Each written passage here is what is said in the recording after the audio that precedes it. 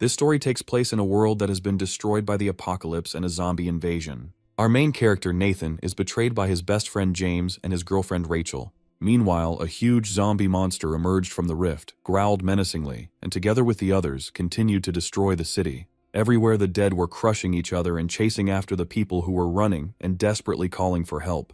At that moment, Nathan was knocked down by his former best friend. Then his ex-girlfriend grabbed a can of oil and poured its contents onto the prone hero, smiling contemptuously. Rachel said that they would definitely see each other again in the next life, and James added that he would take everything from the main character.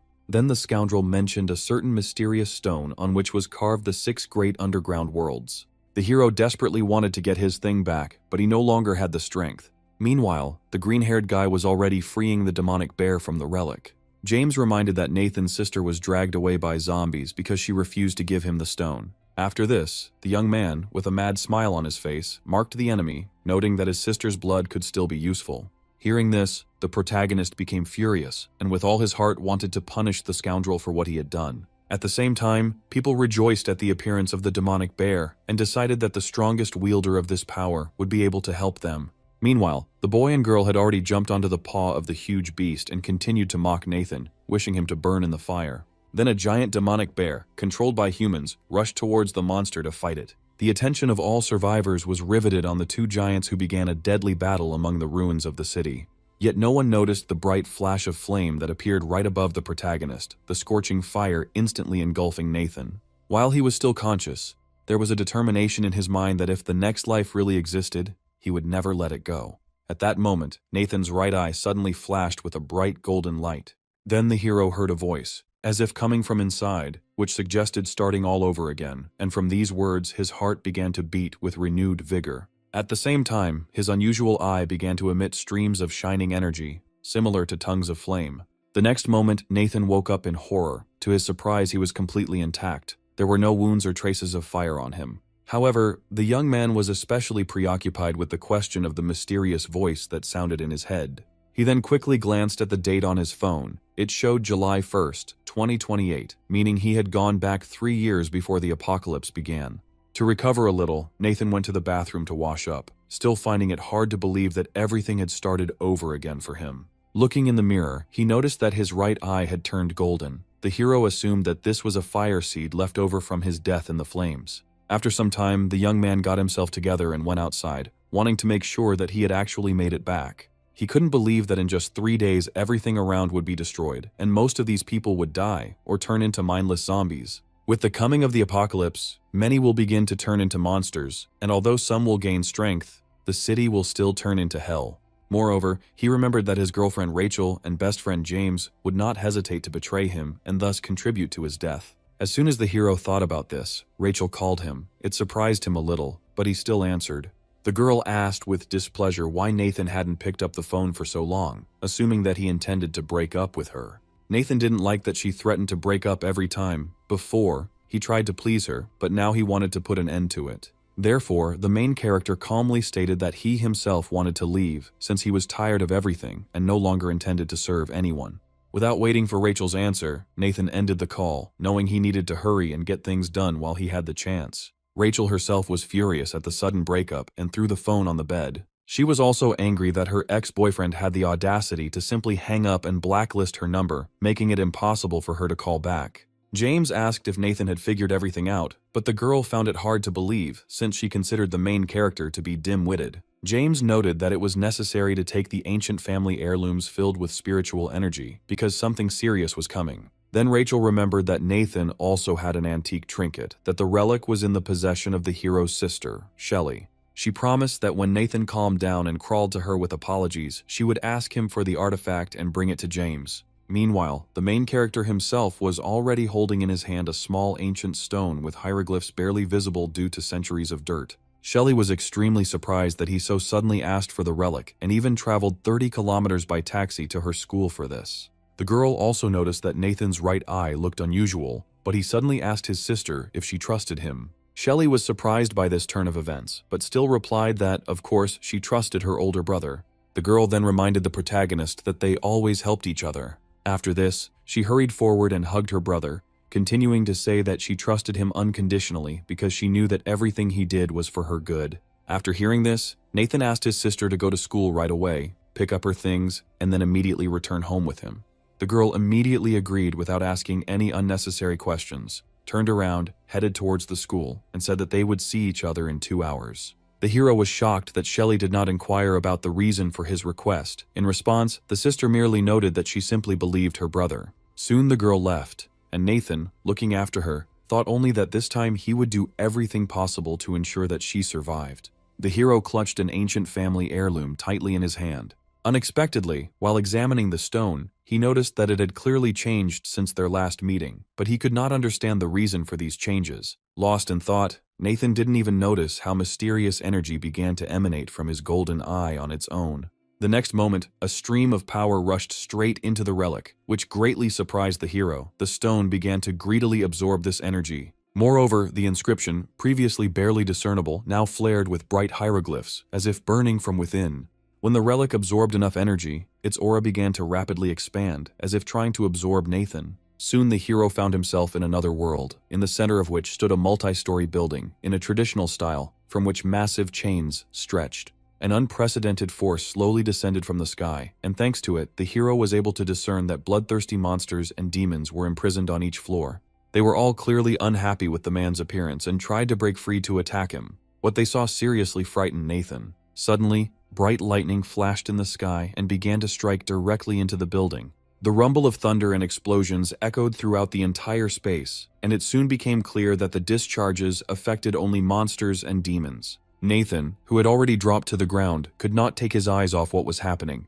To his amazement, the hero realized that the lightning served as a restraining force, preventing the tower's prisoners from breaking out and causing harm to the human world. He was distracted from these thoughts by a mysterious female voice, which he had already heard once. Turning around, the main character saw an unusual girl quietly approaching him. He immediately asked who she was. The stranger with fox ears and tails introduced herself as Serenity and greeted him with a smile as the warden of the underworld prison. She then told that tens of thousands of years ago, the Eternal Emperor gathered 12 immortals.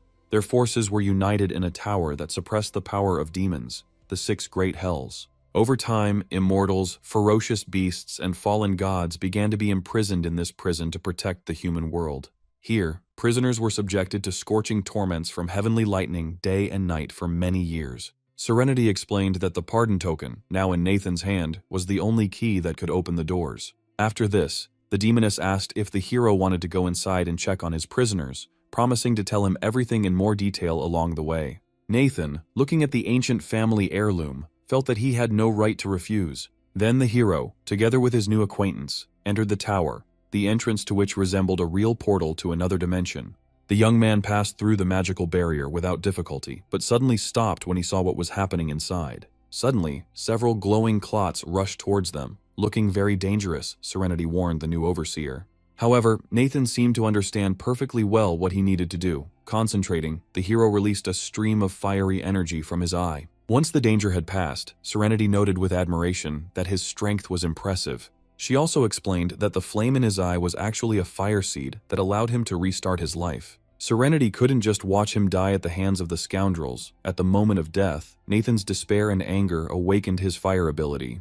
Now Nathan understood how he was able to be reborn. Moreover, he was glad that he managed to awaken this power before the apocalypse began. The hero hoped that from now on, everything could turn out differently. Not wanting to waste time, the protagonist asked the demoness to take him further. Serenity readily agreed to carry out the overseer's order. Along the way, she continued to explain that the 6 great hells were divided into 5 levels, and the doors showed the limits of possibilities. While only one door was accessible to Nathan, looking behind it, the young man was amazed at what he saw. He immediately realized that the huge demon in front of him was the same beast that James had ridden in his past life.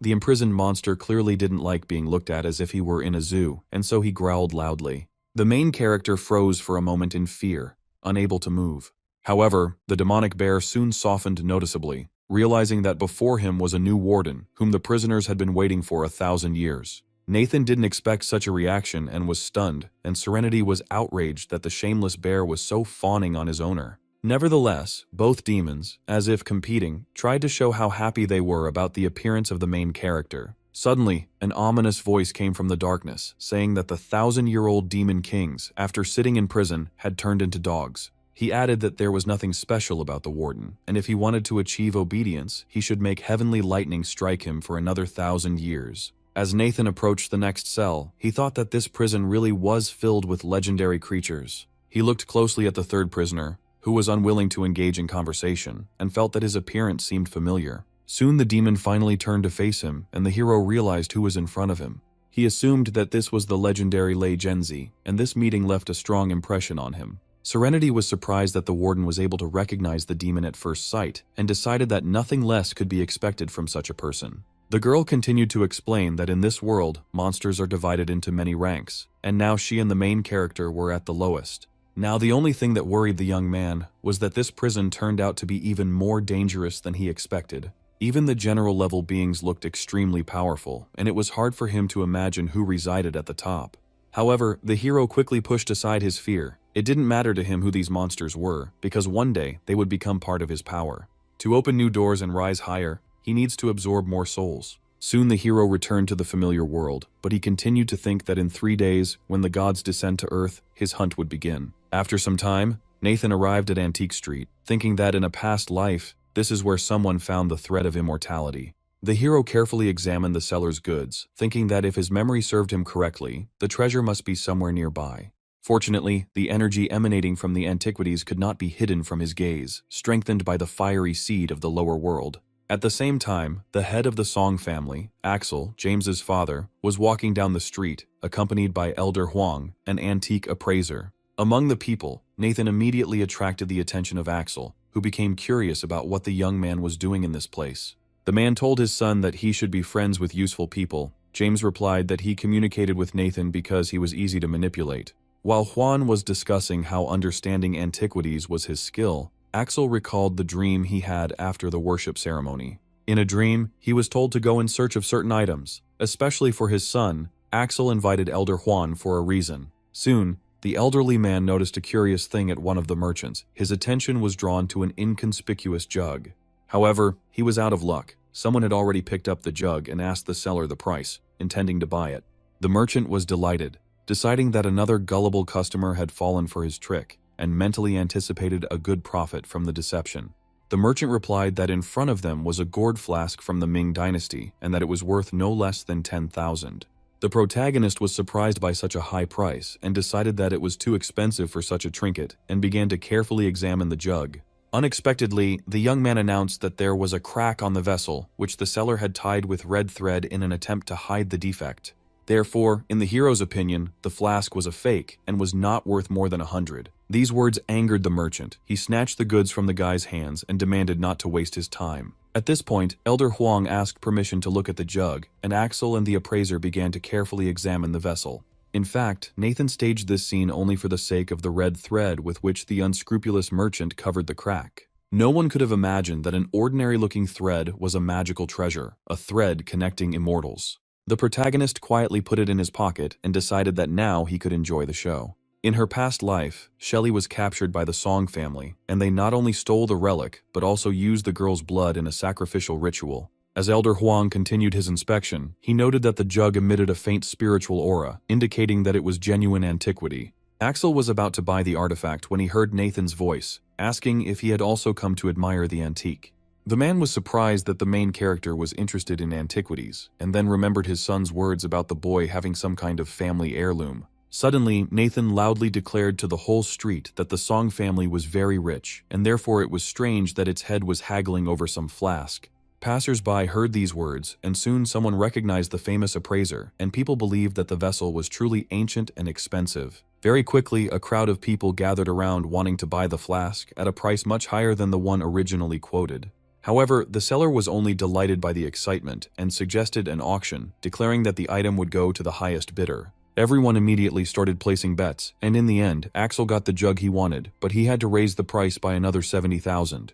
He wasn't at all happy with the purchase. The man understood that the vessel had originally cost only 10,000, but because of Nathan, the price had skyrocketed. Soon the hero turned to Axel and asked if he was really interested in the relic of his family. The man confirmed this and asked to see the item. Then Nathan, without hesitation, took out the ancient stone from his pocket and showed it to Elder Juan. The elderly appraiser was shocked and immediately thought that he had a real treasure in front of him. He asked permission to examine the stone more closely. However, the young man hastened to put the relic back in his pocket, explaining that he could not allow anyone to look at the family treasure. Axel, even more interested, began to ask for more time to examine him, insisting that his son James was a friend of the hero. In response, Nathan coldly remarked that he did not know any James. The man hastened to stop him and asked what he wanted to get in return. Without thinking twice, the protagonist replied that he needed money. He set the price: 1 minute of inspection, 10,000, 5 minutes, 50,000. Axel was furious at the insolence and the inflated price, but still agreed to pay. Having heard his consent, Nathan immediately handed the stone over to Elder Juan, while Axel himself, with displeasure, transferred the money to the specified account. While the elderly appraiser examined the valuable relic, the hero checked his banking app and was pleased to see the amount received. He had a little more than 50,000 in his account, so the young man decided to stock up on food and water first. The prison of the 6 underground worlds had enough empty cells in which to store supplies, and everything placed there remained unchanged. Using the online app, Nathan quickly ordered everything he needed and even purchased the necessary goods, as well as various animals and livestock. Given the scale of the purchases, it was no surprise that the money soon ran out, which left him a little upset. After this, the protagonist informed Axel that the paid minutes had expired and offered to extend the inspection time. In response, the man asked if he would like to sell the relic, but the hero stated that he wanted to receive at least 10 million for it.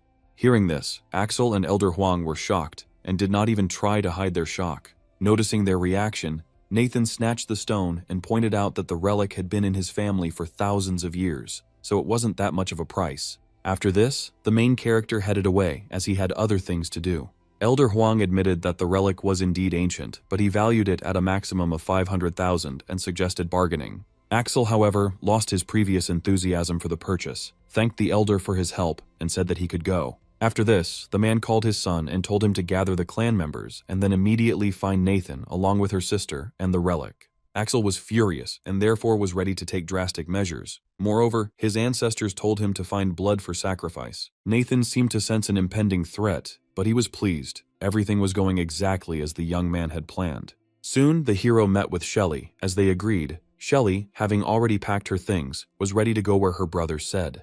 Nathan took his younger sister's things and explained that they would go home first, and the girl was happy with this decision. Suddenly, Shelley's class teacher, whose name was Beatrice, ran up to them in a worried voice and asked them to stop.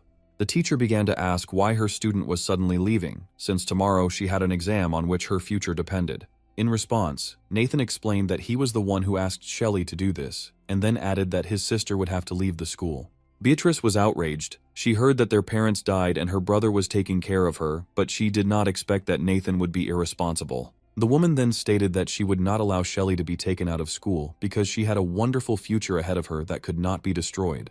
The boy tried to explain that his sister would be temporarily missing classes, but Beatrice didn't listen and said that school couldn't be dropped out. Nathan was stunned by these words and did not know what to answer. The teacher noticed his reaction and realized that she had gone too far with her emotions. She felt awkward, but she still continued to insist that the students should not leave just like that. However, the protagonist interrupted her and said that he considered her a good teacher, so as a token of gratitude, he decided to give her one piece of advice. He advised Beatrice to return home and collect as much food, water, medicine, and weapons as possible to survive the coming events. The woman was extremely surprised, but she thought that since the hero spoke so confidently, it meant that he probably knew about the approaching end of the world. After that, our heroes left. Leaving the class teacher alone, Beatrice watched them and hoped that everything would be okay with Nathan. Soon, Nathan and his sister were already home and packing their things. The girl assumed that something serious would soon happen. The protagonist did not lie and confirmed her guess, promising that he would be able to protect his younger sister. Nathan then handed the relic to the girl and said that he needed to go out for a while. He also asked her not to open the door to anyone. Shelley obeyed her brother, but asked him to come back quickly, adding that she had already prepared food for them. After leaving the apartment, the young man thought that as long as the relic was with his sister, he would always be able to sense its location. To his surprise, Rachel was already waiting for him at the exit. At that moment, the girl was talking on the phone and asking James to go to Nathan's house. James was very pleased with the information he received and asked her to somehow detain the protagonist until their arrival. Meeting the guy at the entrance, Rachel asked if he missed her and then added that James would join them soon.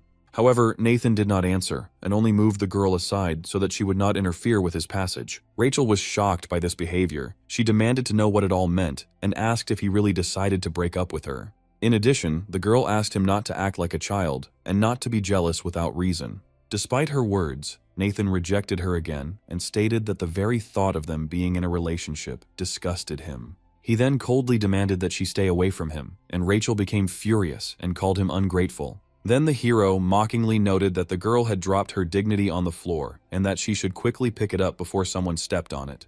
However, Rachel was not about to end the conversation and loudly asked him where he was going, ordering him to come back and talk to her.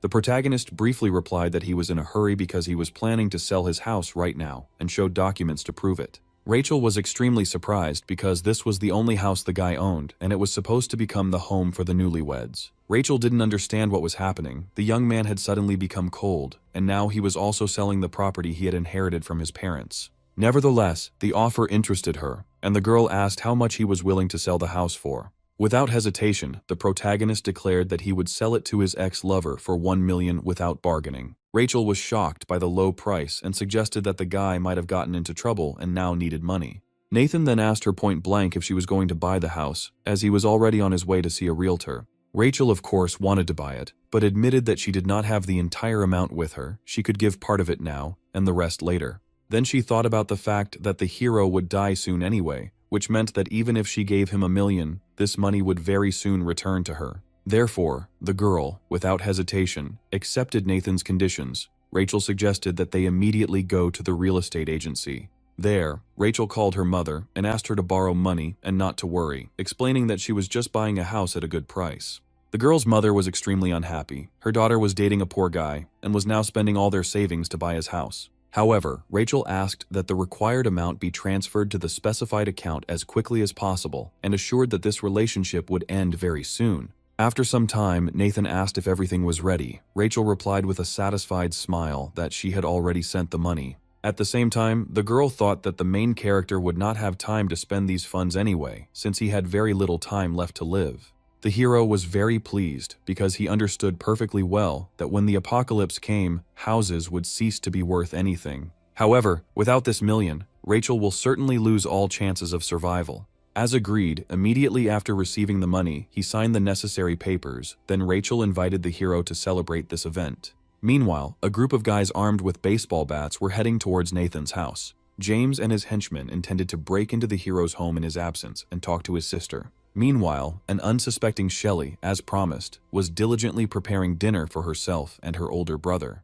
The girl was so carried away by the process that she did not notice how the relic on her neck began to glow brightly, as if warning of approaching danger. After some time, a group of intruders led by James was already standing at the right door and preparing to enter the apartment. First, the guy knocked loudly and turned to Shelley, asking to let him in, adding that he was a good friend of Nathan. Hearing this, the girl immediately went to the door and was surprised by James's unexpected visit. Looking through the peephole, the protagonist's sister asked why he had come if her brother was currently absent. In response, James smiled slightly and stated that he was well aware of this. He then added that Nathan had gone to buy ingredients and asked him to come early so the girl could open the door quickly. Shelley, unaware of the impending danger, had already reached for the handle to let the guest in. However, at the last moment, she remembered the words of her brother, who had recently strictly ordered not to open the door to anyone. The girl then apologized to the uninvited guest and, without explaining the reasons, suggested that James wait for her brother to return. Hearing this, the guy instantly became angry, began to furiously pound on the door and complain about not being trusted, demanding an explanation. Shelley was taken aback by such an inadequate reaction, but again only apologized without revealing the reasons for her refusal. Meanwhile, one of the scoundrels realized that no one would open the door voluntarily and took out a set of tools. The young man began to select a suitable master key, assuring James that such doors could be opened without much difficulty. Anticipating the door would soon be opened, James turned to the girl again and asked if she had the ancient family heirloom with her. Naive Shelley honestly confirmed that Nathan had recently given it to her for safekeeping. The next moment the lock clicked, and with a satisfied grin, James opened the door, declaring that he had nothing to worry about now. Immediately after this, several armed scoundrels with clearly bad intentions burst into the apartment, which greatly frightened the girl. One of the guys quickly grabbed Shelley, and James said that things could have turned out differently if she had voluntarily opened the door earlier. The villain then took the relic from her and taunted Nathan, saying that he would soon be on his knees begging for forgiveness. Shelley, who managed to escape for a short time, asked why James did all this, since he and the main character were best friends. In response, the guy said that he was friends with Nathan only because he considered him an idiot who could be made a scapegoat if necessary. Hearing this, the girl was shocked because before she had not suspected that James was such a vile person. The smug guy also added that it was thanks to the main character that he met Rachel, whom he really liked. Shelley didn't want to listen to any more of this and demanded to be let go, but the next moment, James hit her in the face with all his might. He then ordered her to be quiet, threatening to hit her again, while his friends watched the proceedings with obvious satisfaction. After this, the villains had dirty thoughts about the girl, and they stretched out their vile hands towards her. And suddenly, at that very moment, a bright light flashed, and a female voice addressed the guys with a question whether they had ever heard of a lake of wine. A moment later, all the men suddenly found themselves waist-deep in warm water, surrounded by beautiful girls. All the guys were extremely surprised by what was happening. The strangers happily served the guests, and several of them were already cutting a juicy piece of meat. James was the first to be honored to taste meat from the hands of the beauty, who called him king. The girl then asked the king if he liked the meat she offered him, and James, delighted, asked for more. The mysterious stranger was delighted and took his words as the highest praise.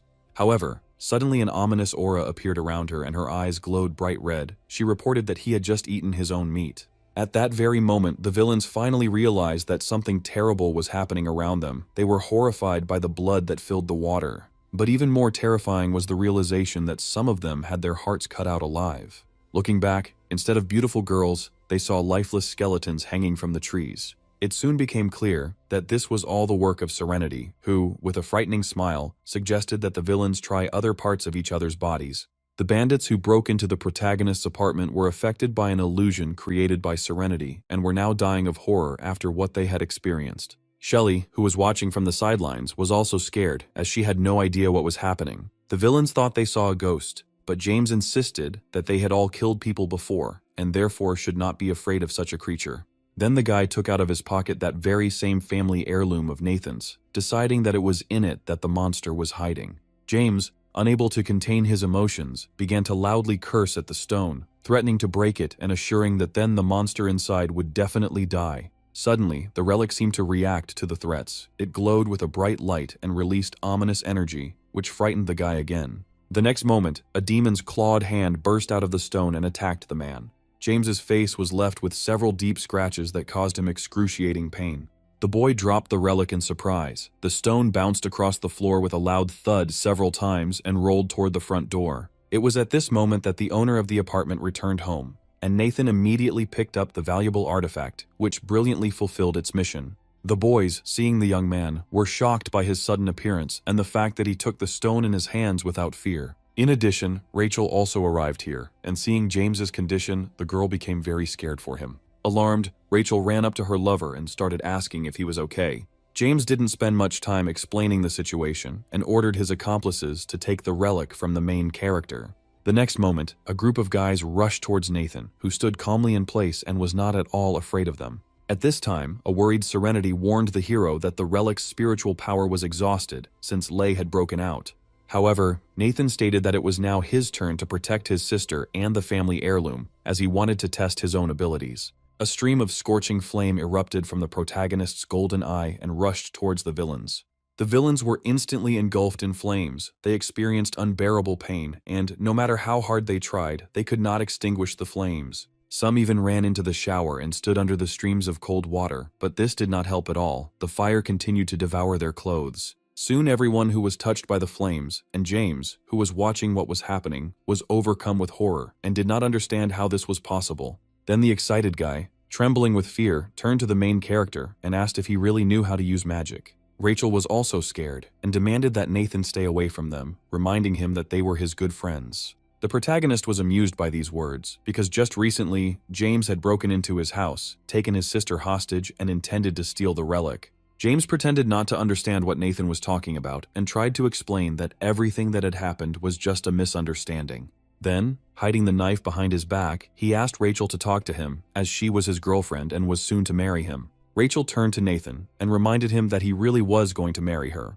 Moreover, the girl stated that she didn't even need a ransom. Then, In a soft voice, she asked him to tell her where he got such magical power from, promising to love him forever. However, at that very moment, James pulled out a hidden knife and rushed towards Nathan with a scream, intending to kill him right then and there. However, the protagonist did not succumb to the sweet words of the lying girl, so he was able to react in time and use his power again. Nathan calmly watched what was happening and wondered why he had the ability to control fire.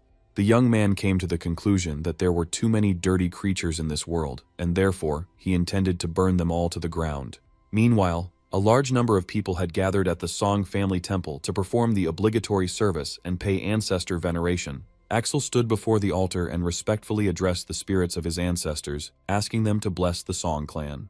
Then the man said that the wind and rain were gradually increasing in strength, step by step gaining strength. Immediately after these words, the stone tablet on the altar began to radiate energy, and from this flow, a spirit emerged. He told the man that in order for him to descend to Earth, he needed an artifact of spiritual energy and the blood of a young girl as a sacrifice. Axel assured the spirit of his ancestors that he would fulfill the order, and that his son would soon prepare the required gift. Then the spirit added in an ominous voice that the end of the world would come within 3 days, so we needed to hurry. These words struck Axel, and he wanted to know the details, but the spirit had already disappeared. Only then did the head of the clan realize the seriousness of what he had heard, which caused him great anxiety. Without wasting a moment, Axel turned to his subordinates and ordered that food supplies be purchased immediately, as the day of the trial was approaching. In addition, he ordered to contact James and tell him to urgently bring people to sacrifice them to the ancestors. At that moment, the gates leading to the temple grounds swung open with a roar, greatly frightening those present. Nathan walked inside with a confident gait.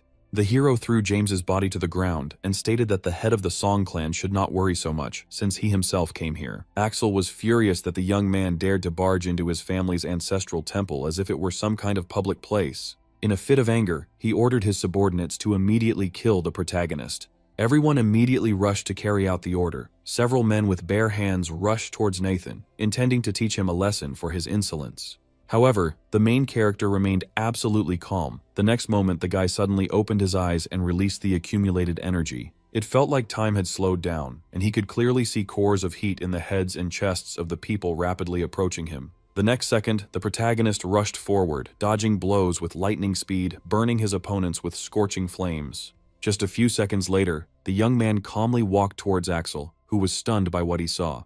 With a smile on his face, Nathan greeted the head of the Song clan, while behind him, his enemies were burning alive and writhing in pain. Axel was furious that the guy would do something like that in the ancestral temple, but it turned out he had a backup plan. The next moment, the man pulled a hidden pistol from his belt and pointed it at the protagonist, intending to kill him on the spot. However, Nathan had nothing to fear. He could clearly feel the core of heat inside the weapon, and knew that he was capable of incapacitating the enemy. To do this, the hero only needed to snap his fingers and use his power. And then the pistol in Axel's hand was blown apart by a small explosion, with shrapnel wounding the man himself. Nathan, watching the blood ooze from the wounds on the clan leader's hands, remarked that he shouldn't have been playing with firearms. He then thought that, although his abilities were still only in the first stage, he was already able to control 10 gallons of fire at once. Meanwhile, the wounded Axel quickly crawled to the altar and addressed the spirit of his ancestors, calling the protagonist a fiend along the way.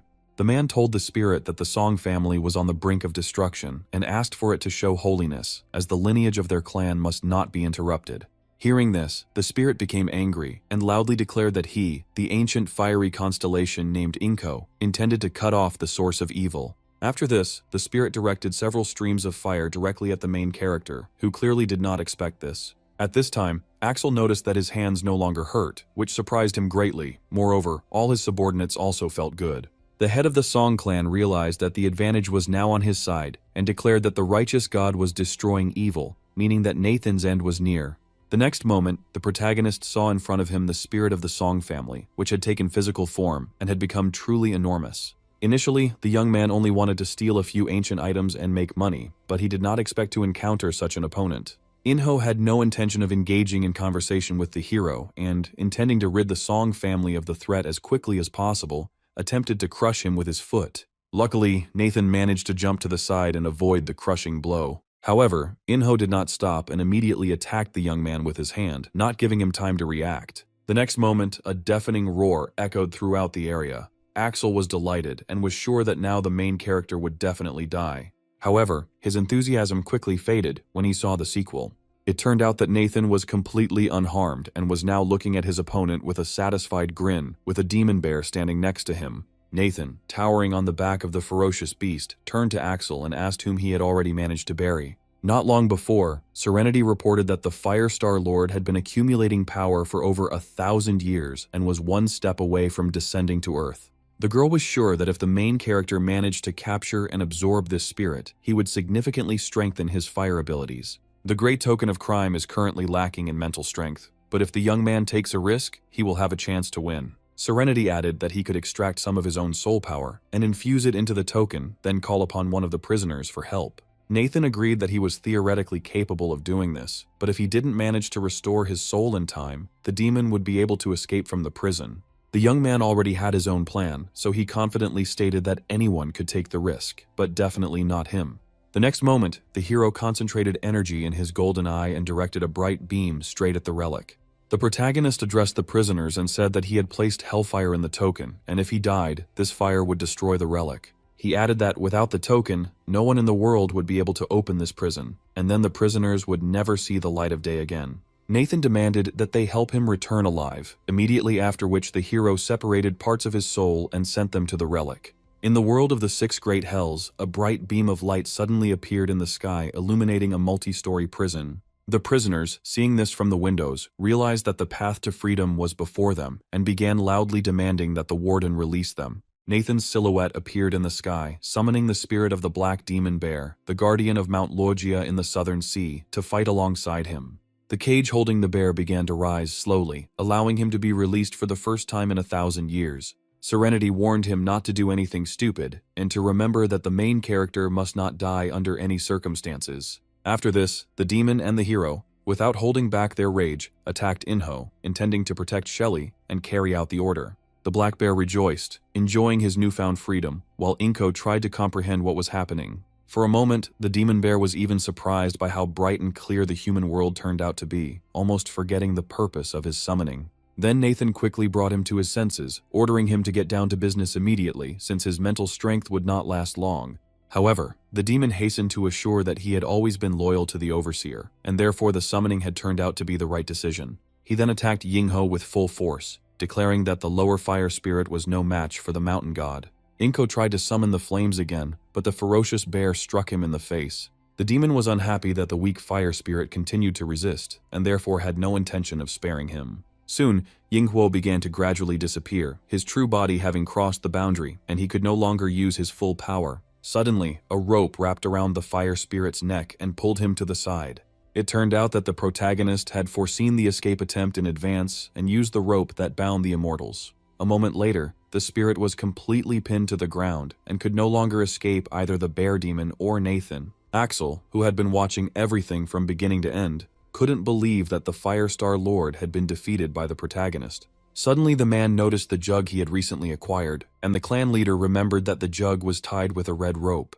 Nathan confirmed that thanks to Axel's righteousness, he was able to obtain the rope that binds the immortals. Axel looked at the captured spirit of fire with tears in his eyes, reproaching himself for the defeat he had allowed himself to suffer. Furthermore, the ruler of the Firestar had already begun to transform into pure energy, gradually losing his true appearance. Soon all this power was compressed and transformed into a small crystal, which Nathan so desired to obtain. The hero then turned to Axel and offered to discuss a deal, one of the conditions of which was James. Nathan asked the man directly how much he was willing to pay to save the Song family's descendant. After some time, Nathan and the demonic bear disappeared, and the head of the Song clan was already hugging his son. Axel stated that money was meaningless because the end of the world was approaching, and the most important thing for a person was to preserve life. The man then ordered his subordinates to sell all the real estate, buy food and water, and transport it all to a bunker in a country villa. In addition, he ordered to contact Elder Huang and buy back all the old things of the Song family. After this, the angry man vowed to do everything possible to turn the protagonist's life into a living hell. Meanwhile, Nathan was calmly strolling around the city as if nothing had happened, and buying supplies in the stores.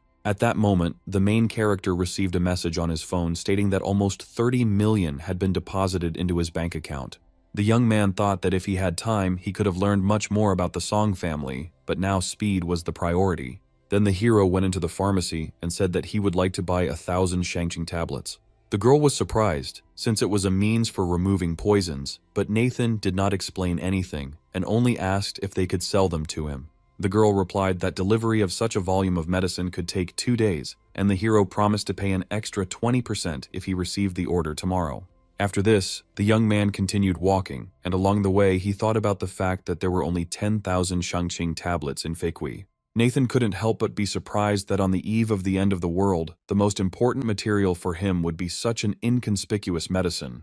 Then the young man remembered how in his past life he had become seriously ill and even thought that he would die. At that time, he regretted not having stocked up on Shangqing pills in advance, as they accelerated the awakening of abilities and effectively suppressed the zombie virus. After this, the girl decided to go to the pharmacy to find medicine and help her brother, despite the fact that he asked her not to leave the house. Nathan remembered with pain that his younger sister was gone forever then, as she was soon captured by the Song clan's people. While thinking about this, the main character didn't even notice how he was already at home, but now he has nothing to worry about. The hero was determined not to let the same thing happen to Shelley again as in his past life. The Song clan already knows about the approaching end of the world and is therefore actively stocking up on food. However, they had no idea that the most important resource in the early stages would be people with awakened abilities. That's why the protagonist believed that by obtaining the Shangqing pills, he would be able to master many abilities and become like an entire army. Without wasting any time, Nathan picked up the family heirloom and began absorbing the fire spirit's energy to enhance his skills. The next moment, a huge stream of raging energy burst out of the stone, taking the form of a lotus flower. Serenity congratulated the guardian on absorbing the fire spirit and reported that the youth's hellfire skill had successfully improved to the Scarlet Lotus level. The girl also added that Nathan's abilities had been upgraded to level 2, and he could now control the shape of the fire much more precisely. The boy immediately tried it out, creating a fire sword in his hands, and noted that the spirit of fire turned out to be much more useful than he had previously assumed. Suddenly, a demonic bear approached the young man, continuing to rejoice at having finally escaped from the cage. However, the protagonist quickly grew tired of the prisoner's excessive attention, so he pushed them away and asked them not to disturb him while he thought.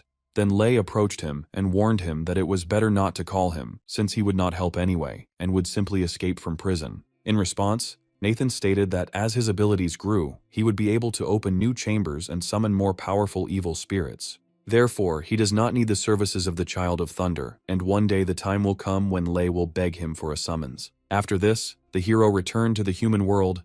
Nathan looked at the moon and thought that tomorrow would be the penultimate day before the end of the world. The next day, Nathan wasted no time in going to the jewelry show because that was where he found the very thing he needed. At first, the main character wandered around the hall for a while, carefully examining the exhibits, until he finally found what he was looking for. The ore hidden behind the glass contained a huge amount of special ability energy, which should have been enough to improve his skill. In a past life, one lucky person obtained this raw stone and leaped far ahead, gaining countless benefits. Meanwhile, an auction was taking place in a separate, spacious hall, with people actively placing large bids, eager to acquire valuable items. The next lot turned out to be a stone with colossal potential, containing jadiate worth at least 5 million. Then the bidding began. The price was initially 3 million, but it was quickly raised to 4. Unexpectedly, one of the guests increased the bet to 5 million, and those present were surprised. However, they quickly realized that nothing less could be expected from Theo, since he represented a large investment group. It seemed like the bidding was over, but suddenly a bid of 6 million was made, and Theo, surprised, turned to the side and saw Nathan. Soon, the administrator approached the hero and timidly informed him that the auction had a membership system and that a black card was required to participate. Nathan didn't argue and showed his gold card, asking if the man had any more questions for him. The administrator allowed him to continue participating, reflecting on the fact that this unknown guest had a gold one, which was quite unexpected. Meanwhile, the presenter announced that the young man had placed a bid of 6 million and asked if anyone was ready to continue bidding. Theo, without hesitation, raised the price to 7 million, but then Nathan, without the slightest hesitation, increased the bid to 10 million. Everyone present was amazed, because this amount significantly exceeded the actual cost of the unprocessed stone. The girl next to Theo tried to calm him down, suggesting that the young man was only pretending to be rich. Unexpectedly, Theo turned to his rival and asked his name. The hero calmly stated his name. After this, the man praised the main character and said that he would remember him, since he gave the impression of being a very cool person. After some time, Nathan was already taking the thing he so desperately needed. The young man was incredibly happy because this ore guaranteed him a brilliant future. Then the protagonist was about to leave the hall and overheard that the next lot would be a glazed glass fan. However, suddenly behind him, cries for help were heard. People were shouting that a real monster had appeared. Nathan turned around to see terrified patrons trying to escape from an entity emitting ominous energy. Taking a closer look, the protagonist spotted a monster. It was a huge snake with a human head, and it seemed as if the entity had emerged directly from the fan. Then Nathan assumed that the monster had come for him, because the fan was next to the unprocessed stone and had absorbed some of its energy. In addition, Nathan believed that the approaching end of the world would inevitably be accompanied by supernatural phenomena. Meanwhile, Theo, not wanting to simply run away, grabbed a collapsible club and rushed towards the monster, intending to defeat it in a fair fight. However, his hopes were not fulfilled. The monster easily knocked the weapon out of his hands without even slowing down and continued moving towards Nathan. However, Nathan had already stopped the monster. The creature tried to break free, but the hero's strong grip instantly stopped all attempts. Deciding not to delay, the young man began to concentrate energy in his golden eye in order to quickly end the problem. The next moment, a bright flame completely engulfed the monster, intending to burn it to ashes. Very soon, the otherworldly creature disappeared, and in its place a small energy crystal formed, which Nathan immediately absorbed. However, the protagonist felt that the cultivation level of this evil spirit was low, so it only received a slight boost. Theo, still unable to believe what he saw, fell to his knees, trying to comprehend what had happened. The man then admiringly called the protagonist a true master and expressed a desire to bow to him as a mentor. Meanwhile, a crowd of people had gathered near the house where Nathan lived, and everyone was surprised by the number of boxes and cages with animals. The neighbors knew that Nathan had bought all of this, but they couldn't believe that he had become so rich. Someone suggested that he was going to open his own business. However, one grumpy woman believed that Nathan was just a cocky boy who would definitely have no luck with his plan. She was skeptical about the idea that he was going to open his own business. She was sure that he was not capable of running even a store. Suddenly, one of the girls asked Aunt Jang if it was true that she had previously wanted to rent his family's warehouse and open her own supermarket there. The woman said that she was not at all interested in this crappy place. Meanwhile, the main character had already approached his house, not paying attention to those around him. Suddenly, one of the loaders turned to the young man and informed him that everything ordered had already been delivered, after which he asked him to check the goods. The worker also added that another truck with cargo would arrive tomorrow, but there might not be enough space for it here. Hearing that another truck would arrive the next day, Aunt Jang was furious and couldn't believe that Nathan had actually become rich. The woman did not understand how the orphan had managed to achieve such prosperity. She was irritated that he was going to open a supermarket in this place. All this time, Aunt Jang's grandson needed to go to the toilet, and so he couldn't think of anything better to do than relieve himself right in Nathan's warehouse. The boy, not at all embarrassed by the fact that the owner was nearby, went inside and began to do his business. When he managed to relieve himself, he breathed a sigh of relief. Surprisingly, the woman not only did not scold the child for such an outburst, but on the contrary, was pleased and even praised him for his independence. Then she turned to Nathan and said that the baby was still very young, so she hoped that the young man would not object. However, the main character had a different opinion. He grabbed the child by the clothes and roughly pulled him aside. After this, the young man, without hesitation, threw the boy straight to Aunt Jang, which greatly shocked her. The child began to cry loudly, and the woman began to scold the protagonist, claiming that the baby just wanted to play a little. In response, Nathan briefly stated that he was serious and therefore advised the woman not to contact him. The protagonist then locked the warehouse from the inside as he no longer intended to talk to the inadequate neighbor. Meanwhile, the capricious child, seeing other children playing with firecrackers, also wanted to blow something up. Hearing this, the woman instantly calmed down and thought about something. She came up with a plan. Soon she took the boy by the hand and led him along, promising to buy him lots of firecrackers and put on a real show in the evening. She thought with a smile that if a spark accidentally fell into the warehouse and a fire started, it would be completely inopportune for Nathan. Meanwhile, Nathan, having examined the boxes, the hero realized that everything necessary had already been delivered, and this could not but please him. Without wasting any time, the young man used the relic to contact the demon suppression tower and ordered all of his belongings to be collected. At that very moment, a huge portal opened in the middle of the room and began to suck in all the boxes in the warehouse. The load instantly moved to the entrance of the prison, which made Serenity very happy. She decided that now she could finally eat her fill. After this, the main character told the girl to find empty chambers and place all the supplies there. Serenity noted that since he had a lot of animals, they could allocate a plot of land, and if he fed them the tower's aura, the meat would become even tastier.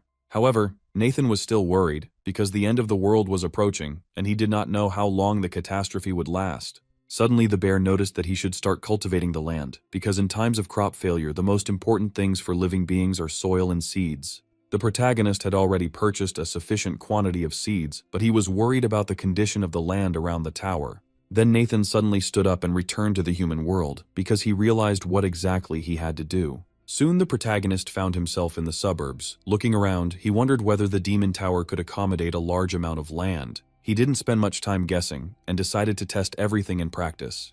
Using his ability, the hero began to absorb the soil and direct it to another world.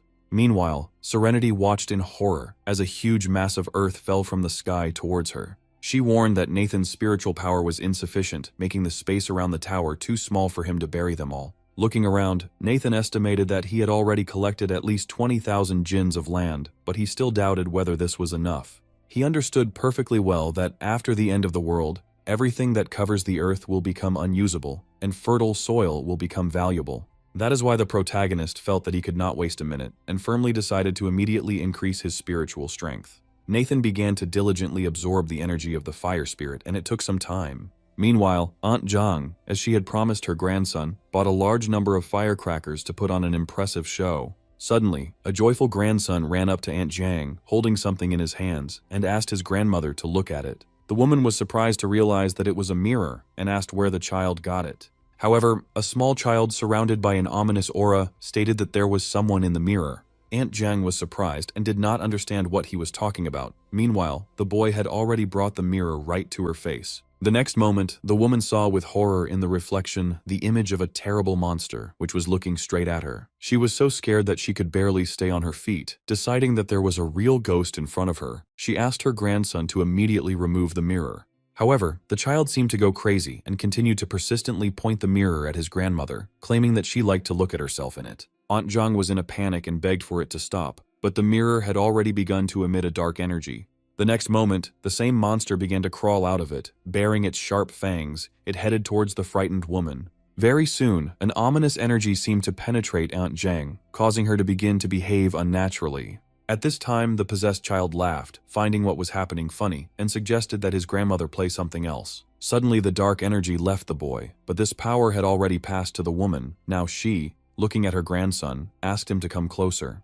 The boy tried to run away as quickly as possible, but the otherworldly entity grabbed him and did not allow him to carry out his plan. Meanwhile, that night, strange phenomena were occurring throughout the city. Numerous spirits and ghosts were wandering the streets of the metropolis. In the morning, one of the workers at the port warehouse, while going about his business, looked at the sky and guessed that a downpour would soon begin.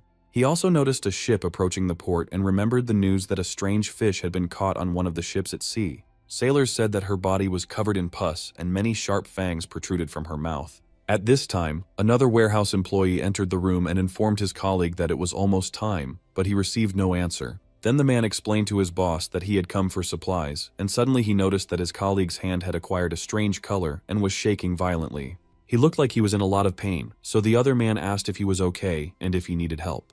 He then suggested that his colleague simply had a cold and advised him to ask his superiors for leave to recover. Suddenly, he was distracted by the loud footsteps of people in black suits who were rapidly approaching them. Suddenly, one of the people who came asked if the Shangqing tablets were still in this warehouse, but the man explained that the goods had already been purchased. Then the man with the scar on his face ordered his subordinates to immediately take everything out of here, but the warehouse employee demanded that they stop. To avoid listening to his objections, the man roughly pushed him away. He lost his footing and fell right onto his sick colleague. After this, the leader again ordered that all goods be removed as quickly as possible. But just as he was about to leave, one of the warehouse workers suddenly grabbed his leg, and the man himself lost his balance and began to fall. Looking at the one who was holding him, he saw that the worker's skin had changed color, and long, sharp claws had grown on his hands. The men in black suits, armed with everything they had at hand, prepared to fight back against the possessed man. They brutally beat the warehouse worker and freed their boss. The man with the scar was extremely disturbed by what had happened and looked at the victim with bewilderment, not even imagining what had happened to him. However, he himself soon became ill, but despite the concern of his subordinates, he insisted that they first needed to take the medicine. It was at this moment that an unfamiliar voice was heard, asking if they were talking about him. It turned out that it was Nathan. The main character stated that all this goods belonged to him, since he spent his own money on them. Then Nathan noted with a slight smile that although the end of the world had not yet come, these people were already in a hurry to die. In response, the man with the scar said that the entire logistics port belonged to his boss, and he could sell them the goods at a good price. However, Nathan briefly replied that he had no intention of selling anything. Moreover, he added that he was giving them 10 minutes to leave the place voluntarily, otherwise he would not be held responsible for the consequences. Then the main character noticed a warehouse worker lying on the floor, and was surprised to realize that zombies had already begun to appear. However, the men in black suits were not going to tolerate such arrogant attitude from Nathan. So the men in black suits decided to grab the main character, but Nathan disappeared from sight in the blink of an eye. It soon became clear that the young man, using his abilities, had quickly climbed to the very top of a tall mountain of boxes. Looking into one of the boxes, Nathan wondered if all the goods in this warehouse really belonged only to their boss. The gang leader didn't understand what the mysterious young man was getting at. Meanwhile, Nathan, preparing to use the ability, stated that he intended to use the enemy's knowledge against him. The next moment, the protagonist activated his power and moved all the goods to another world. The next day, the owner of the cargo, Sally, who lived in a luxurious mansion, received unpleasant news. The woman was extremely dissatisfied that her subordinates not only did not return the medicine, but also allowed the rest of the goods to be stolen. The man with the scar on his face timidly made excuses and explained that the person who stole everything had some kind of superpower. There were many boxes in the warehouse, but after the hero threw them out into the street and closed the doors, all the contents suddenly disappeared. After hearing this, Sally was first surprised and then demanded to know the name of the person who dared to rob them. One of the subordinates replied that he had already checked the recipient's details indicated in the documents and found out that this person's name was Nathan. The woman suggested that the young man possessed an ability similar to a vault and therefore he should be captured at the first opportunity. However, her thoughts were interrupted by a subordinate who suddenly became very ill and could barely stand on his feet. Suddenly, the man collapsed to the floor and began breathing heavily, his appearance clearly indicating that he had completely turned into a zombie. Sally, seeing this, calmly stated that the virus had already penetrated the brain, and even taking the Shangqing pill would now be useless. Therefore, the man had to be thrown out into the street and burned, but under no circumstances should the zombie be grabbed or come into contact with his blood. At that moment, the infected man began to rise to his feet, then he suddenly rushed at the woman. However, the owner of the mansion kept her cool and immediately used her ability. A strong gust of wind blew open the large windows behind her, causing tree branches to rush into the room. They mercilessly pierced the zombie, not allowing it to reach its target. Then the branches began to retract back into the street, taking the zombie with them, and outside, the infected's body was torn to pieces. The man who was watching what was happening was so shocked that he could not utter a word. Sally herself remained calm and warned that this was only the beginning. She ordered them to continue searching for medicine and stock up on weapons. In conclusion, the hostess ordered that all the workers be gathered and mentally prepared for the approaching end of the world. Meanwhile, Nathan at home handed his sister a pack of Shangqing pills and told her to take them. He explained that water and air are no longer clean, so only mineral water should be used for skin contact and drinking. Shelley agreed to follow all the rules, but she was curious about what was really going on. The main character suggested that we first go to one place and take a walk. The girl admitted that she was leaving her apartment for the first time since returning from school, and added that she had a bad feeling. The hero suggested that this was due to the fact that bad people were beginning to show their true colors. Suddenly, a voice came from behind the door of one of the apartments, complaining of hunger and that all the food had run out. It was Aunt Zhang, eating the remains of her grandson. The woman was outraged that the neighbors owned everything and gave her nothing. Suddenly, a loud sound came from above, which made her furious. She repeatedly asked her neighbors to keep quiet, as it was preventing her from sleeping peacefully. She decided that people were deliberately annoying her, and in a fit of anger, she ran out of the apartment, intending to teach her noisy neighbors a lesson. Meanwhile, Nathan and his sister were already getting into a taxi, but the heroes did not notice that guests had arrived. Rachel's mother looked around and asked her daughter if the apartment complex was safe.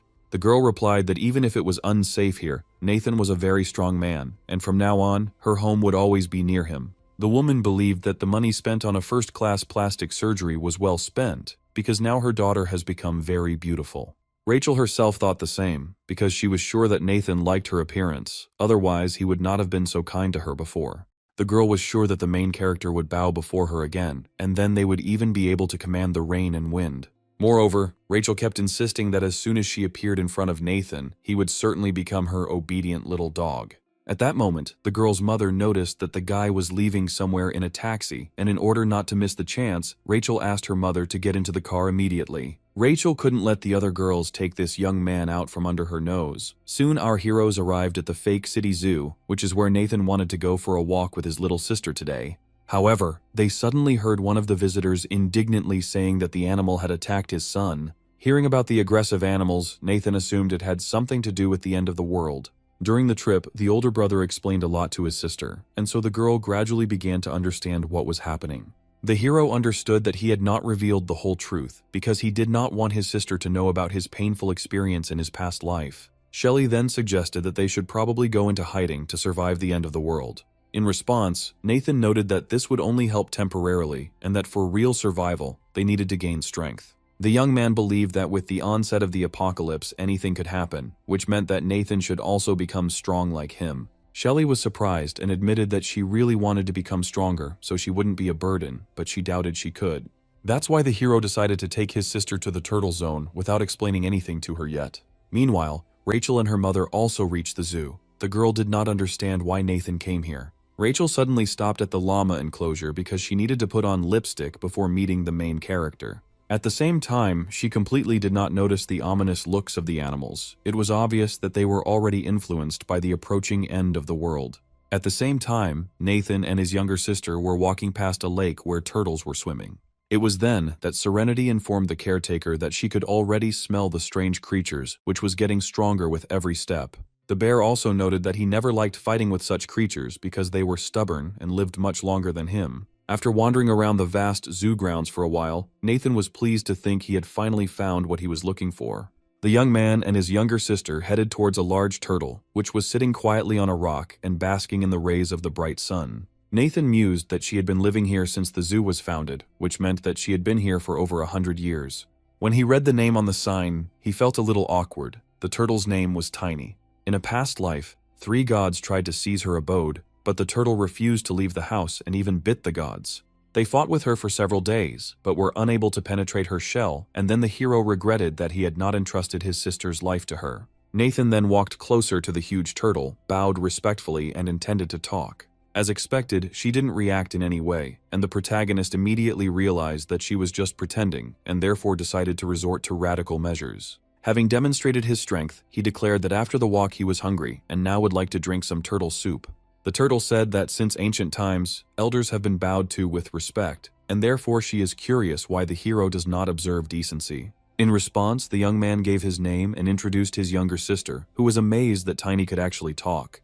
The turtle was embarrassed by her name and hastened to justify herself, explaining that she had received it by accident from the zoo director. She also added mysteriously that hundreds of years had passed since then, but compared to the 3,000 years of her life, this was only a moment. Serenity and the black bear immediately told the caretaker that if he could absorb the spirit of this turtle, he would extend his life by hundreds of years. Then the main character turned to the turtle and said that he had come to ask her to protect Shelley, and the guy was ready to fulfill any condition. In response, the turtle noted that after the appearance of the blood moon, all living creatures are alarmed, and her turtle clan will certainly suffer. Then Nathan suggested that if Tiny was talking about turtles swimming in the pond, then he could move them to the Demon Suppression Tower. Upon hearing about the Demon Suppression Tower, the giant turtle was extremely surprised. The hero did not waste time on long explanations, and instead demonstrated to her the tower itself and his ability to control it. The tortoise immediately remembered the god's words that this was the only opportunity for Xuanwu to ascend to the stage where the furious thunder rumbled. After this, she suddenly declared that it was now clear to her what the cause and effect of her appearance here hundreds of years ago had been. She then turned to Nathan and asked if the protagonist was capable of properly running this prison. She also questioned whether it was worth helping Nathan at all if the hero physically could not withstand the weight of her 3,000 years of life. Without waiting for an answer, Tiny suddenly rushed down at great speed, falling straight towards the main character. Nathan raised his arms up and focused all his energy into his legs, preparing to hold up the giant turtle. The next moment, a deafening roar echoed throughout the area, and a heavy body fell to the ground. Rachel heard this roar, and it made her feel a little uneasy. However, suddenly someone tore the wig off her head. Turning around, the angry girl saw that the llamas had taken away her wig. An enraged Rachel was about to teach the animal a lesson for ruining her wig. However, the The llama quickly cooled her ardor by literally spitting in her face. The next moment, several aggressive llamas attacked the girl, deciding to punish her for her inappropriate behavior. She and her mother could do nothing but cover their faces with their hands to protect their eyes. Rachel was seething with anger and intended to take revenge on the animals, but her mother asked her to leave the llamas alone because now they needed to find Nathan. Meanwhile, there was a noise coming from the side, which meant that the main character was probably somewhere nearby. Rachel and her mother moved deeper into the turtle habitat, but they could not find Nathan. Then the girl decided to go even further, despite the stench that hung around. The girl's mother was in such a hurry that she didn't even notice how she stepped on a clutch of turtle eggs, crushing several of them. The woman did not regret what she had done at all, and was only outraged that the disgusting substance had stained her shoes. Without thinking, she began to wipe her shoes on the turtle's shell, declaring that this was all animals were good for. After this, the mother and daughter continued their journey deeper into the grove, completely unaware that the turtles were no longer ordinary either. Rachel thought happily that all they had to do was go around the big tree and they would definitely see Nathan behind those leaves. The girl was sure that Nathan would be touched to learn how she, fragile and tender, made her way through the thickets out of deep love for him. After walking a little further, she was frozen with horror. Right in front of her stood a huge turtle, looking at her with clearly unkind eyes. The next moment, the reptile sank its teeth into the girl's hand. Turtles' teeth are usually small and sharp, and their bite is extremely strong. The turtle squeezed Rachel's hand tightly, and she lost her balance in surprise and fell to the ground.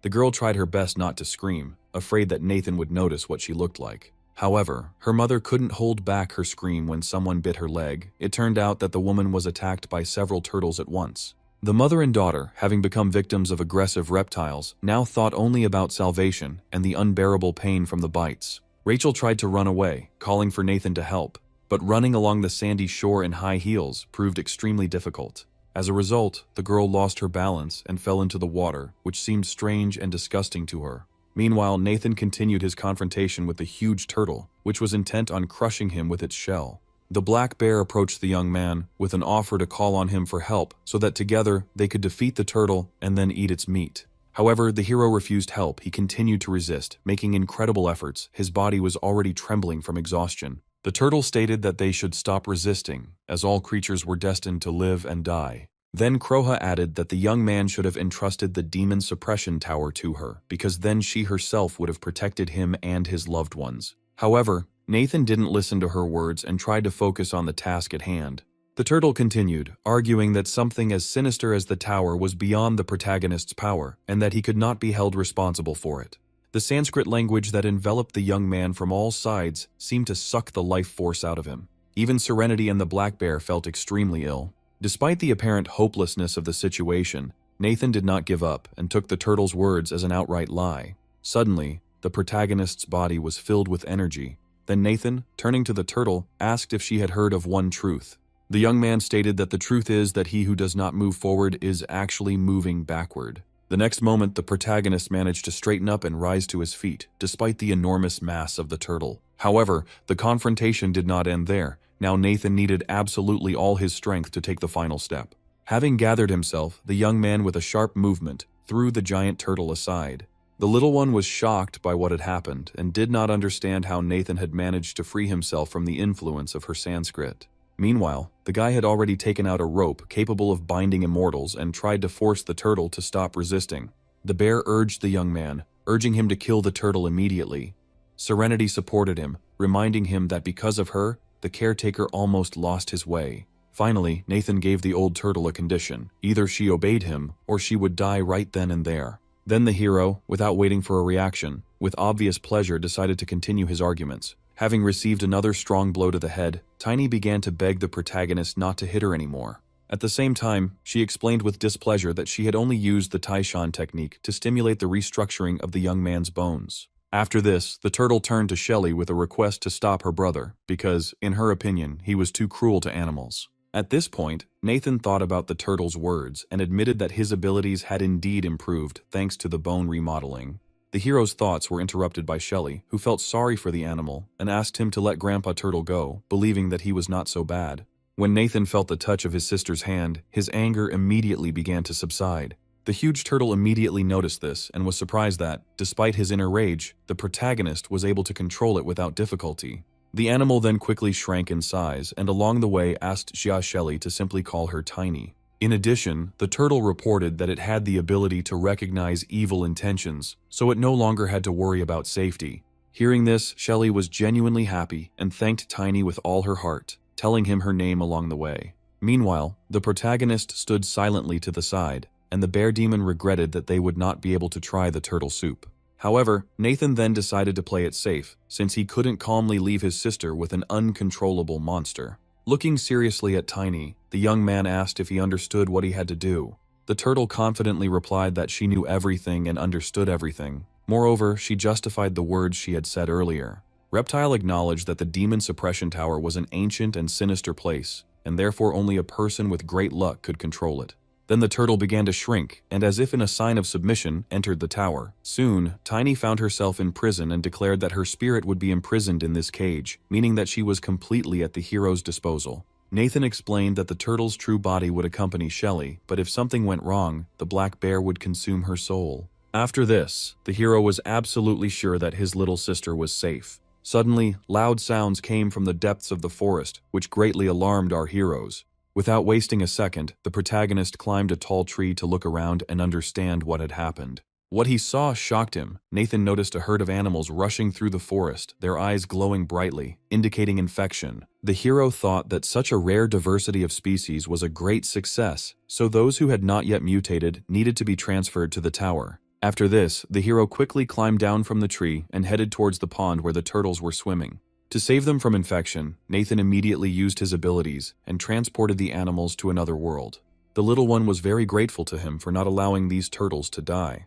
Then the main character had to safely leave the zoo and deliver his sister to a safe place. Taking Shelly's hand firmly, he began to quickly and silently jump from tree to tree, avoiding collisions with animals. However, suddenly the hero heard a loud voice behind him addressing him. Stopping and turning around, the guy was surprised to see Rachel and her mother.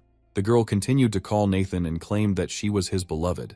The shocked protagonist asked what they were doing there. Despite his question, Rachel continued to insist that she was ready to make peace because she knew how much he loved her. With a mad expression on her face, she declared that she forgave him for his past rudeness, and therefore he should be grateful to her. However, Nathan had no intention of helping Rachel, and, despite her pleas to come back and continue the relationship, he quickly left the place. The girl did not understand why the main character suddenly began to treat her like that, because, in her opinion, she was very beautiful. Suddenly, Rachel heard the growling of aggressive animals behind her, which scared her greatly. Without wasting any time, the predators rushed at their victims. A frightened Rachel tried to drive them away with screams, but it was all in vain. Meanwhile, the protagonist continued to search for a safe place for his sister, while simultaneously transferring healthy animals to his other world. Nathan was pleased with the variety of species he had collected, but now he had to focus on finding a place to sleep. He soon came across the zoo's administration building, and Nathan realized that everyone inside had long since fled. Then he decided that he could stay there for now, since the zoo was located in a remote suburb, and there was no one around except predatory animals. Shelly agreed it was a good place, suggesting her brother still had unfinished business, and said she could take care of herself. Nathan asked if his sister was afraid to be here alone, but Shelly reminded her that Tiny was next to her. The girl also added that she had already made an agreement with the turtle, and it would teach her to develop her abilities. The protagonist was delighted by these words and praised the girl for her determination. Nathan then turned respectfully to Tiny, intending to ask her for a favor. The turtle noted with satisfaction that the young man should not behave so politely, and then assured him that she understood perfectly well what she had to do. At the same moment, a mysterious barrier began to form around the administrative building, serving as protection for those inside. No matter how hard the aggressive animals tried, they could not break through the barrier. Seeing the result, Nathan breathed a sigh of relief, deciding that at least one problem had been temporarily solved. After this, the guy, without wasting time, went about his business. Shelly asked her brother to be careful and promised to wait for him here. Soon the hero had already left the zoo and quickly headed to the city, wanting to complete everything he had planned as quickly as possible. Along the way, the young man noticed that chaos had already gripped the city, with abandoned cars parked on the roads. The zombies were the cause of what was happening, but despite the terrifying picture, the main character felt neither fear nor surprise. Looking up at the sky, Nathan saw that it was completely covered with black thunderclouds, and the huge moon was painted blood red. After some time, the huge metropolis was completely plunged into chaos. Loud explosions were heard everywhere, causing fires. People desperately tried to escape from the zombies chasing them, but unfortunately, not everyone succeeded.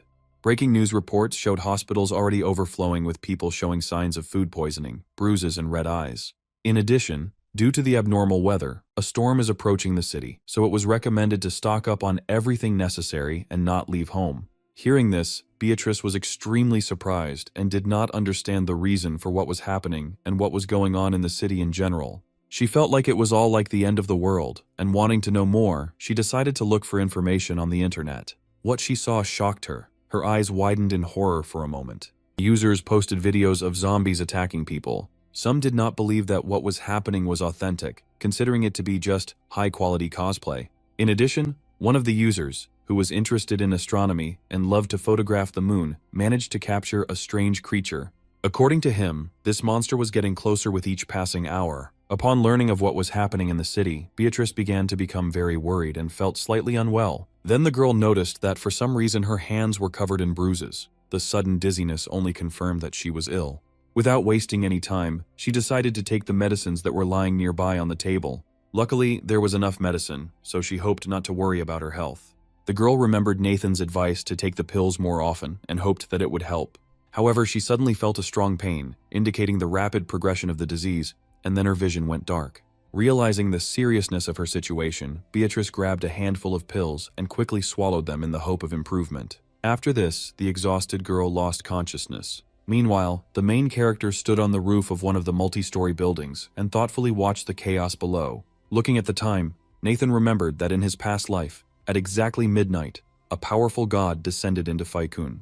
The hero also remembered that the god had first appeared in the Imperial Mansion, and that his landing had caused colossal destruction and general panic. Then Nathan decided to calmly wait for him here, already anticipating that by destroying this deity, he would be able to gain a huge amount of power.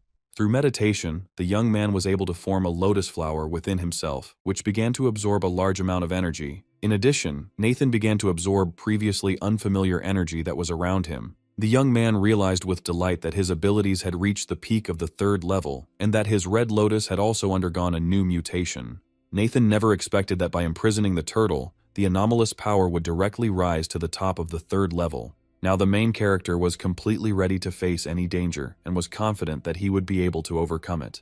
The young man looked fearlessly at the blood-red moon, which seemed to be getting closer to the earth with each passing hour. Suddenly, Nathan heard someone start breaking down the door leading to the roof. The hero immediately prepared for the worst. Soon, the door swung open and several men came out onto the roof, extremely unhappy that someone had managed to get onto the roof of the mansion. One of them turned to the manager in bewilderment and asked how this guy managed to get up here if the elevators and corridors were closed. However, the manager took his subordinate's words only as an excuse and threatened to withhold his salary for that month.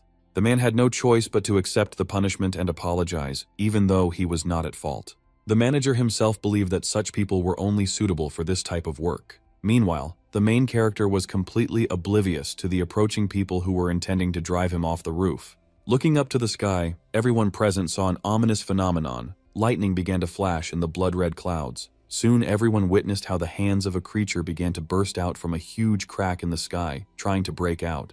The next moment, a deafening cry from the monster was heard, and he fully revealed himself to the people. Then, from the rift, a huge monster with several pairs of hooves easily descended onto the roof of the Imperial building. It was a soldier-level bull demon and posed a huge threat to humans. The manager, seeing the monster, called him a demon in horror and could hardly stand on his feet from fear. He then angrily ordered his subordinates to protect him immediately, threatening to fire him. He even hastily promised to raise their salaries. However, it was too late. The bull demon cut the man down with one blow right in front of his employees. The witnesses were frozen with horror, and for some time could not move from the spot. Their trembling bodies did not obey. When the men finally came to their senses, they realized that they needed to run as quickly as possible before the demon dealt with them too. Unfortunately, the ferocious monster had already chosen its next target and had no intention of letting anyone go. Despite the impending danger, Nathan stood calmly in place and looked fearlessly at the enemy. The bull demon had no intention of wasting time on a long fight and decided to simply crush the protagonist with his hoof, like the others. The next moment, the monster stepped with all its fury onto the spot where the young man stood, and a powerful explosion was heard, demonstrating the force of the blow. But it turned out that the protagonist easily stopped the attack. Nathan asked if he really hoped to crush him with such force. After this, the young man created a fiery sword from energy for a counterattack and offered the demon to use it for training. The bull demon was extremely surprised that the guy somehow understood his speech and even stopped his attack for a moment. Suddenly, Nathan jumped sharply, pushing off from the roof of the Imperial building and soaring high into the air. Nathan soon landed in a safe place and began to monitor the demon's actions. People watching what was happening could not believe that this was an ordinary person and sincerely hoped that he would be able to destroy this monster. Meanwhile, the ferocious monster declared that he did not expect to meet a worthy opponent and was glad to have such entertainment in this world. Brandishing an iron axe, the monster declared that it intended to enjoy killing Nathan. However, the protagonist did not receive a single wound and managed to deftly jump right onto the enemy's huge iron axe. Nathan grinned widely and declared that he was going to chop off one of the monster's legs, as he had too many of them. After this, the protagonist quickly rushed forward, believing that it would be better for him to cut off one of the demon's arms. However, the monster intended to literally devour the young man right then and there, and had already prepared its sharp teeth for this. But Nathan jumped high into the air to complete his plan, while the monster kept its furious gaze on him. Meanwhile, the main character had already swung his sword and was rapidly heading towards his opponent. The next moment, Nathan rushed through the enemy with lightning speed, cutting off his arm with one blow. The shocked bull demon, looking at the splashes of his own blood, asked how he dared to do this to him. In response, the hero advised his opponent to relax, adding that he still had 5 legs and 1 arm. The demon bull was extremely dissatisfied with the threats coming from the protagonist's mouth and did not understand what to expect next. Meanwhile, the young man had already attacked the enemy, not giving him time to recover. The spear deeply pierced the monster's flesh. In the end, the bloodthirsty monster was cut into pieces and could only think about why this happened to him. Meanwhile, the hero rejoiced at his victory and noted that the enemy turned out to be much weaker than he expected. Despite this, Nathan remembered well that this was only the first demon. The boy then calmly turned to the bull demon and offered to give him his spiritual power instead of continuing to suffer. The demon was about to object, declaring that he would fight to the end, but at that moment, he noticed a tower of demons behind his enemy. The demon bull saw the other monsters imprisoned in this prison, who were looking at him with a sly smile. Suddenly, the monster began to experience strange sensations. Then the monster literally burst from the inside, which the main character did not expect at all. After this, the demon's spiritual power headed to the top floor of the tower, but Nathan had no idea what was happening. Despite all attempts to completely destroy the demon, he did not want to give up. But as soon as the hero looked at the tower, he was immediately overcome with horror. As a result of this battle, the protagonist's spiritual power increased by 5%, and he also became more proficient in using fire. The guy then guessed that it was about 7 o'clock in the evening, which meant he should be thinking about the approach of other demons. However, the men who witnessed what was happening began to thank him for saving them and asked what was going on. The young man briefly replied that the end of the world had come and advised them to take care of themselves. Then Nathan jumped from the roof of a multi-story building, and the people were left alone among the remains of the demon bull and did not understand what to do next. Suddenly, everyone noticed how their colleague was desperately trying to lift the demon's huge axe, but he was unable to do so. Soon the man laughed loudly and declared that this weapon was a real treasure, since it was used by a monster. At the same time, the man was enveloped in an ominous aura. In the end, the maddened man still managed to lift the hilt of the weapon. Meanwhile, everyone present noticed that the remains of the monster's body had, for some reason, turned into a blue liquid. People were wary of the unknown liquid, so they tried to avoid letting it come into contact with their shoes and clothes. Meanwhile, the guy who was trying to pick up the demon's weapon was increasingly falling under the influence of the aura, which is why he quickly lost the rest of his consciousness. Finally, the distraught man turned his gaze to his colleagues. Seeing this, the men were very scared and did not know what to do. Soon the madman nevertheless attacked his comrades, growling loudly like a wild animal. After this, loud human screams echoed throughout the area. The Song family's villa remained relatively quiet, as if the end of the world had not affected its inhabitants at all. Suddenly, a worried subordinate approached the head of the family, who was in a bomb shelter, and reported that another person had fallen ill. Axel, studying ancient relics, calmly ordered his subordinate to send the sick man to the isolation ward. The young man, having received the order, hastened to carry it out, since he had to report who exactly was sick. The head of the Song family immediately realized that they were talking about his son, which made him very worried. Then the man, together with his subordinate, wasted no time in heading to the isolation ward, where there were already many infected people. Finally, running up to the right cell, he looked inside and asked his son if everything was okay. James, who had not yet recovered from his skirmish with the protagonist, felt extremely ill and begged his father with all his might to help him. Then Axel turned to his subordinate and demanded to know where the medicine was. He was extremely unhappy that they still hadn't been found. The young man replied that only one person had taken 2 Shangqing tablets, which had only succeeded in reducing his temperature. Soon, Axel, without entering the isolation ward, threw the necessary medications to his son and told him to take them immediately. James grabbed a handful of pills with a trembling hand and swallowed them in the hope that it would help him recover. After some time, the young man sighed with relief and, although he remained extremely exhausted, reported that he felt better. Axel was very happy about this and ordered to find more of these pills. The guy replied that the Song family only had 3 boxes of this medicine left. Then the man became furious, reminding them that he had long ago ordered a stockpile of similar drugs to be made. Axel ordered that the necessary pills be obtained at any cost, even if it meant using weapons. But he said that there was no more medicine, since a man named Nathan had bought it all up. Upon hearing this name, Axel became furious. The subordinate then added that there was too much chaos on the streets at the moment, so it was impossible to use the underground tunnels. Axel thought with regret that his family was doomed, because in addition to the medicine, Nathan also possessed unusual abilities. The next moment there was a loud explosion, which easily knocked down the iron door of the isolation cell. Axel looked away in surprise, not understanding what could have caused what happened. Soon the man saw his son, who looked healthy and felt well, but his body was enveloped in a mysterious aura. James happily reported that he was fine and the discomfort seemed to have left his body. He also stated that he had now become very strong, and to demonstrate this, he suddenly hit a concrete wall, destroying it. Axel was amazed by what he saw, and already happily assumed that his son had acquired abilities. James continued to loudly assert that he was fine, and now had superpowers that brought him pleasure. The man suggested that taking the pills would give him superpowers, but he thought it was too good to be true. Therefore, he ordered that these drugs be given to other infected people, and that their condition be closely monitored. In addition, the man ordered that after the experiment was completed, they go to the warehouse where Nathan kept a supply of medications. Axel assumed that once he gained control over the life and death of people with abilities, he would definitely become king. Beatrice had already woken up, but continued to lie on the sofa and think about her condition. The girl didn't expect that a common cold remedy would be so effective. Almost all the symptoms of the disease had already disappeared. Suddenly, she felt a strange sensation, and the hand that held the pills began to emit light, which greatly surprised the girl. Beatrice looked at her hand again, but now everything looked as usual. The girl did not understand whether she imagined it. The girl's thoughts were suddenly interrupted by a loud, unexpected knock on the door, which immediately made her wary. After this, the girl heard a familiar voice behind the door asking for help. Then the girl, without thinking, ran to the door. Her friend named Cheryl said that almost all the residents of their house turned into zombies and are now killing everyone in sight. In addition, people who are affected by zombies also turn into them, so she could not get home and begged for help. Beatrice was extremely surprised by what she heard, but without hesitation she decided to let the girl into the apartment. However, the chain on the front door got stuck, and the girl tried to solve the problem as quickly as possible, not understanding what could have happened to the lock. Meanwhile, Cheryl heard the loud roar of zombies approaching down the stairwell, which made her very scared. Then she began to beg her friend to hurry up and open the door faster.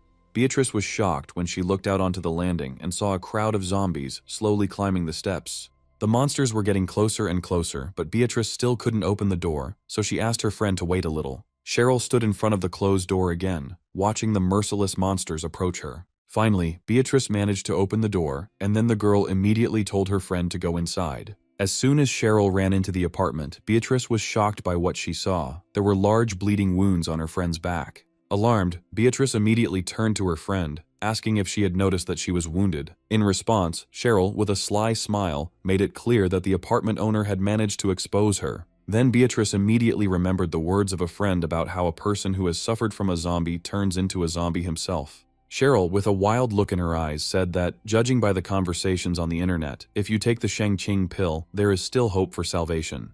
The girl then pinned her frightened friend against the front door, preventing her from escaping, and demanded to know if she had the medicine at home. Suddenly, zombies began to break down the front door, wanting to feast on human flesh. The monsters were becoming more and more persistent, and it seemed that at any moment they could break inside. Cheryl was extremely unhappy with what was happening, and feeling her condition worsening, realized that she had already lost too much time. Then the girl pushed Beatrice out the door straight into the clutches of bloodthirsty zombies, hoping to buy herself a little time. Beatrice desperately knocked on the door and begged to be let back in. Meanwhile, the zombies were already approaching her. For a moment, Cheryl thought about what she should do, and it seemed like she was about to realize her mistake and open the door to her friend. However, the girl was suddenly overcome with rage, and then she admitted that she had always hated Beatrice because she was born into a richer family. The girl continued to knock on the door, and through tears asked why her friend was doing this to her, since she had always helped her. In response, Cheryl laughed loudly and declared that her friend had indeed helped her before, so now she should do it again. Behind the door, the screams of a friend were heard, mixed with the growling of zombies, who seemed to have already caught up with their victim. The girl was very pleased and only hoped that the monsters would eat the girl to the last piece. However, Cheryl's joy was short-lived as she suddenly felt intense pain coming from the wounds on her back. Looking in the mirror, the girl realized that she needed to find the Shangxing pills as soon as possible, otherwise she would soon turn into an ugly creature. Without wasting any time, the scoundrel began to look around the stranger's apartment in search of a box of medicines. Soon she noticed a table in the living room on which stood a small box of medicines. After reading the name of the pills, Cheryl was very happy, because this was exactly what she was looking for. The girl was sure that she was now saved. However, when she opened the box, she found it empty. She did not understand where the pills could have disappeared to, and assumed that Beatrice had eaten them all. Luckily for her, the girl found a receipt that showed her friend had purchased a large quantity of these pills. For some time, she carefully searched the entire apartment, looking into every corner, but this did not bring any results.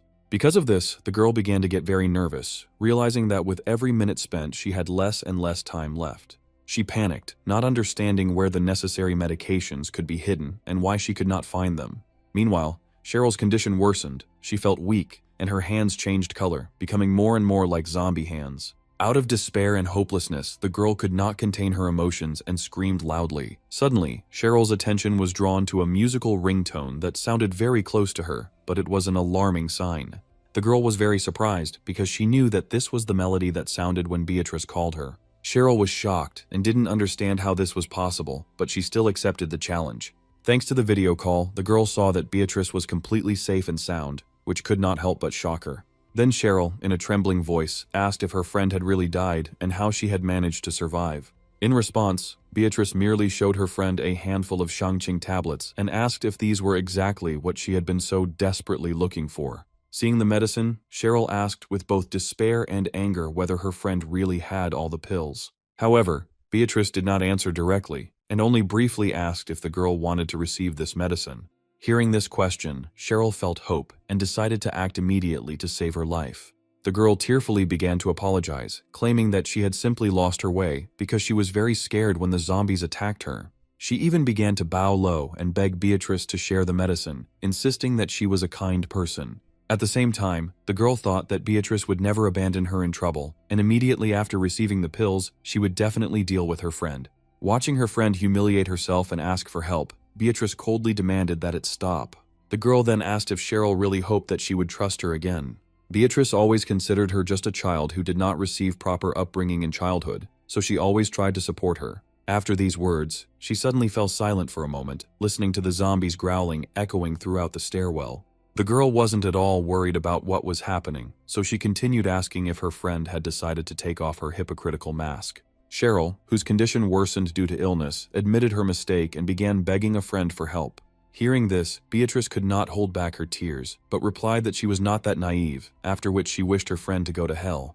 Then the conversation ended, and Cheryl collapsed to the floor, gasping for breath, no longer able to fight the illness that was taking over her body. The girl was quickly losing her mind, and the last thing she said was the admission that she did not want to die this way. Soon, a loud human scream was heard from the direction of the stairwell near Beatrice's apartment, which died down almost immediately. Lost in thought about what had happened, the girl did not notice how a zombie began to approach her. Beatrice quickly came to her senses, noticing the bloodthirsty monster, and suddenly she used her newly acquired ability. The girl's body literally became transparent, thanks to which she avoided the zombie attack and quickly ran away. As Beatrice walked down the stairs, she remembered how the moment Cheryl pushed her out the door, she had decided her life was over. Then the girl was very scared of the zombies that quickly surrounded her, and did not even notice how strange changes began to occur in her body. Only after some time, realizing that she was still alive, she opened her eyes and saw that the zombies were in no hurry to attack her. Looking at her hands, the girl could not believe that her body had become transparent again,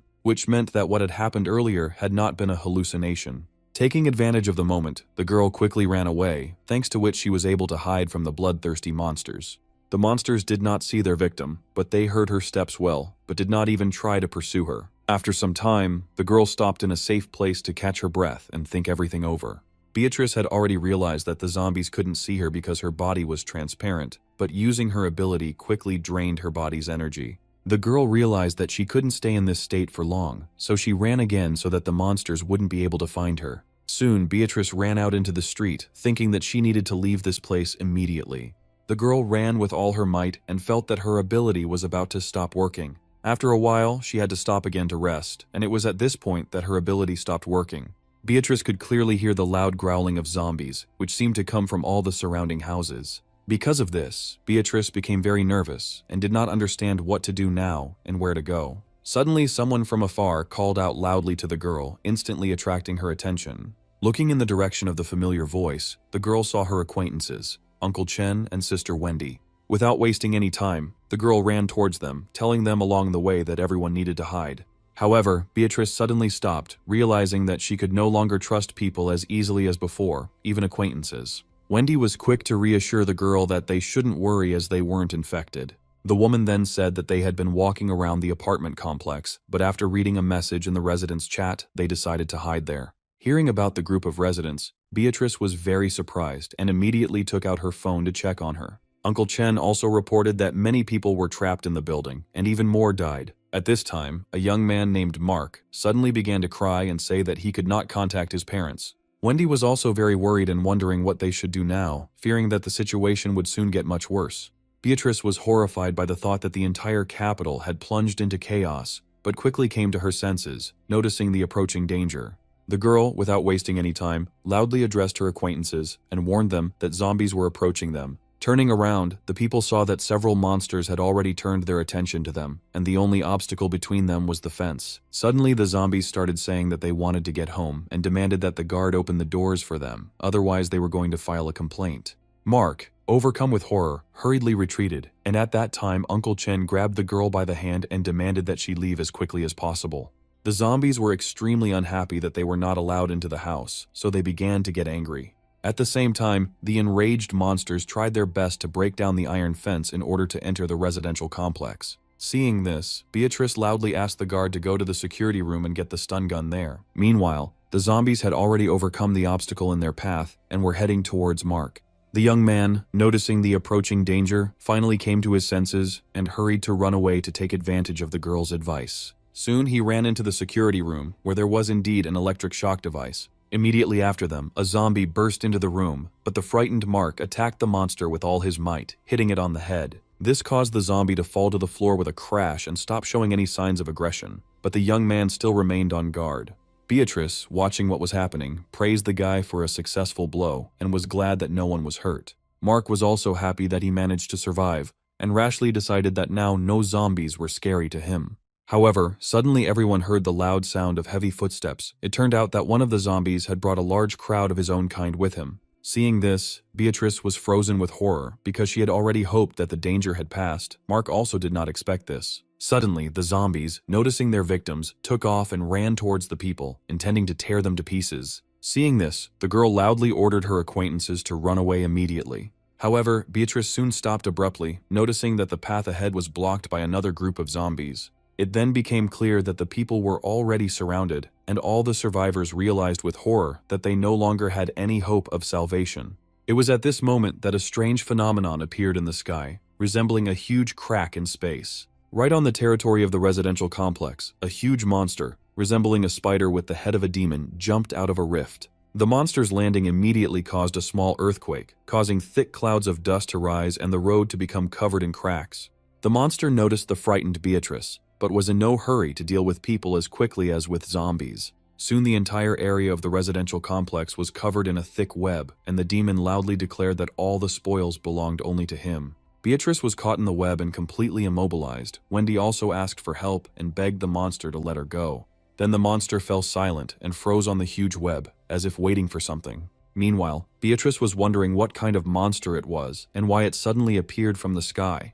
The girl then looked up and became very worried that other similar monsters might soon emerge from the rift. After this, Beatrice remembered Nathan's words. The girl realized that he was talking about the beginning of the end of the world, knowing in advance about everything that was happening. However, the girl's thoughts were suddenly interrupted by an approaching spider demon. Meanwhile, Nathan stood calmly on a high pole and looked down, where a large crowd of zombies was visible. The events were closely watched by survivors hiding around the corner, who did not miss the opportunity to film the main character.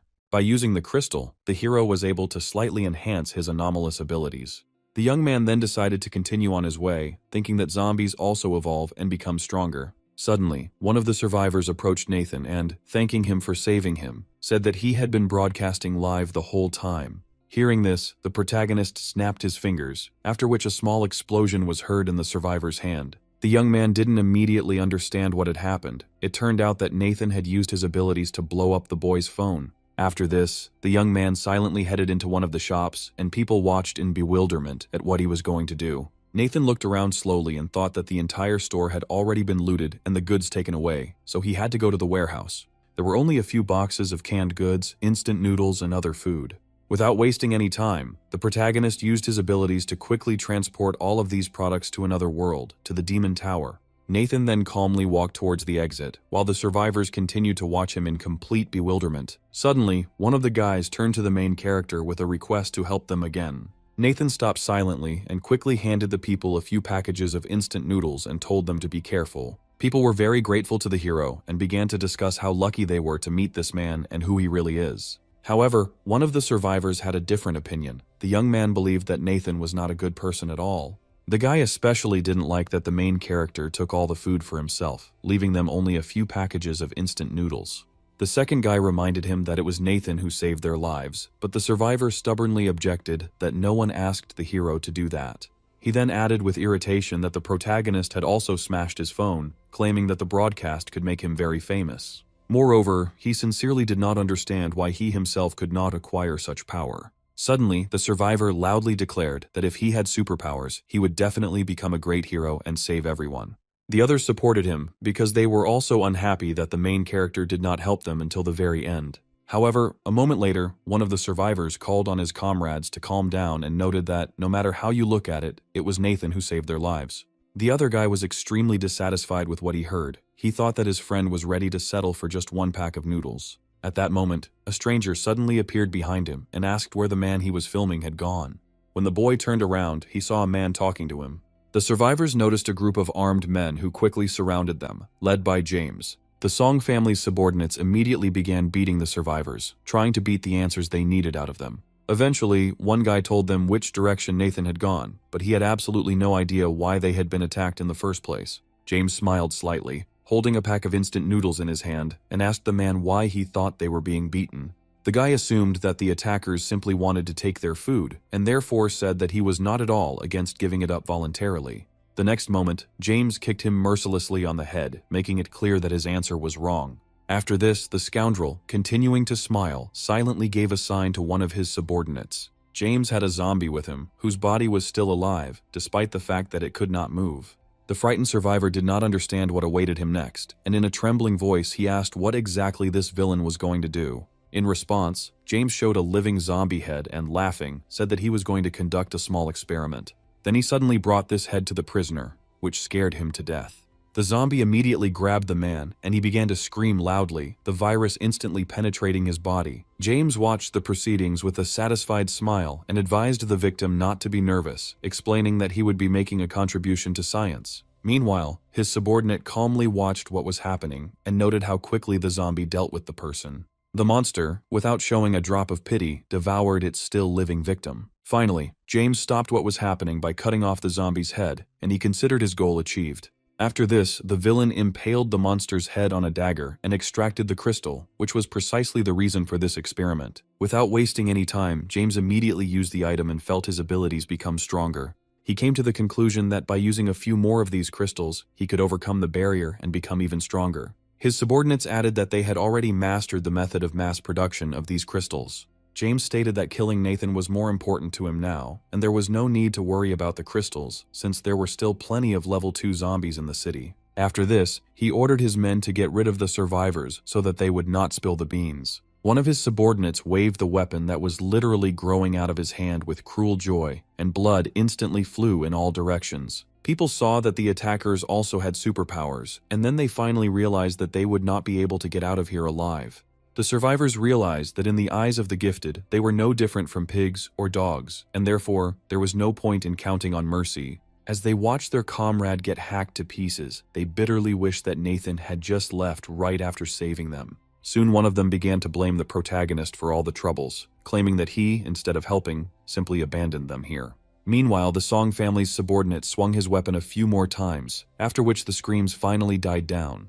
James then informed his subordinates that the noise had stopped and ordered them to leave, reminding them that they still had a lot of work ahead of them. It was at that moment that an object flashed across the sky at great speed, leaving behind a bright, glowing trail. Soon a powerful explosion was heard in the distance, and the men assumed that the sound could have been caused by the collapse of a multi-story building. After this, James quickly got into the car, ordered to move in that direction, and noted that Nathan was most likely somewhere there. Soon the group was already rushing to the site of the explosion, expecting to meet the main character there.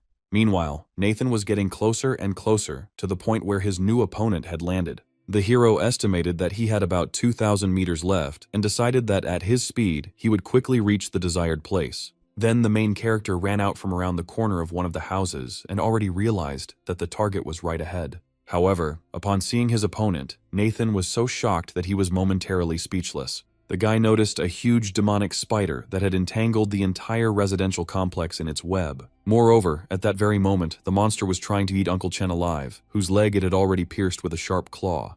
Wendy was very worried about her relative, and could not believe that he would now lose his life. Meanwhile, Beatrice desperately tried to get out of the web, but no matter how hard she tried, she could not break the bonds. Suddenly, she remembered her ability to become invisible and decided that it could help her in the current situation. Beatrice tried her best to activate her power, but she still didn't understand how to do it correctly.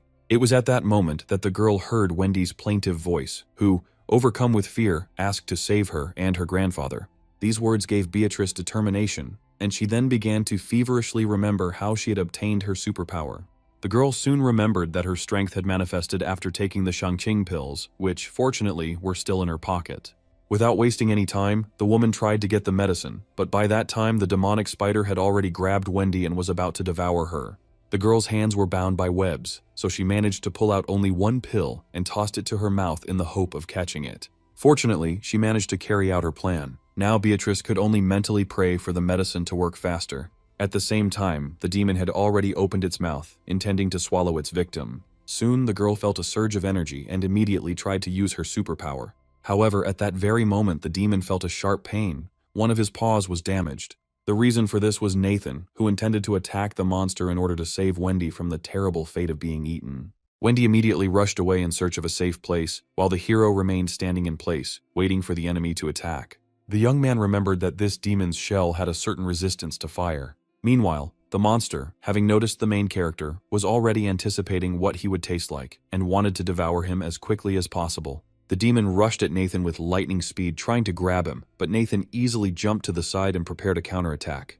The guy stepped towards his enemy and swung a huge fire axe. The next moment, there was a loud explosion, but it did not harm the demon. The monster released a network of strong web at Nathan. At that very moment, the web burst into a bright flame and began to burn rapidly, which noticeably discouraged the spider demon. Soon, the guy heard strange sounds coming from the multi-story buildings around him. They gradually became louder. A few moments later, Nathan saw hordes of red spiders begin to crawl out of all the doors and windows, responding to the demon's call. Very soon, Nathan found himself surrounded by small spiders, who posed no less a danger to him than their leader. Meanwhile, James and his subordinate were casually racing through the city streets, knocking down zombies that fell under the wheels of the car. One of the people from the Song family clearly took pleasure in killing monsters, and from time to time he obtained crystals for it. James himself was also pleased and assumed that by absorbing 8 of these crystals, he would be able to raise his abilities to the next level. Suddenly, one of his subordinates, with an alarmed voice, drew his attention to what was happening ahead.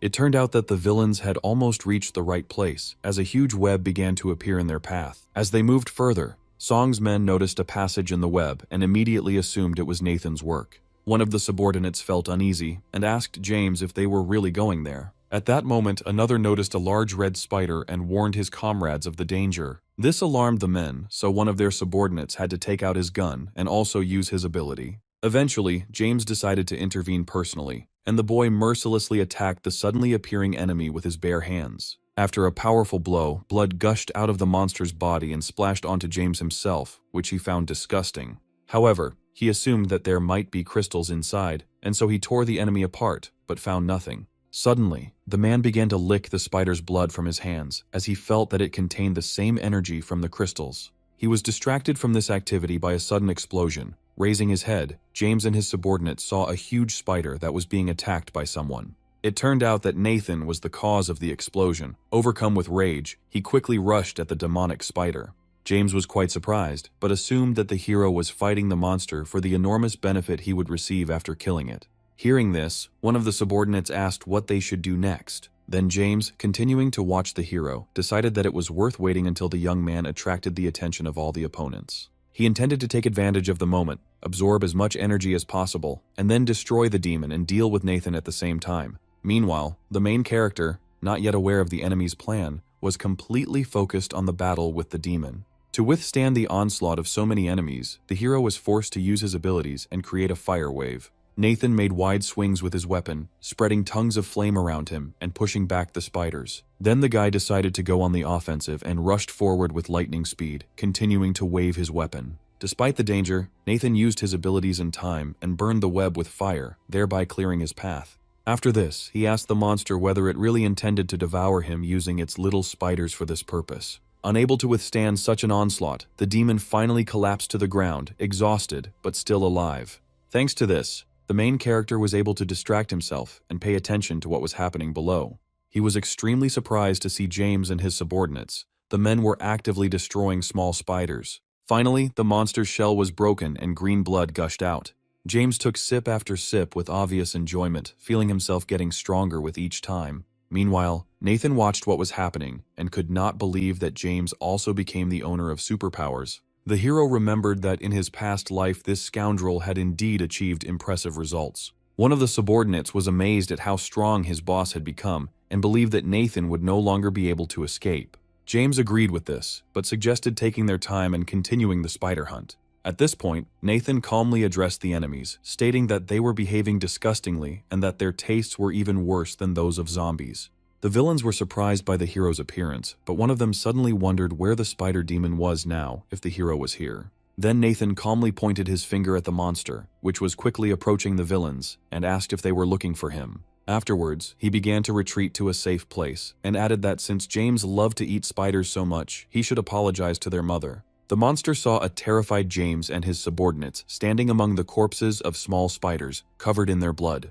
The enraged demon loudly called his cubs and ordered them to tear the enemies to pieces. A frightened James could only desperately fight off the attacks and hope that he would not die today. Meanwhile, Nathan watched the proceedings and noted that his former best friend deserved to be in this situation. James, upon hearing this, became furious and demanded that Nathan wait for him, claiming that he also had superpowers. In response, Nathan smiled and praised his opponent, adding that he would like to discuss something with him. However, the hero's speech was suddenly interrupted by a spider demon that appeared in front of him and growled. Then the protagonist decided that he had to finish off the monster first and asked James to wait and try not to die before his return. The guy was extremely unhappy that the hero underestimated him so much and even began to tremble with rage. At that moment, one of James's subordinates ran up to him and excitedly announced that he had run out of ammunition, so they would have to retreat. However, James immediately stated that retreat was impossible, as they needed to kill Nathan. Suddenly, the main heir of the Song family was overcome with furious anger, and his subordinates did not understand what was happening to their master.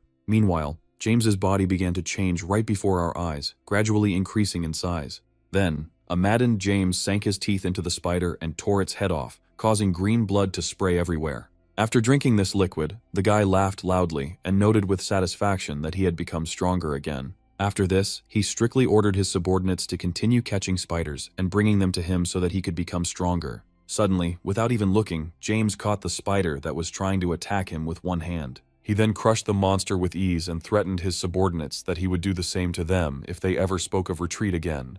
The people of the Song family were amazed by their master's strength and promised to kill as many spiders as it took to defeat Nathan. Meanwhile, the main character was completely focused on the battle with the spider demon. However, his blow was not effective enough, and the hero realized that the reason for the failure was the excessive hardness of the monster's shell. That is why the demon was not going to stop the fight and did not give the enemy a second of respite. Suddenly, from the strange movements of the monster, it became clear that it had something in mind and was going to use the web. The next moment, the demon pushed off powerfully and jumped high into the air, ending up above Nathan. Choosing the right moment, the spider released a giant web capable of covering not only the main character, but the entire street. A few minutes later, the hero was completely encased in a thick cocoon of webbing, preventing him from even moving. The monster was extremely pleased with his victory, and carefully examined his prey, wanting to enjoy the sight of the man. However, Nathan himself only wondered how the monster dared to come so close to him, because it was extremely risky. The demon was angered by his opponent's self-confidence, but the protagonist's words still made him wary.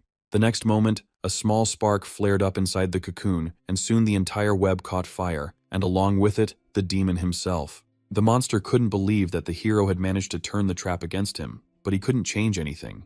Nathan watched his opponent burn in flames and waited for the right moment to deliver the finishing blow. Finally, the protagonist approached the enemy and declared that there was only one road to heaven, but the monster would not take it, but would go to hell. Suddenly, the demon's insidious voice was heard nearby, informing him that the hero had fallen for his trick. Hearing this, Nathan, without turning around, grabbed the demon's soul, which did not expect this and was amazed at where he got such incredible power.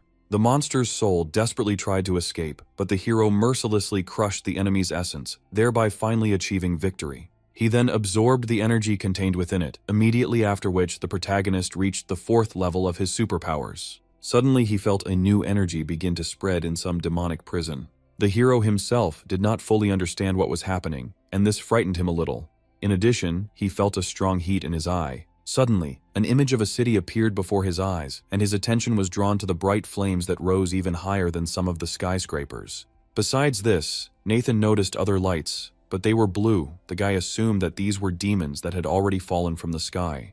The hero then concluded that his new ability allowed him to intuitively see powerful anomalous energy. Now the young man understood why the ability was called Fire Gaze, and decided that it was indeed extremely useful. Suddenly, Nathan turned his attention to the girls, who were completely exhausted after their encounter with the spider demon. The hero was shocked when he saw Beatrice, because he remembered that she was his younger sister Shelley's teacher. However, the main character did not have time to think everything through properly, as his attention was drawn to loud sounds nearby. The source of the noise turned out to be James, who had been continuously drinking spider blood all this time. The guy felt an incredible surge of strength. He loudly declared that now everyone must die, and he needed to become even stronger. Soon the man moved on to the 2nd level. His muscles noticeably increased, but his mind was already beginning to be clouded by the thirst for power. James knew that abilities were divided into 10 levels, and considered it a real blessing. He anticipated that upon reaching the 10th level, he would become a god, and claimed that he had already embarked on this path. Suddenly, James noticed Nathan nearby, who was calmly watching him.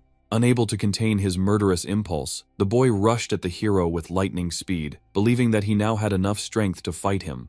With malice in his voice, he stated that Nathan had always been worse than him in everything, and this case would be no exception. Moreover, James proudly announced that he had already reached the 2nd level of his superpower, and the hero would be unable to do anything against it. However, the next moment a strong blow to the face made James suddenly fall silent. The blow was so powerful that James flew far back, turned over several times in the air, and fell heavily to the ground. While the guy was trying to come to his senses and catch his breath, Nathan slowly approached the defeated enemy. James didn't understand how this was possible, since he had already reached the 2nd level of superpowers. In response, Nathan asked what level James considered himself to be, and thanked him for the fact that his family had given him a lot of money at the time. Hearing this, James began to deny what was happening and repeat that all this was impossible. The alarmed man reached for the remains of the spiders to drink their blood again and become even stronger. The protagonist watched this with a slight smile and did not even try to stop the enemy. Suddenly, Nathan noticed that James had always been a cautious man, but this time he had clearly rushed. The scoundrel did not understand the meaning of these words. The hero explained that in the past, he would have first conducted an experiment and looked at the results before swallowing demonic blood. James decided that his opponent was saying all this just to prevent him from becoming stronger, and demanded that Nathan shut up. He insisted that he was following the path of God because he was the chosen one and had to become stronger. In response, the hero only grinned at the mention of the path of God and suggested that the enemy take a closer look at this very path. Suddenly, James seemed to find himself in another world, where he was completely alone. He saw a huge tree and was amazed by its grandeur and beauty. However, the man again decided that the protagonist was simply afraid of his strength and was therefore trying to distract and confuse him.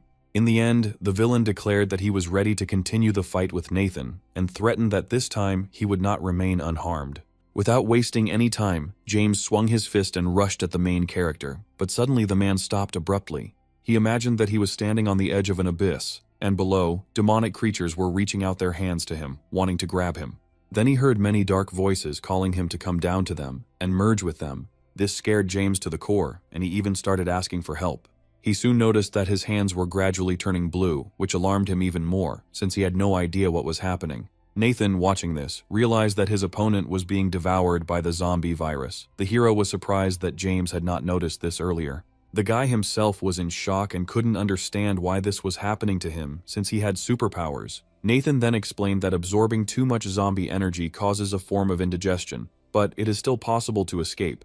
Hearing this, James began to ask how everything could be fixed, and began to beg the protagonist to help him. In response, Nathan said that the way to salvation was to take Shang-Qing pills. James was shocked by this answer because he did not expect at all that the main character would actually help him. Nathan then added that he should take several tablets a day, as they calm and cleanse the body. Hearing all this, James could not contain his emotions and burst into tears.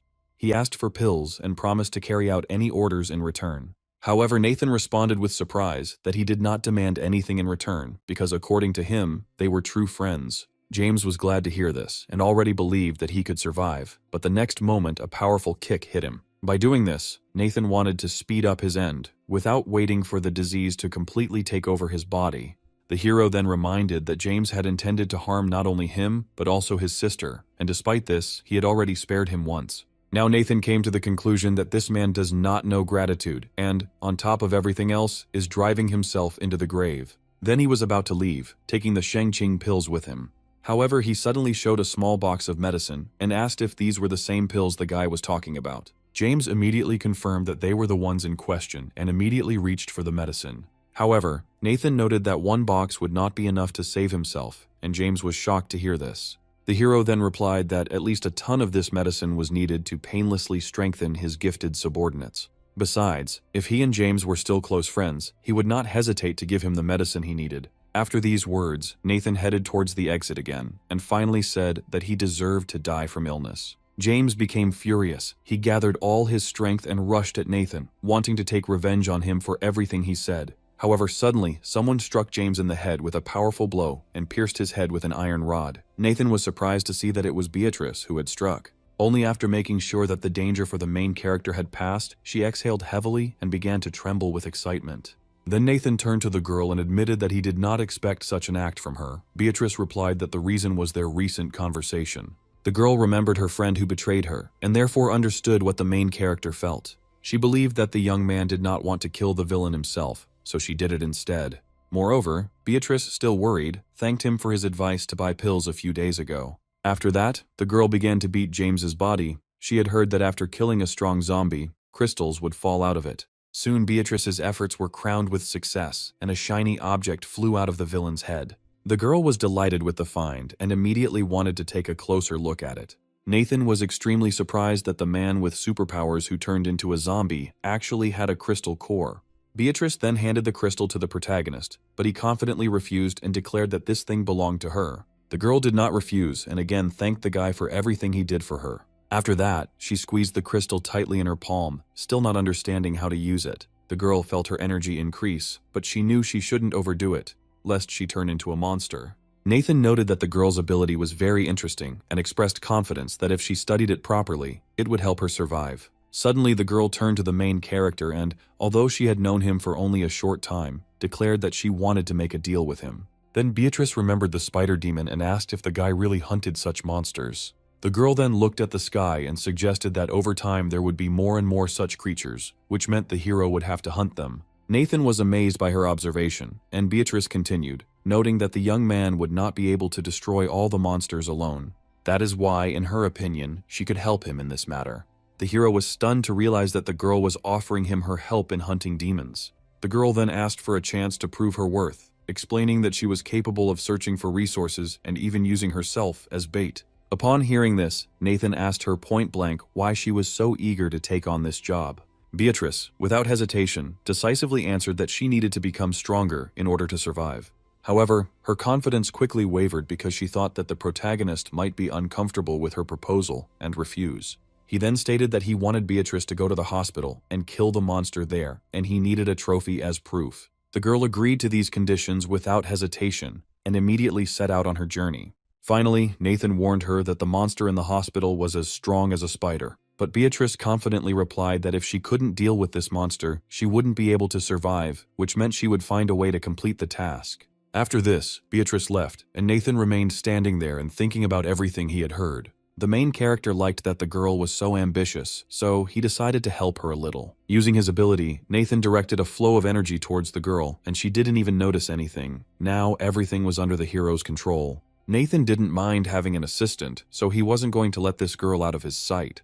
Nathan smiled and thought that it was better not to put off solving the problems that had arisen, but to deal with them together. Meanwhile, at the Song family villa, Axel was deeply grieving for his only son and did not hold back his emotions. The subordinates reported that Nathan had become very strong, but they managed to find out where his sister was hiding, and this could be used for revenge. Hearing this, the man instantly became enraged, and now his thoughts were occupied only with the punishment for the main character. The villain ordered his men to kill the girl and take away all the Shangqing pills, which she probably had in abundance. In a very short time, Axel gathered a small army and ordered them to follow him to attack the survivors and take everything of value from them. The man was sure that no matter how strong Nathan was, his little sister was just an ordinary girl and would not be able to protect herself. Moreover, the villain knew that the main character was now in the city center, so he was convinced that he would not have time to come to his sister's aid. Meanwhile, an unsuspecting Shelley watched the news as terrorist attacks were reported across the city. Alarmed, Shelley looked out the window and saw a huge blood-red moon that boded no good. The girl watched this through the window with concern and wondered if everything was okay with her brother. But Tiny asked the girl not to worry. Then he asked if Shelley had thought about what ability she wanted to learn. The girl replied that she had 3 amulets that could give her anomalous power, but she did not know which one to choose. Finally, the girl made a choice, deciding that it was this ability that would help her brother the most. At that very moment, streams of energy began to swirl around the room on which mysterious writing was visible. The little one praised her for her choice and noted that she was a truly kind person. Then the turtle suggested that they begin the learning process. The girl immediately began to receive a colossal amount of information, which overwhelmed her, so Tiny asked her to take her time and concentrate. Shelley immediately took Tiny's advice to heart, which made it much easier for her to absorb the information. The turtle continued her story, explaining that the talismans with abilities were given to her by the Great Master. Before his departure, he ordered that they be kept for the Man of Destiny. That's why Tiny had never studied these techniques, and now didn't know how much information Shelley would be able to absorb the first time. Suddenly, the turtle stopped speaking as she sensed danger approaching from the street. At that moment, several cars with armed men drove up to the zoo's administrative building where the girl was hiding. Axel turned to his 3 superpowered subordinates and ordered them to stand in the front row. The man then loudly announced to the rest of the fighters that they should immediately attack the building. Everyone immediately began to carry out the order, being confident that it would be very easy to capture one girl. Axel thought of Nathan with a smile and declared that he wanted to tear the boy apart to sacrifice him for his dead son. Meanwhile, armed men had already rushed to the front door, intending to knock it down and get inside. One of them was convinced that the door would not withstand the impact and rushed forward without hesitation. To his surprise, he was thrown back with a loud crash and felt a sharp pain in his shoulder. Another soldier mocked his comrade's failure and prepared to show how to properly knock down doors. This time, 2 people rushed to the doors at the same time to make sure they opened them with one blow. However, the next moment the situation repeated itself, the soldiers were thrown far back and they fell helplessly to the ground. The men were in severe pain and couldn't understand why they couldn't break down the doors, even though they had previously been able to break down iron doors. Axel was extremely dissatisfied with the result and demanded that his subordinates hurry up. Then one of the commanders ordered to break the windows, since they couldn't open the door. The soldiers immediately began to carry out the order, but, to everyone's amazement, even the windows remained intact, despite the powerful blows. People didn't understand what was happening. One of them suggested that the glass might be tempered. However, another objected, noting that this was just a zoo building, not a presidential palace, and therefore there could not be such glass there. To avoid further angering their master, the fighters decided to use explosives capable of destroying even a bank safe. They quickly covered the door with explosive material, not at all worried that the building might collapse from such a large amount of charge. A few seconds later, the soldier pressed the red button, and at the same moment a powerful explosion occurred, which was supposed to open the passage inside. However, to everyone's surprise, the door remained undamaged. The zoo's administrative building was protected on all sides by a barrier. The soldiers were shocked and could not understand how such a powerful explosion had not caused any damage to the building. They also did not know what this mysterious obstacle was and how it could be overcome. Suddenly, one of the gifted ones approached the commander and, asking him to step aside, explained that this was the action of a superpower. Then people understood why the soldiers couldn't open the door for so long and decided that only superhumans could handle this task. The gifted villains quickly organized themselves and simultaneously attacked the barrier protecting the building. After the barrier was destroyed, one of them approached the building and looked around, wanting to understand what was being so carefully guarded here. Then, without hesitation, he kicked down the door and walked inside. Once inside, the boy used his superpower, confident that his lightning would be able to reveal everything hidden in the building. They didn't care how hard Nathan tried to protect his sister, because after their attack, there would be nothing left alive here anyway. The next moment, a blinding flash of lightning flashed inside the building, causing everyone to flinch in surprise. The men decided that their comrade had already sorted everything out, and therefore were quite pleased. However, silence reigned in the administrative building. It seemed that their friend was about to come out. However, no matter how much the boys hoped, their comrade never showed up, which is why they began to suspect something was wrong. Then one of them ordered the soldiers to stay put and guard the head of the Song family. After this, the gifted ones intended to go inside themselves and check what had happened. Soon they crossed the threshold and found themselves in pitch darkness, not even suspecting what awaited them there. In order to see at least something, the archer used his ability that allowed him to find a target. Thanks to this, he quickly found Shelley, who was on the second floor, and the man immediately reported this to his partner. He then drew the bowstring and prepared to shoot, confident that the girl would not be able to dodge. It seemed like the arrow was about to fly off, but suddenly Tiny landed on his nose, instantly attracting the boys' attention. The boys were extremely surprised and did not understand where the little turtle came from. The guy angrily threw Tiny aside, outraged that she had interfered with his plan. However, Shelley had already disappeared by this time, and in the meantime, Tiny turned to the villains and asked them not to hit him, explaining that he was just a turtle. Moreover, he asked her not to use physical force here anymore, warning that otherwise she would have to defend herself. To ensure that his words did not seem empty, he decided to demonstrate the seriousness of his intentions. The next moment, a powerful stream of water burst out of the zoo building and literally knocked off their feet all the men who were on the street. The gifted ones managed to hold on, but they were shocked and did not understand at all what was happening. Soon one of them saw their unconscious comrade floating out of the building on the waves, with Kroha sitting on him. The turtle stated that he was calm and peaceful by nature and did not wish harm to anyone. However, the men did not even intend to listen to her words. One of them immediately ordered to open fire on the turtle. At that very moment, the armed men pulled the triggers and began shooting at the enemy. The bullets flew towards Kroha at great speed, but the shells began to crash into an invisible barrier, which easily stopped them. The next second, bullets began to bounce off the barrier and ricochet back towards the soldiers, injuring them and killing some of them. However, one of the gifted, albeit with difficulty, managed to dodge thanks to inhuman reflexes. The boy then tried to rush at the turtle to stop it from attacking its comrades, but he was unable to break through Tiny's strong barrier. Suddenly, the archer decided to come to the aid of his comrade and, putting all his strength into it, fired a powerful shot. As soon as the arrow touched the barrier, there was a loud explosion and tongues of flame engulfed the baby. As a result, the protective barrier was destroyed, which the turtle did not expect at all. Meanwhile, the men rejoiced, deciding that they would now finally deal with the enemy. And suddenly their enthusiasm disappeared. In a matter of seconds, Tiny became enraged and assumed his maximum form. The angry turtle grew to an impressive size and was determined to get rid of the annoying people once and for all. By this time, her shell had fully recovered. The boys were shocked by the size of their opponent and seemed unable to believe that the turtle could be so huge. With just the power of her mind, she gathered the fragments of the destroyed barrier to use for an attack. The next moment, as if from nowhere, a turbulent stream of water burst forth, rushing towards the men, accompanied by a terrifying roar from Crumb. In addition to its abilities, the turtle was going to use its paws to literally crush its enemies. Seeing this, the guys became even more frightened and began to retreat hastily. At that moment, the turtle dealt a crushing blow. The stream instantly swallowed up all the men. They were unable to withstand the raging elements. The men nearly drowned trying to stay on the surface, but the water proved much stronger than them. Once the water receded, it became clear that most of the men were already dead. But despite this, Tiny stated that she did not like to resort to violence. However, since the people were so determined to confront each other, the turtle could no longer allow any of them to go unpunished. Kroha noted that he was sorry, but he could not act differently. Those who dared to insult others could no longer count on forgiveness. The surviving guy was trembling with horror, looking at the huge turtle. The next moment, Tiny mercilessly crushed the guy with his paw, and blood splattered everywhere. After this, the turtle looked around carefully, trying to find the main instigator of what happened.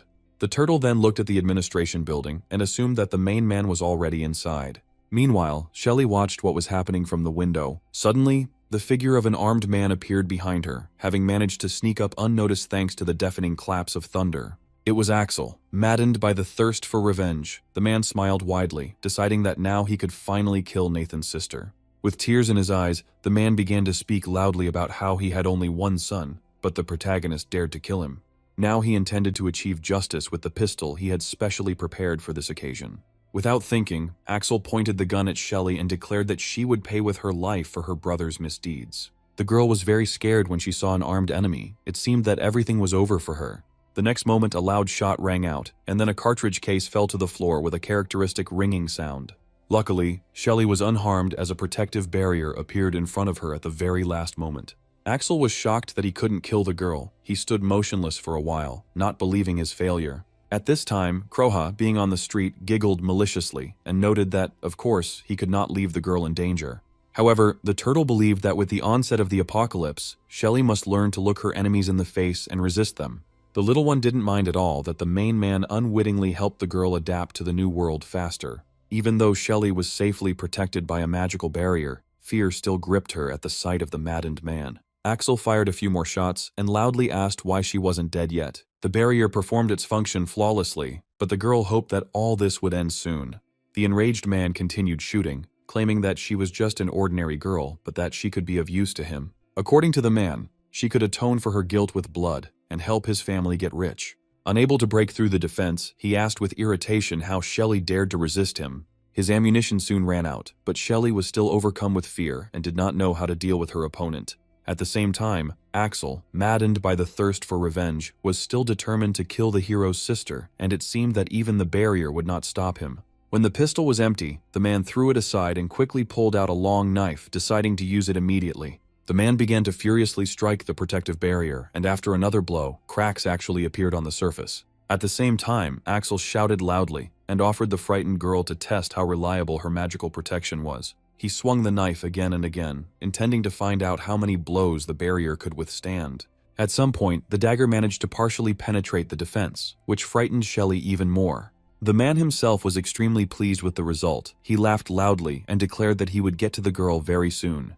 With a wide smile, the man added that as soon as he finished off Shelly, he would take a photo of her body and send it to Nathan. Then Axel raised the knife again and had no intention of stopping, wanting to see them suffer. Shelly seemed so shocked by what was happening that she stopped responding to the threats. The man noticed this and decided that the girl was simply frozen in fear of him. He liked it, and he continued to destroy the barrier. Suddenly, Nathan's sister slowly rose to her feet and said in a quiet but firm voice that she couldn't just die. However, Axel did not take her words seriously, believing that victory was already within his grasp.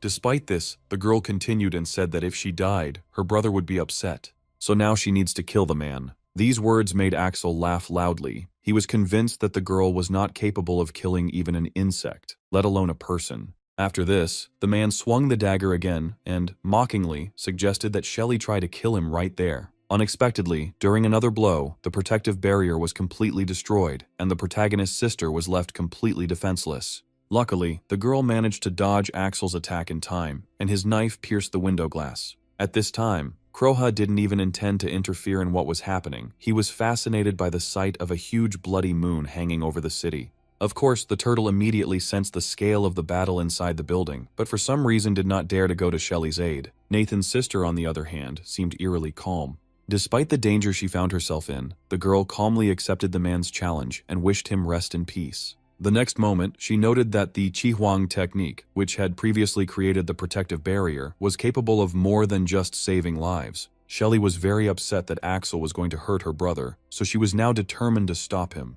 Using the same technique, the girl formed a cloud of energy on her fingertips, resembling a sharp needle. With a flick of her wrist, Shelley released an energy needle that shot towards Axel at incredible speed.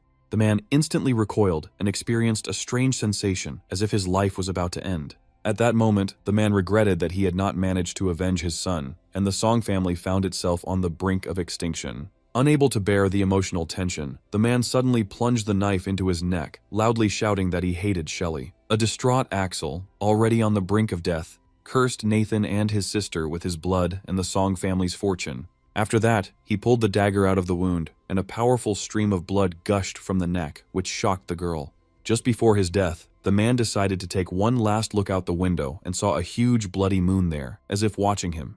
This ominous phenomenon struck him and seemed to hypnotize him. The anxiety instantly disappeared. It seemed to him that giant, terrifying monsters were looking at him, and the main one of them was clearly showing interest in him. Seeing these monsters, Axel fell to his knees, deciding that a real deity had appeared to him before his death. He bowed respectfully, hoping to avoid the creature's wrath. Then the monster, smiling, offered him to give up his pure soul and everything he had left, promising in return to perhaps help him for fun. These words made the man grip the dagger tighter. He was scared to death, but he still accepted the offer. The next moment, the man plunged the knife into his neck again, completely sacrificing himself to the unknown creature. The cunning monster, watching this, burst out laughing and called the man a stupid insect, although he was pleased with the victim. At that moment, Axel's mind completely went blank and he began to laugh madly. Shelley could only see the ominous energy and blood rushing out of the man's wound and quickly rushing away. She could only shield herself from the endless streams of blood. This energy rushed into the sky, which, of course, attracted the attention of the Crumb and alerted him the flow headed towards the blood moon. Suddenly, a crack appeared right in the sky above the city, from which a huge clawed hand emerged. She grabbed Axel's soul tightly and pulled it towards her.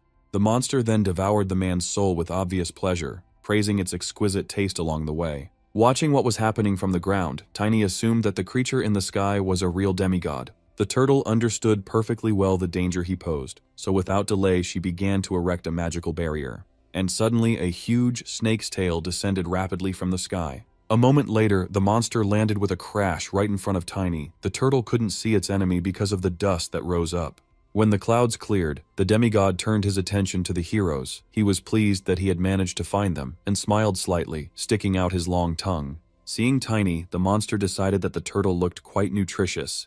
Moreover, the monster could not pass by the frightened Shelley, calling her a charming little girl. After stretching a bit, the demigod declared that he had been hungry for thousands of years, and therefore now intended to be properly satiated.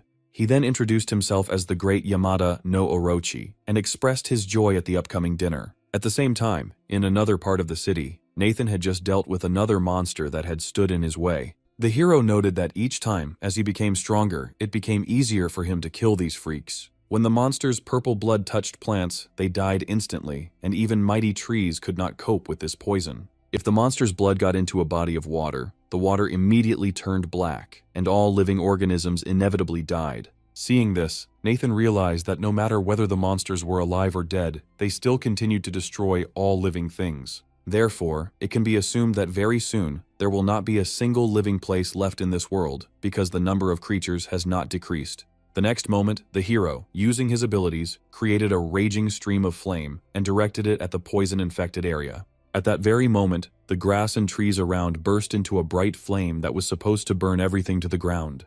Meanwhile, the guy was already getting ready to go to the next monster. Nathan made his way quickly through the chaos-ridden city, trying to find a new target as quickly as possible. Soon the hero arrived at the place and saw a huge tree with a human face, under which a group of people had gathered. The guy was amazed by what was happening, and he was especially worried about this unusual tree. The main character could not believe that there was a demon in front of him. Meanwhile, a group of people retreated back, trying to escape from the bloodthirsty zombies. Suddenly, several armed men rushed at the walking dead to hold them back and give the others a chance to escape.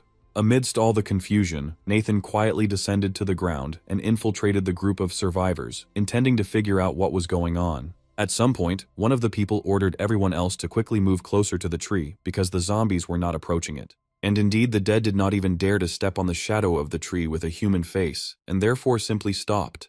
The protagonist was extremely surprised and decided to continue observing to find out everything. There were quite a few people gathered under the tree trunk, but they looked strange. There were smiles on their faces, but there was no sense of goodwill in them. Despite this, the survivors did not attach much importance to this and were glad that they had managed to escape from the zombies. Suddenly, someone clapped their hands loudly, attracting attention. A young man in a business suit turned to the people and suggested they take a little rest, noting that he had enough work for today. At that moment, the young men who had been repelling the zombie attacks breathed a sigh of relief. They were very tired, but were glad that they had saved many people. Then the guy with glasses turned to the new arrivals and said that if they wanted to survive, they had to listen to him carefully. Nathan remembered the man. It turned out it was Charles, with whom he had previously worked in the same place. Then Charles loudly announced that the end of the world had already arrived and everyone could see what was happening on the streets. He emphasized that all that remained around were zombies, monsters, and death. The survivors understood this perfectly well, but it didn't make things any easier for them. No one knew what to do next. But Charles asked people not to worry and insisted that the most important thing now was to stay close to the tree. These words noticeably encouraged the crowd. People were confident that the zombies would not get here, which meant they had a chance to survive. However, the man added that, of course, everything is not so simple because life has its price, at which point his comrades smiled faintly. The survivors were shocked by what they heard, as they did not understand what price was being discussed. Then Charles explained that the tree was a demigod and their protector, with a kind heart, and therefore it protected people. Therefore, if they want to survive, they need to make offerings to this tree. Hearing this, people even rejoiced, deciding that they were incredibly lucky because now it became clear why the zombies were afraid to approach the trunk. Suddenly, Nathan asked what exactly should be presented to this demigod, and it was obvious that it was not about money. Charles immediately recognized the main character and was very surprised to see him there. He did not understand how he managed to survive, but was glad to see him. After this, the man, smiling slightly, continued to explain that there was nothing complicated about the offerings. The next moment, he announced that all that was required was to give the demigod one human life every 2 hours. Upon hearing this condition, the survivors were instantly seized with panic. They were shocked and could not believe that this tree was a man-eater. Then Charles, trying to convince people, declared that he did not know for certain whether the gods ate people. However, he reminded them that right now there were bloodthirsty zombies standing behind them, who would certainly not refuse a snack. The man then asked his frightened listeners to listen to the end and confidently assured them that their God was merciful and brought blessings. People were completely confused and did not understand what it all meant. The man then asked the people if they had ever thought about the future of this world. He emphasized that monsters are now roaming everywhere, people are dying, and all city services are no longer functioning. Charles wondered what people would do in just a few days, when food and water ran out and faith in the future dried up. That is why the great God decided to grant people salvation, and in return, they only need to make offerings from time to time. Charles assured them that as a reward, the deity would give them everything they asked for. The guy then showed the audience an unusual fruit called ginseng fruit. The people were inspired by these words, and therefore listened humbly to what else Charles was going to say.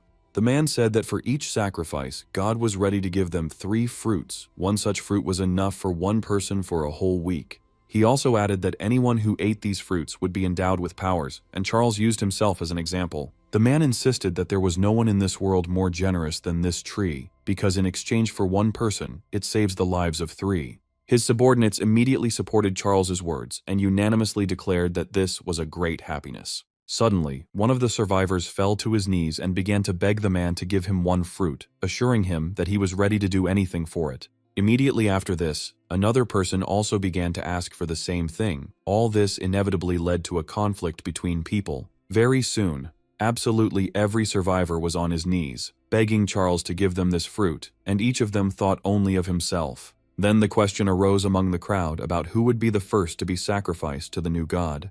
Without hesitation, Charles replied that those who fought against zombies would definitely not become victims. Someone suggested starting with newcomers who had not yet had time to prove themselves, but not everyone agreed with this. Someone wanted to start with the old ones. As a result, the discussion quickly escalated into a heated argument, with each side trying to prove their case. Charles then called on the people to calm down and declared that their new god would only bestow blessings on the best. Therefore, in his opinion, it is fair to begin with the worst representatives of the human race, whom he called sinners. Charles looked carefully at both his satisfied subordinates and the rescued people, and his attention was especially drawn to the young girls. The man then stated that he would personally select a victim from among the guilty, acting slowly and deliberately. One of the survivors immediately supported him and with great enthusiasm suggested killing the sinners in order to save the rest. After this, another woman agreed that anyone Charles pointed out would be considered a sinner. Suddenly, Nathan asked how exactly the man was going to divide the fruits among everyone after making a sacrifice to the tree.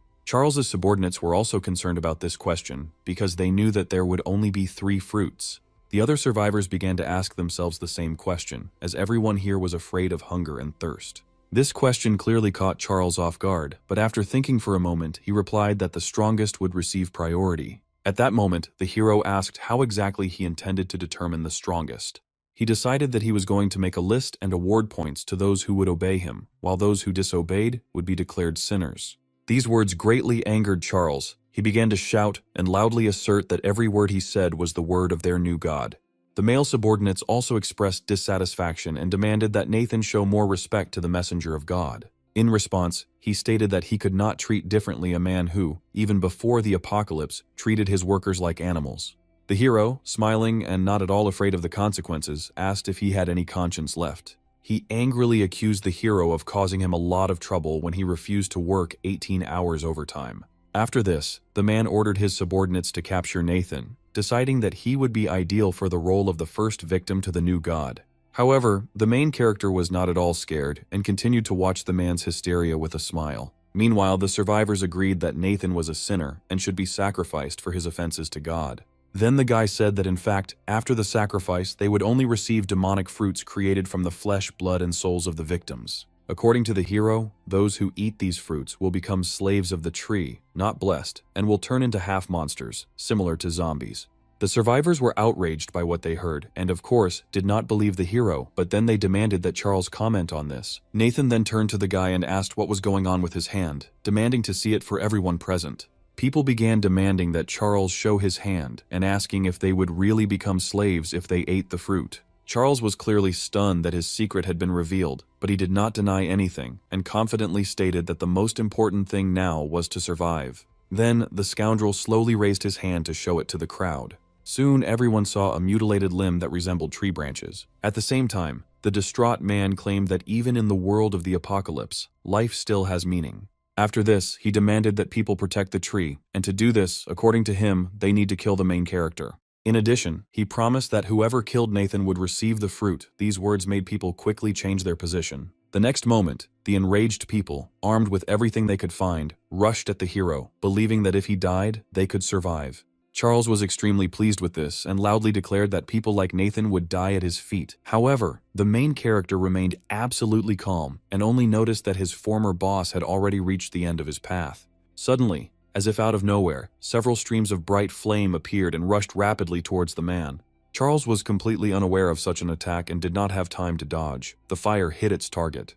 Then the hero quickly approached the enemy and delivered another blow. One blow was enough to knock the man off his feet. Charles couldn't believe that his life would end this way. The next moment, bright flames burst from his mouth and eyes, indicating that the fire had passed through his entire body. However, the hero was not at all happy about the victory, because he did not even perceive Charles as a serious opponent. After this, the charred man flew far back, unable to withstand the blow of the protagonist. It crashed into the tree with a loud bang, causing a small explosion that sent tremors through the area and scattered leaves. At that moment, the monster's head, which was part of the tree, opened its eyes and looked around, trying to understand who dared to disturb its sleep. The monster immediately turned its attention to Nathan, who stood fearlessly in place and looked at his opponent. At this time, the silhouette of Charles began to emerge through the thick smoke. It turned out that he was still alive, despite the powerful attack. The man was badly damaged by the fire, but he still wanted to kill Nathan and loudly declared that he could not kill him.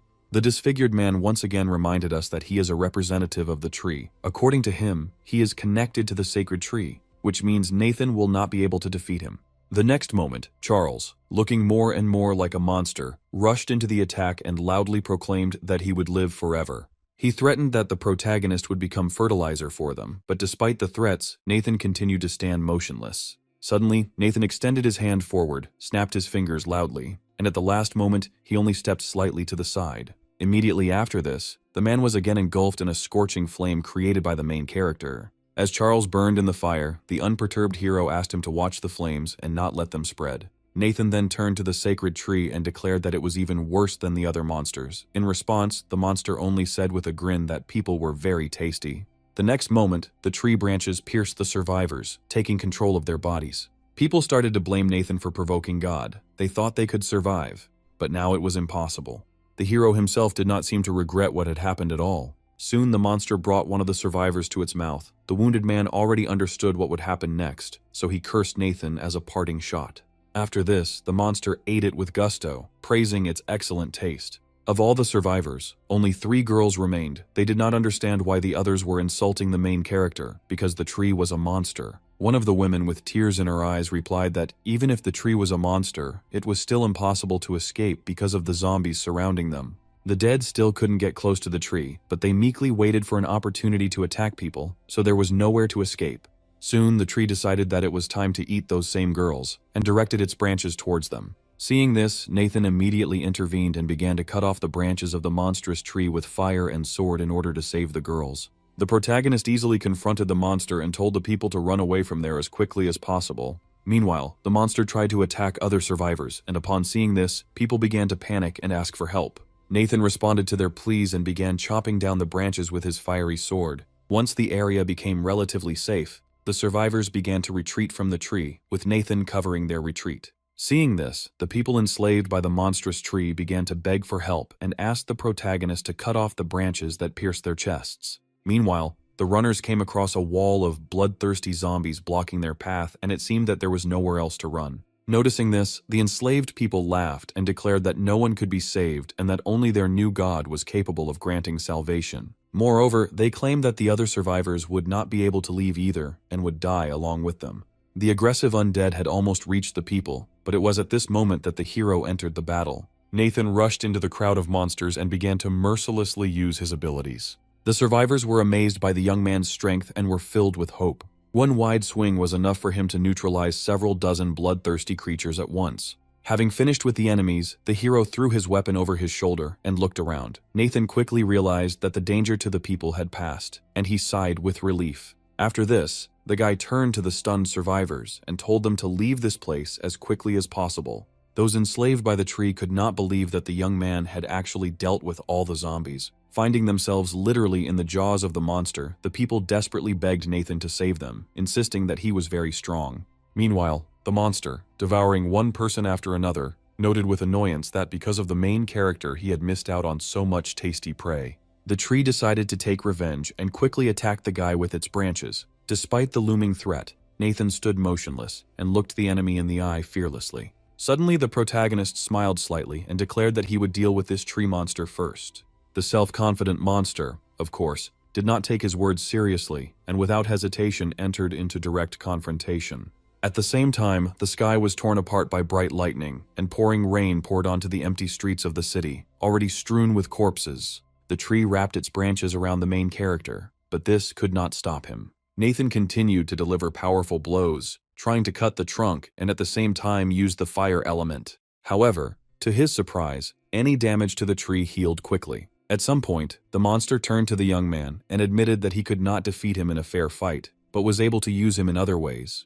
The monster was confident that a man without food and water would sooner or later give in and submit. However, Nathan suddenly took out a bottle of cool water from his storage. He demonstratively began to drink it, asking what exactly the monster was talking about. The tree was taken aback. Then the main character set up the table and placed a variety of dishes on it and began to eat with pleasure. The monster could only get angry, as if admitting the hopelessness of his situation. Nathan even mockingly noted that he was amused by the old log's hope of wearing him out, and added that his storage was larger than the tree itself. Serenity suddenly appeared nearby and warned that this tree had a huge reserve of life force, so it would be difficult to deal with. Then the girl noticed a variety of delicious dishes on the table and asked permission to try one of them. The black demon bear also wanted to have dinner and was especially interested in a drink he had never seen before. Nathan told his subordinates that whoever could figure out a way to quickly destroy the tree would get all the food.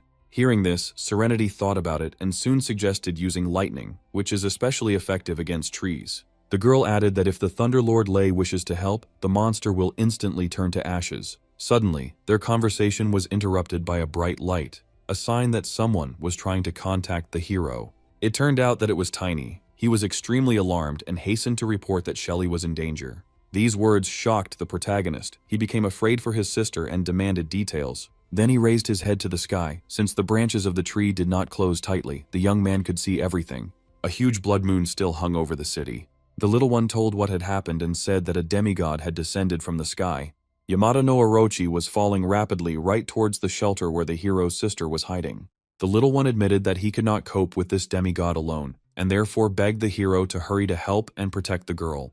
Suddenly, Tiny cried out in pain, and the connection with him was broken. Serenity was shocked by what she heard, and realized that the situation was extremely serious. Nathan himself realized this instantly, and the next moment he suddenly disappeared. A moment later, Nathan was already standing at Lei's cage, but the God of Thunder declared that he didn't care what the protagonist said. Nathan didn't say a word, and suddenly opened the cage, as if releasing Lei. Then the young man calmly remarked that he had no time to argue with the God of Thunder. After this, the hero reminded that as the ruler of the great prison, he has the right to rule it and summon prisoners. Moreover, he is the master of all prisoners and has the right to declare their immediate execution. Lei had no choice but to accept his terms. The Thunder God dropped to his knee, thereby expressing submission to the hero. Looking closely at Nathan, he realized that he was absolutely serious in his words. Moreover, the Thunder God was afraid that he might die today, and therefore decided to submit to the prison warden. After this, the prisoner turned to the main character and asked him to give an order.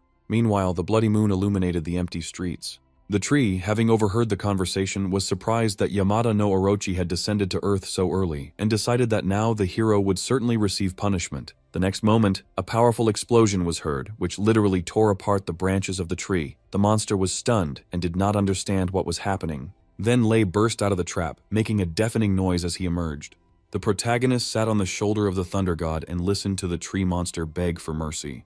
However, the guy cold-bloodedly ordered his subordinate to destroy this monster. At that moment, Lei swung a huge lightning bolt and carefully aimed at the frightened tree. Without a moment's hesitation and following the prison lord's orders, the Thunder God unleashed a blinding bolt of lightning on the enemy.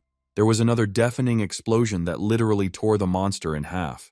When it was all over, all that was left of the tree were charred fragments, and now this monster could no longer harm anyone. However, Nathan did not feel any joy from his victory, as his thoughts were completely occupied with his sister. So the hero ordered Lei to set out immediately. The Thunder God obeyed and quickly headed towards the zoo. Soon, a small group of people arrived at the scene, wanting to find out what had happened. Looking around, Sally was struck by the terrifying force that destroyed everything around her, leaving no trace of life. Suddenly, one of her subordinates approached the girl and reported that movement had been detected in the area of the Chuhua hospital. On the way there, Sally thought with regret that the tree monster had already been destroyed, because it could have been useful to her. She also realized that someone had managed to deal with this monster before she had time to arrive. Now what interested her most was who possessed such power. Meanwhile, an ominous silence reigned in the city zoo. All these events also affected animals. Even herbivores became bloodthirsty and dangerous, not to mention predators. The lion, who had easily escaped from the cage, decided to test his new powers on his former neighbors.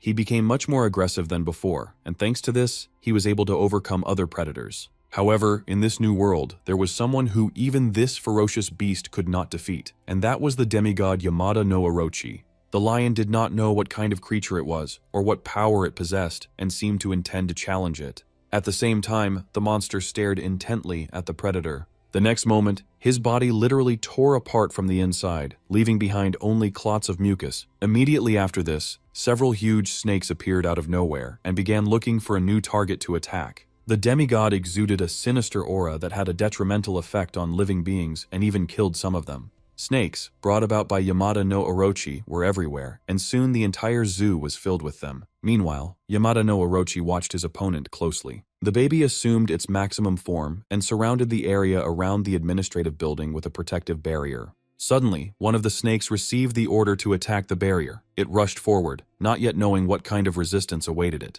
As soon as the snake touched the barrier, it was immediately thrown back, torn into pieces. The demigod realized that it would not be so easy to deal with this enemy, and so he launched an attack on all his snakes at once. Although the protective barrier remained indestructible, the numerous blows still began to take their toll on the turtle itself. However, Yamada no Orochi was extremely surprised that there were still worthy opponents left in the upper world. Then the demigod suggested that since the turtle had the power of water and clouds, he should simply run away from there and thereby prolong his life. In response, Tiny stated that he was already too old to escape and, besides, he did not want to receive punishment from his master in case of failure. The demigod knew that the gods and higher monsters had long been destroyed, so he became curious about the owner of the turtle if it was so afraid of him. In response to this, Kuroha only laughed. He remarked that he had heard that Yamada no Orochi was merely a servant of the god Susanoo. Hearing the name Susanoo, the demigod became furious and immediately demanded to know why the turtle was telling him such things. The little one explained that, compared to his master, the god Susanoo was so insignificant that at that moment he only had the right to lick his boots. Suddenly, an incredibly powerful blow fell on the protective barrier, which Tiny did not expect at all. Because of this, the barrier began to rapidly collapse, leaving him without protection. The turtle made a great effort to withstand the sudden attack, but the forces were unequal, and the baby received serious injuries. Meanwhile, Shelly felt the ground shake violently, which made the girl feel truly scared. Meanwhile, Tiny finally realized who exactly had struck him, and he had no doubts left. It was the god commander Susanoo. However, the turtle did not understand why he had so suddenly decided to intervene in this battle. The little one continued to claim that his master had scared all 5 gods to death, and therefore Yamada should not underestimate him. The demigod was only amused by these words, but his laughter quickly died down, because the turtle still had something to show. The next moment, Tiny used the deadly whirlpool technique, declaring that Nathan would soon appear and take Yamada no Orochi's life. As if from nowhere, a turbulent stream of water burst forth, sweeping away everything in its path. Then this whirlwind threw a huge turtle high into the air. While remaining in the air, he used the Taishan technique to strengthen his body. Energy instantly filled the crumb and gave him the opportunity to carry out a devastating attack. Yamada no Orochi watched what was happening in amazement, but there was no time left to do anything. The next moment, the turtle fell to the ground from a great height with a deafening roar, causing a powerful explosion. The shockwave quickly spread in all directions, destroying everything in its path. Shelly was almost injured by the explosion, but the building still protected her. When everything calmed down, the girl opened her eyes and looked out into the street with alarm to assess the consequences of what had happened. Nathan was horrified to see the head of a huge snake right in front of her. Her mouth was wide open, as if the monster was about to attack. It soon became clear that the snake was dead, the result of a powerful attack from Crumb. Unfortunately, the turtle itself was also seriously injured and was literally bleeding. Suddenly, a loud explosion was heard behind Kuroha, which immediately attracted his attention. Then the turtle realized that the enemy was still alive, which meant the fight was not over yet. Yamada no Orochi was furious and couldn't believe that Tiny dared to hurt a demigod. The little one realized with regret that even having used up all his energy, he could not kill the monster. It had as many lives as it had snake heads. After this, the enraged enemy suddenly rushed into attack, believing that the turtle would not be able to stop it. The little one immediately admitted that he really couldn't cope with the demigod alone. Then he raised his head to the sky and saw in the distance the silhouette of a winged creature. The turtle realized that help was almost here, and he only needed to hold out for a little while. Suddenly, as if out of nowhere, a bright bolt of lightning flashed, fatally striking the snakes and thereby protecting the turtle. The demigod did not expect this and did not have time to dodge. He was thrown far back, but he remained alive. Having come to his senses, the demigod saw with horror that his snakes, after being struck by lightning, had turned into smoldering coals with incredible speed. Soon Lei appeared in front of the enemy. The spirit then revealed its name and declared that it was the reincarnation of the sacred Thunder Star and a third-generation disciple of Yushu. Today, the Thunder God intended to demonstrate his true power to the guardian of his prison, and his target, of course, was Yamada no Orochi. In a matter of seconds, Lei concentrated a huge amount of energy in his palms, preparing everything necessary for a powerful attack. Seeing this, the demigod became frightened and tried to start negotiations, but the god of thunder was not going to listen to the guy. The next moment, Lei mercilessly unleashed lightning bolts at his opponent, and the bright light quickly spread throughout the entire area. Yamada no Orochi didn't even try to dodge. The discharge instantly struck him and immobilized his body. Then the thunder god decided that the short battle was over, and in conclusion, he called the enemy a non-entity who deserved only death. Nathan, who had been standing on Lei's shoulder the whole time, heard him declare after seeing this that their work here was finished. Furthermore, the protagonist praised the turtle for her good service and allowed her to return to the tower to rest.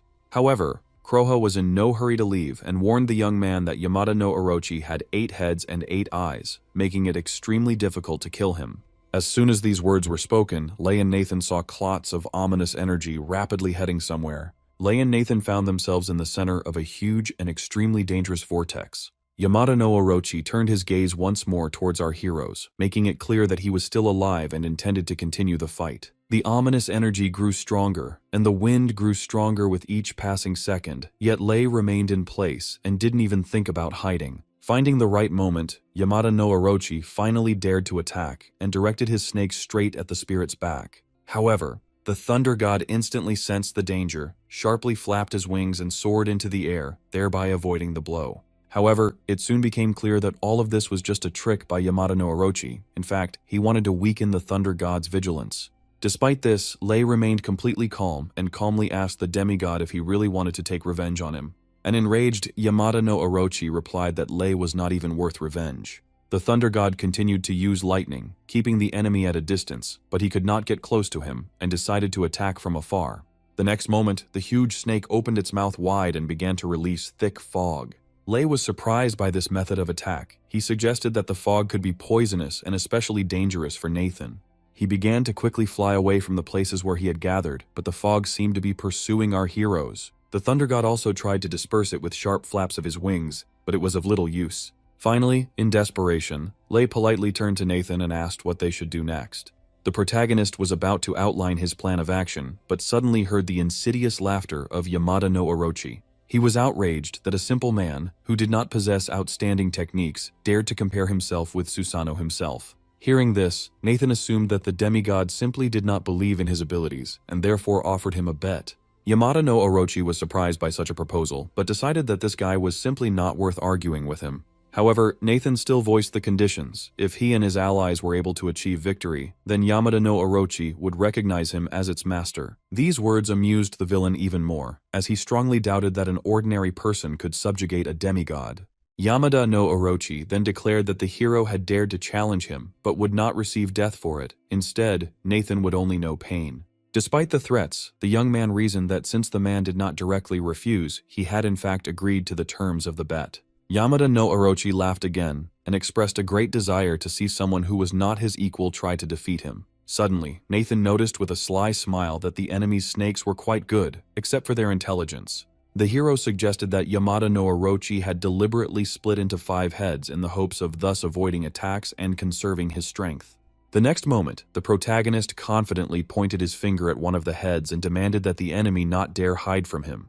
By doing this, he made it clear that he had figured out the enemy's plan, but Yamada no Orochi himself decided that the guy was only trying to intimidate him.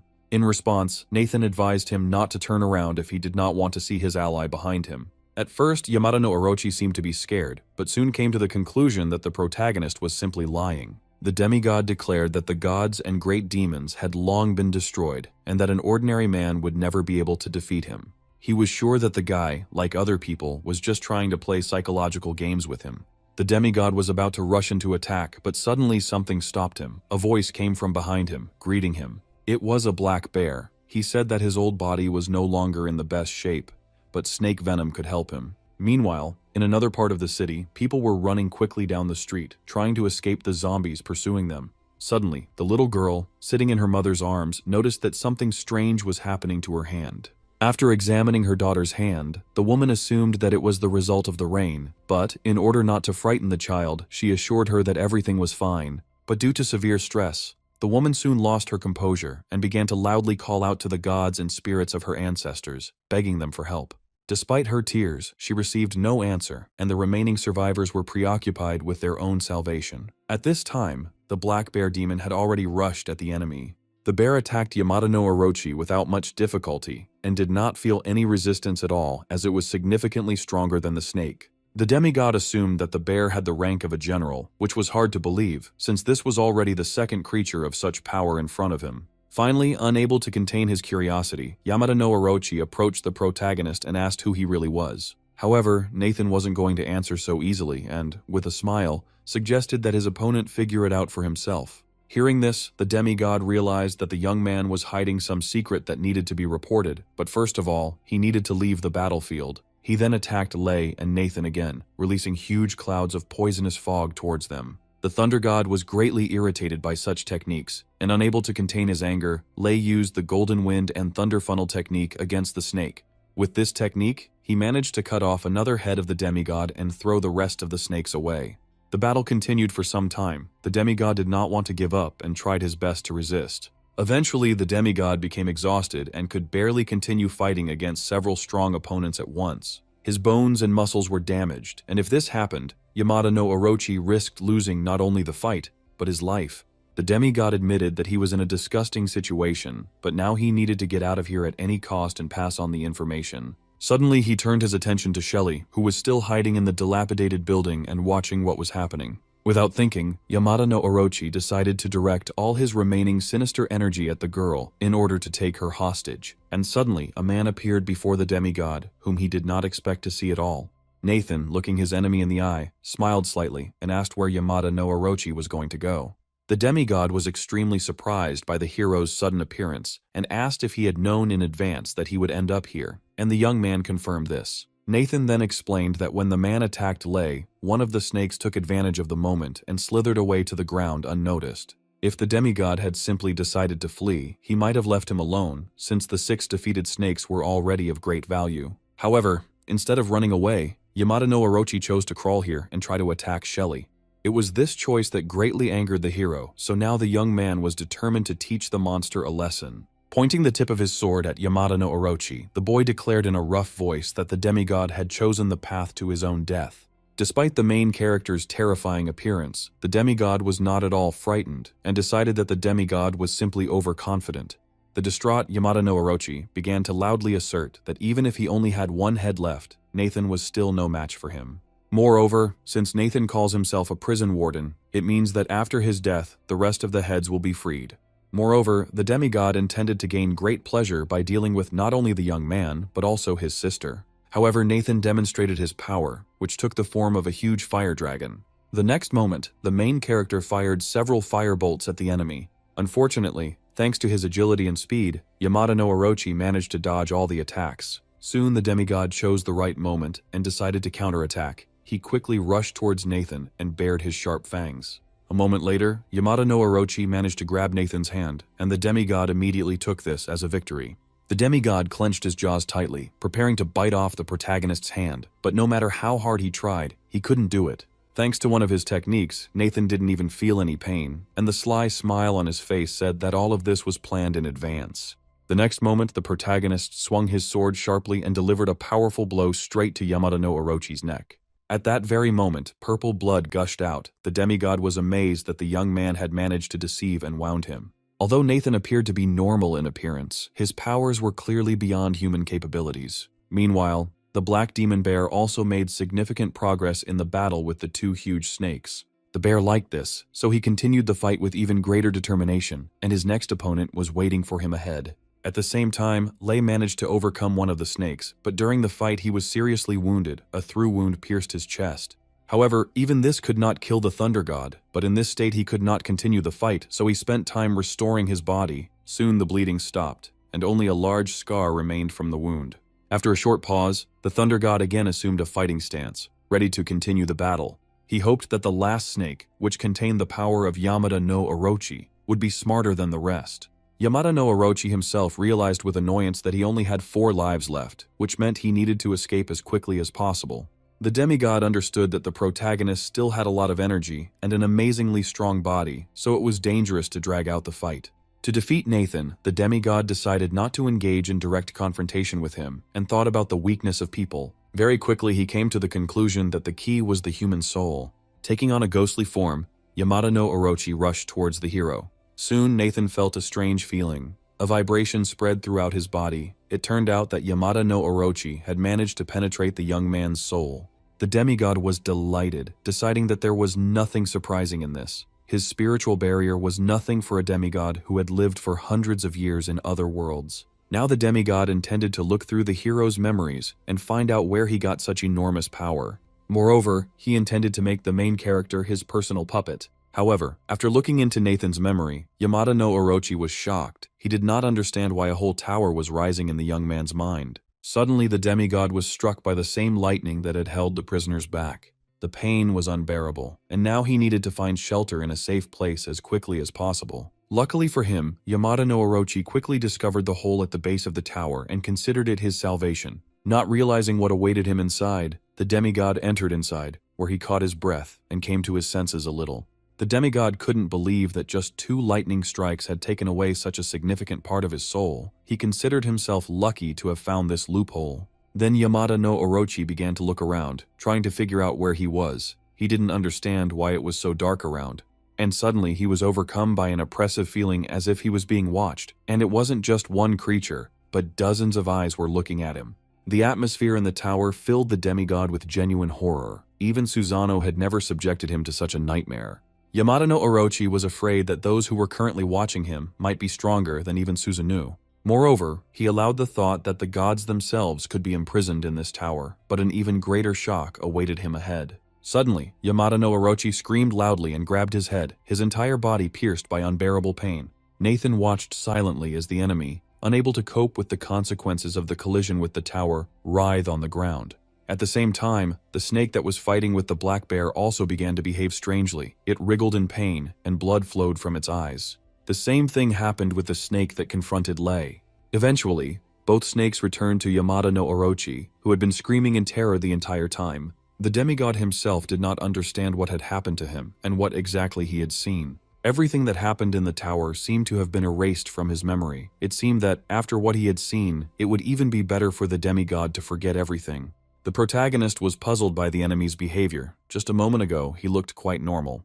Nathan assumed that Yamada no Orochi tried to use some technique to defeat him, but ended up colliding with the tower and calming down. The bear even felt sorry for the demigod, since it was scary to imagine what he had to go through. Apparently, the very fact that the man climbed to the 4th floor of the tower inspired terror in all the demons. As a result, Yamada no Orochi simply went crazy after what he saw and did not even remember everything that happened. It was at this moment that the main character felt a strange feeling, as if someone was watching him.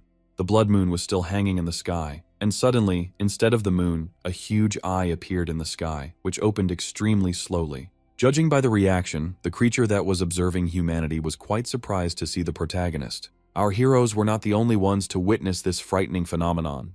The little girl, not understanding what was happening, pointed to the sky to her mother. From the outside it seemed as if the moon was gradually disappearing, leaving behind a void. The survivors who witnessed this were shocked. From the void, a huge eye gazed down upon humanity, emanating a terrifying aura. The mysterious creature immediately focused its attention on our heroes. Suddenly, Tiny realized with horror that this creature in the sky could be Susanoo himself. Meanwhile, the distraught Yamada no Orochi continued to repeat without stopping that he had one secret that needed to be told. Suddenly, the man rushed towards the huge eye. Lei tried to stop the demigod, but at that very moment an unknown force threw the thunder god back and pinned him to the ground. The creature in the sky, filled with a frightening void, had a profound effect on our heroes and caused them to experience incredible horror.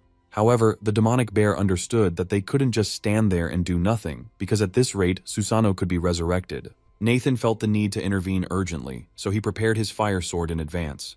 The next moment, the protagonist rushed towards Yamada no Orochi and cut off his head with one blow. The young man then captured the demigod's soul, because it could still reveal his secret to Susanoo. To prevent this from happening, Nathan placed the enemy's soul in the tower and imprisoned it there. As a result, Yamada no Orochi ended up in a cage and became another prisoner of the 6 great hells. At the same time, the hero was pleased with the work done and believed that the problem was solved. His subordinates were also happy, and sighing with relief, said that with the power of their prison lord they no longer had anything to fear. However, the joy did not last long. Suddenly our heroes felt a strong earthquake. Susanoo carefully watched everything that was happening on Earth, and was clearly dissatisfied with what he saw. Even Nathan's body began to tremble. Then Susanoo turned to them in a rough voice and demanded to know how they dared to resist his will. Even in the world where the prison was located, his anger was felt. Lightning around the tower began to flash more and more frequently and intensely, and it soon became clear that God had already descended to Earth. Nathan soon warned his subordinates that his energy was almost exhausted, so they needed to run quickly while he covered them. He insisted that the situation was critical and the prison lord needed to urgently come up with a solution. Then Nathan began to remember that in his past life, before reincarnation, he had seen many demigods of general rank. Yamada no Orochi was supposed to ascend at midnight, but this time, because he was summoned by James, he ascended earlier than expected. That was why the out-of-control Susanoo also appeared so quickly, and now the entire spatial barrier was destroyed. The little one believed that humanity was destined to accumulate enough strength to defeat the gods, but now this had become impossible. The turtle was afraid that if the barrier finally fell and the generals broke through here, humanity would be destroyed. Nathan watched the events with alarm, but he couldn't even imagine what would happen next. At that very moment, a monstrous explosion occurred at the very epicenter where the main character was located. Shelley, who was still in the zoo's administration building, was also unable to escape the effects of the attack. There was a deafening ringing in her ears, and the girl felt unbearable pain. Without wasting time, she created needles. First, she protected her ears with them, then she quickly used the needles on the most important parts of the body. At that moment, the girl realized that her brother had taken the full brunt of the explosion, and she began to worry because she didn't know what condition he was in. Then Shelley timidly looked outside, still unsure if it was safe. When the smoke cleared, it became clear that Nathan was simply lying on the ground, showing no signs of life. Tears appeared in Shia's eyes. She hoped until the very end that the young man would rise. Meanwhile, the whole world was plunged into chaos. The few who survived covered their ears with all their might to block out the deafening sound that seemed to come out of nowhere. People saw the huge face of an unknown creature descending on the city and decided that there was no more hope. In addition, the space itself was destroyed, and now nothing prevented other monsters from entering this world. From the window of her home, a woman watched as bloodthirsty zombies mercilessly devoured people. She also saw a giant creature descending to Earth, wanting to destroy everything completely. This brought her to tears. The woman bitterly regretted that she had not stocked up on food in advance, because now she had nothing left.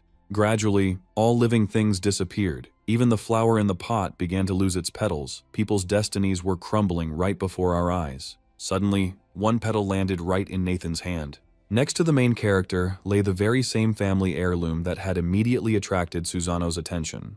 God, observing the world plunged into chaos, was confident that whoever took possession of this object would become king. He believed that thanks to the relic, the world would be finally destroyed exactly as God wanted. Susanoo intended to summon other gods to Earth to help destroy humanity more quickly. He already imagined how everyone in this world would die, and this picture gave him great pleasure. At the same time, God considered the main character to be just trash who would definitely not be able to resist him. Nathan heard Susanoo threaten to kill all the people at his hands, but it seemed he was powerless to stop it. After this, the deity, with madness in his eyes, began to laugh loudly. But the next moment, the hero fearlessly showed Susanoo the middle finger. The young man then demanded that the man return to his cursed island and laugh there. After this, the protagonist threw his family heirloom into the air, and it immediately began to emit a blinding light. A huge beam struck straight into the sky and banished the ominous darkness from this world for a few seconds. A mysterious man suddenly appeared in the glow. A young man with long hair appeared out of nowhere, a bright glow emanating from him. Seeing this man, Susanoo was horrified and began to claim that what was happening simply could not be reality. God carefully examined the stranger who had appeared and could not believe that he had managed to incarnate so quickly. However, Susanoo believed that it was too late and no one could stop him, but the mysterious man had a different opinion. Suddenly he created a huge bow that would help him in the upcoming confrontation. He himself called it the beginning of dawn and was ready to fulfill his destiny. Now Kai had to give birth to 10 luminaries and destroy the monsters that tormented people. Susanoo was shocked that someone had actually challenged him and decided to stop the impudent opponent immediately. Kai had already created a giant arrow from fire and remarked that the next time the god saw someone's house, he should remember about decency. Then the young man placed an arrow in the bow and pulled the bowstring with the power of thought, carefully aiming.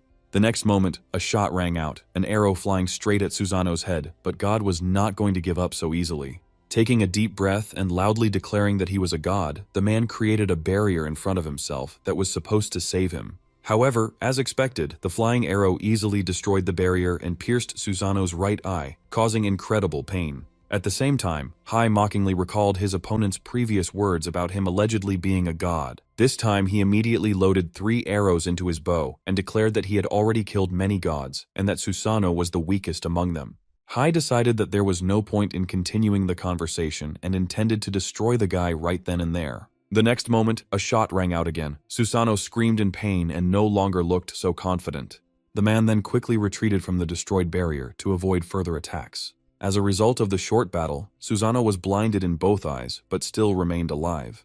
The man, in spite of everything, laughed loudly, believing that he was now safe. He claimed that he was protected by a world barrier that Hai would supposedly not be able to break through to kill him. However, despite his blindness, Susanoo immediately felt that the enemy was suddenly right in front of him, and this shocked him. Hai, of course, had no intention of stopping and began to extract from the relic a black sword, blazing with a bright fire. God instantly felt the pressure coming from the weapon and with horror assumed that the stranger was holding the Haoshin sword.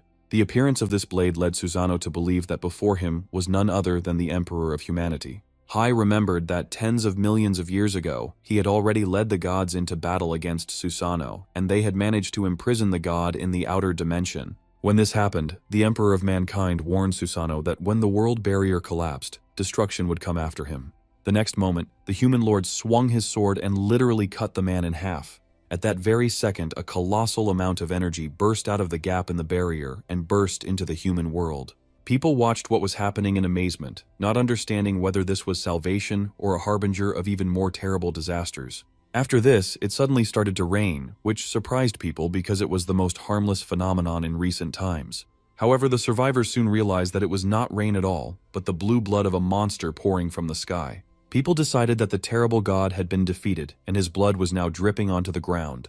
These drops helped many people recover from the deafening sound that recently shook the world. One of the surviving women began to become very nervous because she did not find her daughter nearby. She looked around in panic, trying to find the child, and suddenly she saw the girl next to a crowd of bloodthirsty zombies. To her surprise, the little girl was not afraid at all. Instead, she drank the blue blood that had collected in her palms. The woman tried to call her daughter and warn her of the danger, but it seemed that she did not hear her. Then the girl turned to her mother and said with a smile that everything was fine, while her eyes radiated a bright, mysterious light. The girl assured that she could now cope with the danger thanks to the abilities she had acquired. The next moment, tentacles with jaws grew out of the girl's back and began to mercilessly devour the zombies. Thanks to the rain of blue blood from Susanoo, many people gained superpowers and could now easily resist the dead. At some point, Theo felt his powers growing stronger. Moreover, all the scars on the man's body healed as if they had never been there. Then the man joyfully exclaimed that the heavens favored his fate. Now Theo was ready to confront the dead and fight for the future of people. He fearlessly rushed into battle. Although just recently these zombies were extremely dangerous and inspired terror in everyone around. Those who watched the battle called Theo the strongest and considered his abilities a true miracle. At the same time, another group of survivors looked at the sky. Now it seemed that the sky was divided in two. The destroyed barrier allowed us to see what was happening in another world that was previously inaccessible. The Emperor of Mankind was still on the other side. He didn't expect that such a huge hole would ever form in the barrier. However, the first thing Hai did was to loudly address the gods of the five paths and demand that they listen to him. He recalled that it was he who had built the barrier around the human world and therefore demanded that the gods not even dare to come close. Hai threatened that anyone who disobeyed would die that very second. He then added that if any minor demons were to manage to penetrate into the human world, they would be greeted as uninvited guests. Hearing this, the gods retreated into the depths of their world, and now nothing prevented the Emperor of Humanity from getting down to business. After quickly examining the breach, Hai came to the conclusion that there was indeed complete devastation here, which meant he needed to intervene. For him, all this happened at the worst possible time, but he still had to use one very valuable item. Without hesitation, the man took out a small stone and threw it towards the barrier. At that very moment, the huge hole in the sky began to close, becoming smaller with each passing second. Of course, he regretted that this left him with very few celestial stones, but it was worth it. Soon the rain stopped and the sun was able to fully illuminate the street. Hai enjoyed the beautiful sunrise and admitted that he would never get tired of the human world. At that moment, Nathan appeared right in front of the Emperor of Humanity, but this didn't seem to surprise him at all. The Lord of the People turned to him and informed him that he had done everything he had asked, but that he could not guarantee that the evil gods would not return again. Kai believed that if the gods decided to take revenge and attacked simultaneously, the human world would surely collapse. To this, the hero responded only by saying that deception is inherent in human nature, and he expected the same from the gods. The young man also believed that after such a battle, the gods would at least be frightened for a long time, and Susanoo's death would become an example for them. The Emperor of Humanity was surprised by the protagonist because in a moment of despair, when he covered him with his body, then Hai asked why Nathan was so sure that they would come to his aid. The hero explained that the great prison contained many dangerous monsters, which meant that there must be gods guarding it. Nathan wasn't sure why the prisoners couldn't just break out and escape. However, He was willing to bet that there was a power sealed inside the tower that could destroy them all, and not even Susanoo could control it. Hai noted Nathan's resourcefulness and added that they must never let the tower fall into the hands of those freaks. The Emperor of Humanity then assured that if his soul had been preserved, he himself would have broken through the barrier and destroyed all the gods and demons. To clear the protagonist's doubts, the man gave him fragments of his memories, hoping that they would provide answers to his questions. The soul of the Emperor of Mankind was severely damaged, and now everything was in Nathan's hands. For a moment, the protagonist doubted whether he had the right to take on such responsibility. However, the young man then gathered his courage and shook hands with the Emperor of Mankind, promising that the human world would never fall. After these words, the Emperor of Humanity begins to slowly disappear, but continues to smile, looking at Nathan. After some time, only residual energy pollen remains, which disperses into the air. Nathan suddenly begins to feel very depressed and collapses from a severe attack of weakness. Shelly runs towards him and asks her brother if he is okay. After she gets closer to them, she discovers a small board lying next to them. This tablet lies motionless on the ground, but smoke emanates from it, indicating the strong aura of this object. We are transported to the outer chaotic world, where evil gods continue to weave their plans. One of them says that 3,000 years have passed, but the Emperor of Humanity still remains as powerful. He adds that if it weren't for him, they wouldn't have been sealed outside the world wall and would be walking free. They agree that it is a disgrace, and that they must break out to devour it and seize control. One of the gods asks why they are in such a hurry, since they have plenty of time. He adds that this wall will now soon split, and therefore it is unlikely that they will have to wait long. Another deity states that it will be too difficult to surround and destroy the Emperor of Mankind and Nathan. And they say that everything said is correct, because now Nathan is guarding his territory, and he will not be able to reach their divine possessions. He also adds that first they will be able to enjoy the people in their divine domains, and then restore their strength. They angrily declare that these lands will certainly be divided between them, and the inhabitants there will be swallowed up. The other evil gods begin to laugh furiously and say that everything must be exactly this way. After this, they rush forward to this planet in the hope of spreading their machinations. Each of them ends up in one of the wonders of the world in order to become a hotbed of corruption. Powerful cataclysms occur, and the news reports on mass transformations of people into monsters. People are wondering if the end of the world has come and trying to figure out who is ready to save them all. They say that monsters have been spotted in North Africa, and that 10 million people have already died in the Los Angeles area. Some believe that faith is their last resort, as the gods will surely descend to save this world. Sometime later, it is reported that Saudi Arabia is turning into a sea of fire and death. The world is destroyed, communication between states is broken, but the state of Xing becomes an island of salvation. In one of the cities, during the descent of the divine blood rain, a huge number of people are transformed into gifted ones. Soon, several large gangs form, and one of them is a gang of jackals led by a man named Chester. He accepts into his gang those he deems worthy, and brutally purges the scattered gifted in the city.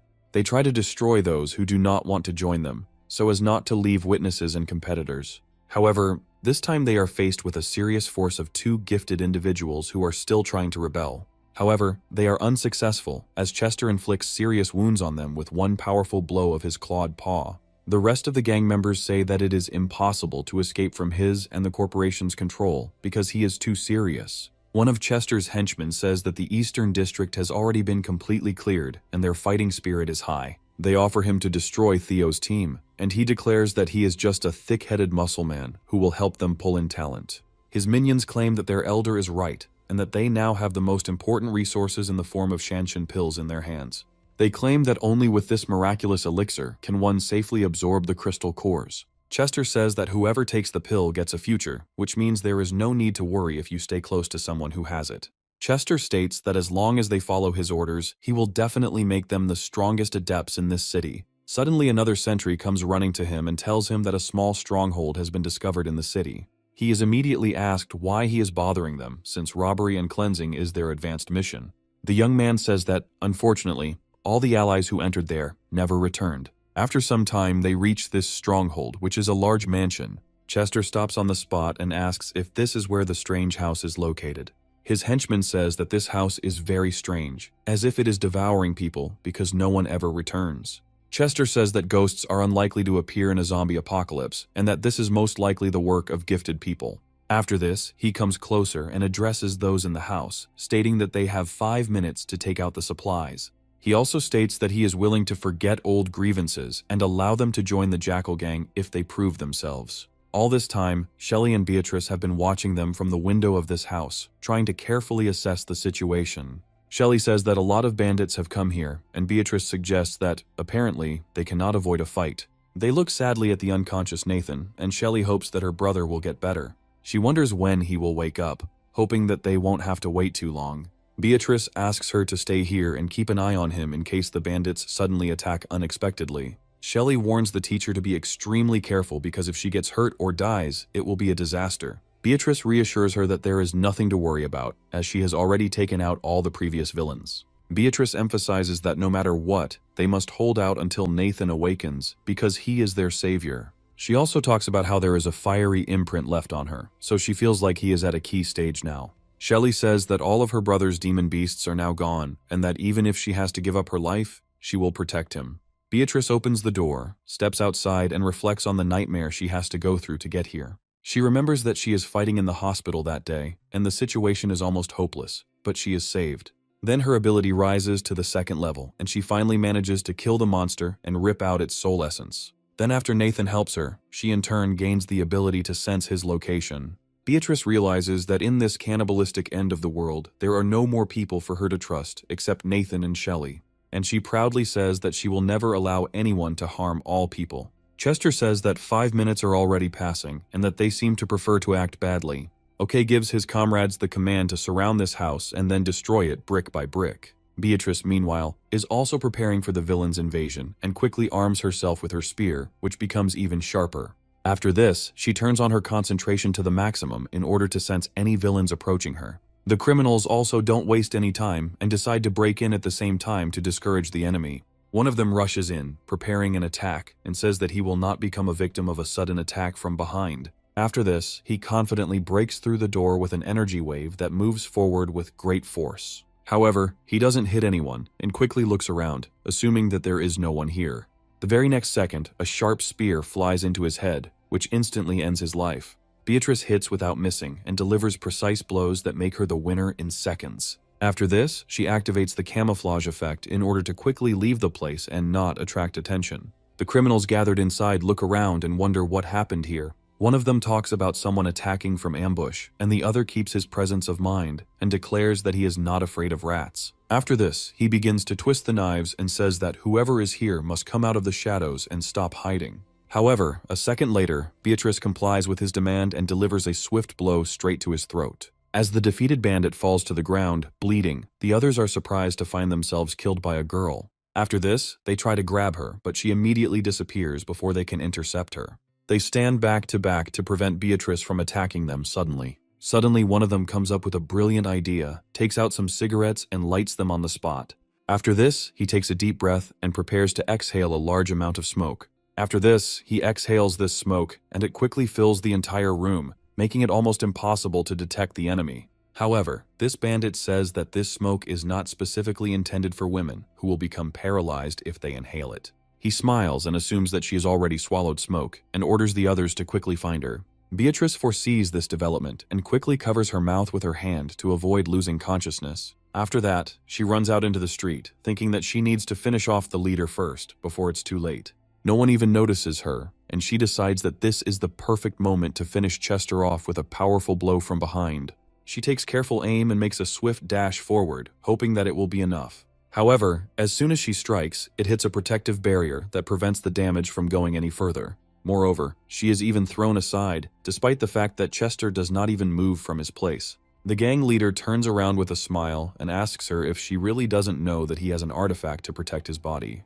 Beatrice tries to get to her feet, ignoring the fact that her ability is already losing its power. At that very moment, Chester rushes to attack her so that she doesn't have time to go invisible again. After this, he quickly takes aim and stabs her right in the shoulder, causing her to scream loudly. He smiles slyly and says that if she is already coming here, then she definitely won't leave here alive. The other criminals wonder how she ended up here and decide to interrogate her in special ways. One of their comrades says that there is also someone up there, and that it is probably a woman, so it is better for everyone to attack together. Beatrice looks out the windows and silently begs Shelley to be careful and stay out of their sight. Shelley, in turn, looks sadly at her teacher, hoping that she will somehow get out of this trap.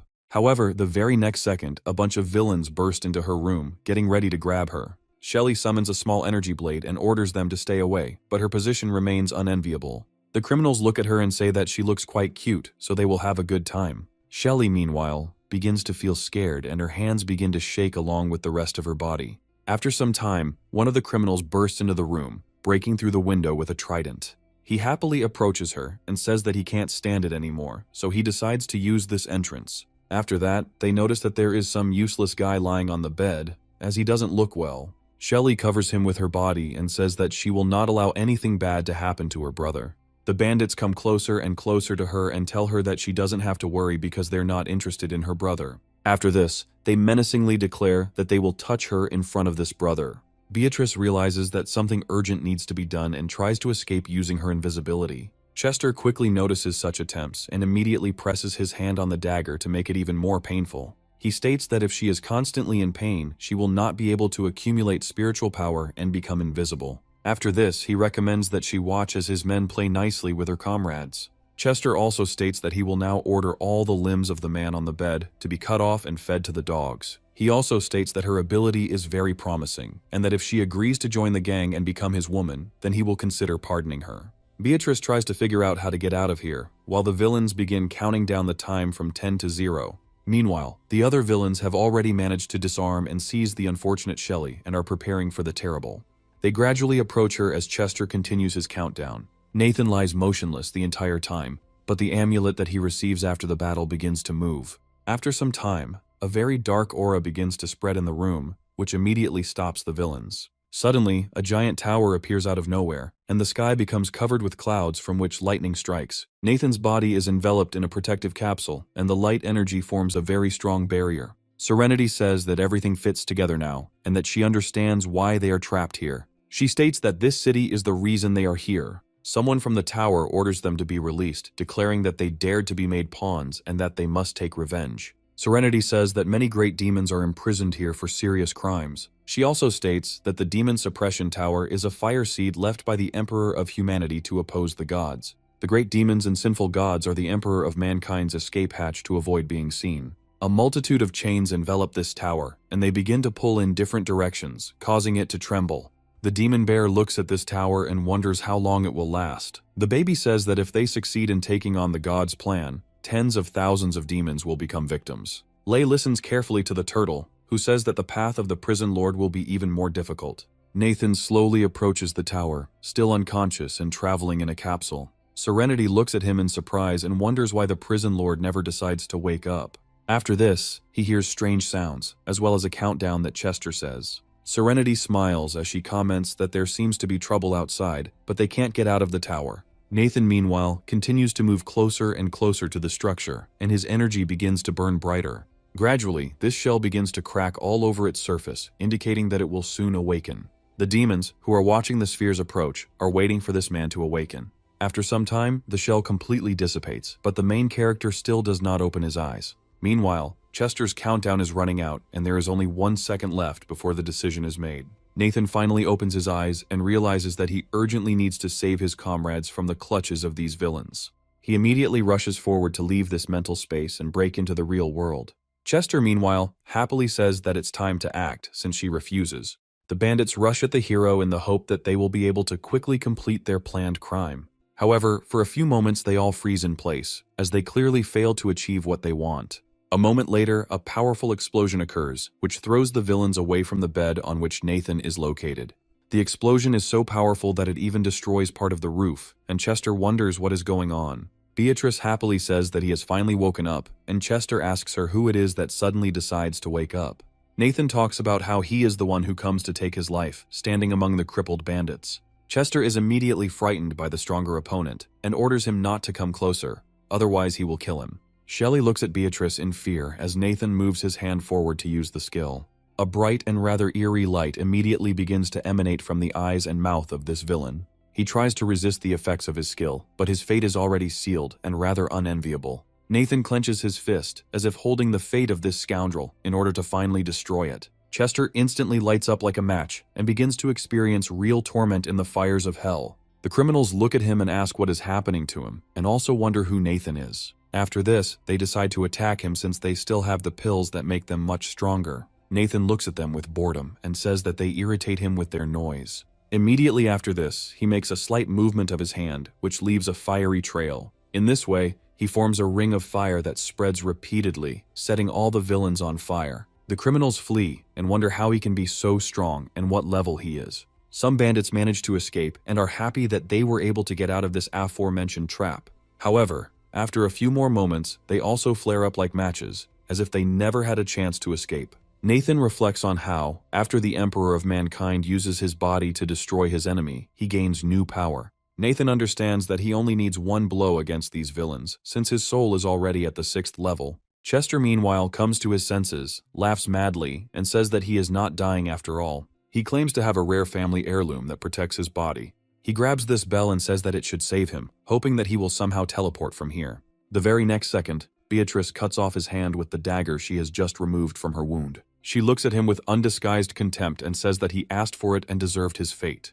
Nathan takes the bell and wonders why this particular thing saves him from death several times. After this, he and his little sister jump down to land softly. Shelley immediately runs up to Beatrice and tells her that she will cure her, while the teacher thanks her. Beatrice looks at the protagonist and says that he has finally woken up, hiding her joy. Nathan asks her how long he slept, and Beatrice states that he slept for 7 days and 7 nights. Beatrice says that leaders like Chester pay Shanshan pills as a reward to those gifted with them. Chester says that they should kill him if they have the courage, since the head of the family will finish them off anyway. Beatrice asks him who he works for, and he says that he will not give up his boss, even if he is tortured. Serenity suddenly appears behind him and starts to approach him with a smile, realizing that this is about to be a lot of fun. After some time, she tells the prison master that this prisoner is telling absolutely everything he knows. Serenity reveals that the man is the Yuan family, an ancient clan from a neighboring town. Serenity states that they can foresee the end of the world in advance and decide to take advantage of this.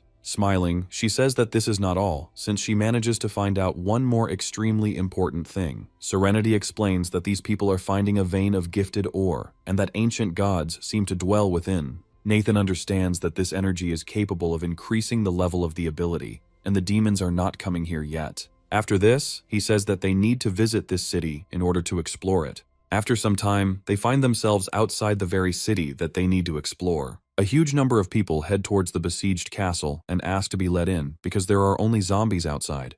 However, suddenly a bullet flies into the head of one of the unfortunate survivors and kills him instantly. This bullet is fired by the commandant of the fortress, who orders everyone to immediately remain silent. He says that if they want to get into the Yuan family's hideout, they must hand over their zombie pills or crystal cores. He also says that if they do not have such things, then they will be of no use and they will not be given shelter. People start to get upset, but quite quickly a horde of zombies appears behind them. These zombies sense the scent of fear and instantly speed up to catch their prey. People are trying with all their might to break through the fortress gates and asking to be let in, at least for a little while. The commandant says that when the zombies eat the scum, they will be able to level up and their cores will remain with them. One of the zombies begins to devour a large number of people, and this affects his physical characteristics. The commandant looks happily at the big guy and says that this zombie is about to level up. The fighter looks at him and asks if they can handle this monster if he levels up.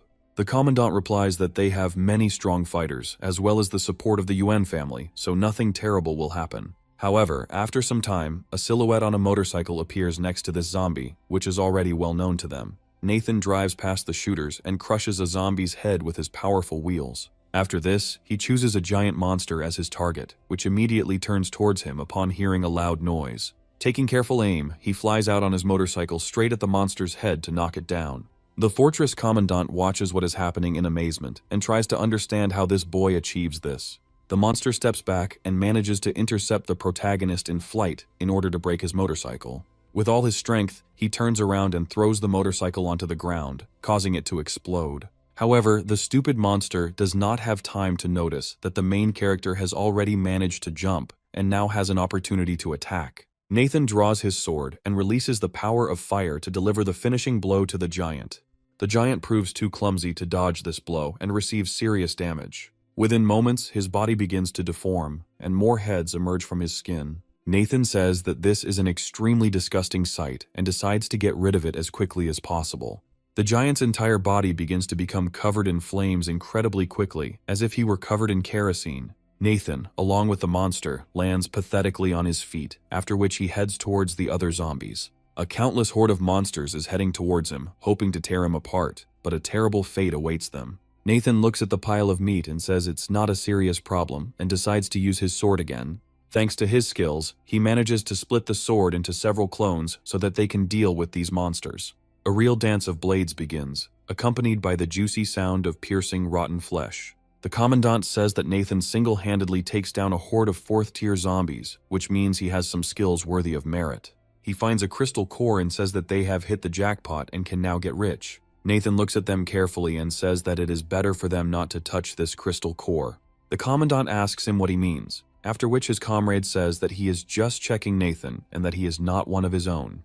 The Commandant asks him how he dared to kill other people's zombies, and suggests that he is seeking his own death. Nathan looks at them in surprise and asks why they call this zombie their property. The Commandant states that they raised this zombie from the lowest rank and that it cost many human lives. They demand that he give them the crystal core, and Nathan, with childish curiosity, asks them what will happen if he refuses. The soldier says that he came here from another place and probably doesn't know that it's better not to mess around with the UN family. The fortress commandant says that in the current end of the world, the UN family is the last fortress of humanity. He threatens him, saying that either he gets out of here today or leaves his life here forever. Nathan decides that this issue can be resolved non-diplomatically and takes a few steps forward. He grabs this scoundrel by the throat and says that he is dying to know something. While setting his body on fire, he says that if he kills the commandant, will his family members come to save him? The commandant tries to break free, but he is unsuccessful, and he understands that here, he needs to ask for forgiveness. The soldiers take aim at the protagonist with their machine guns and decide to open fire before he can inflict damage on the commandant.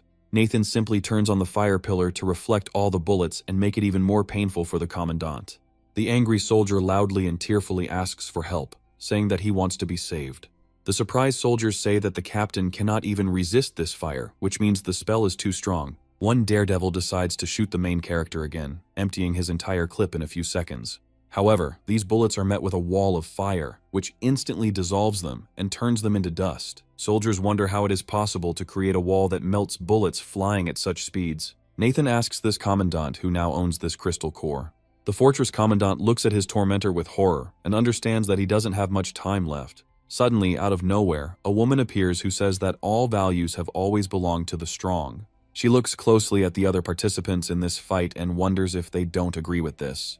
The soldiers are happy that the third lady is coming here and ask her to quickly save their commander. However, this cruel woman immediately uses a whip to hit the soldier in the face for his insolence. She calls them a pack of worthless creatures who can't cope with one stranger, despite the protection of the family. The soldiers say that they also do not expect him to be so strong, which is why they have not yet won. The third lady looks closely at the protagonist, surprised by the hot flame in his handsome appearance. The commandant is also surprised. He looks at the third lady and understands that perhaps his salvation lies in this. However, she is in no hurry to save him and says that she is very captivated by Nathan's cold eyes and masculinity. The commandant tries to ask for help, but she cuts off his head with one blow.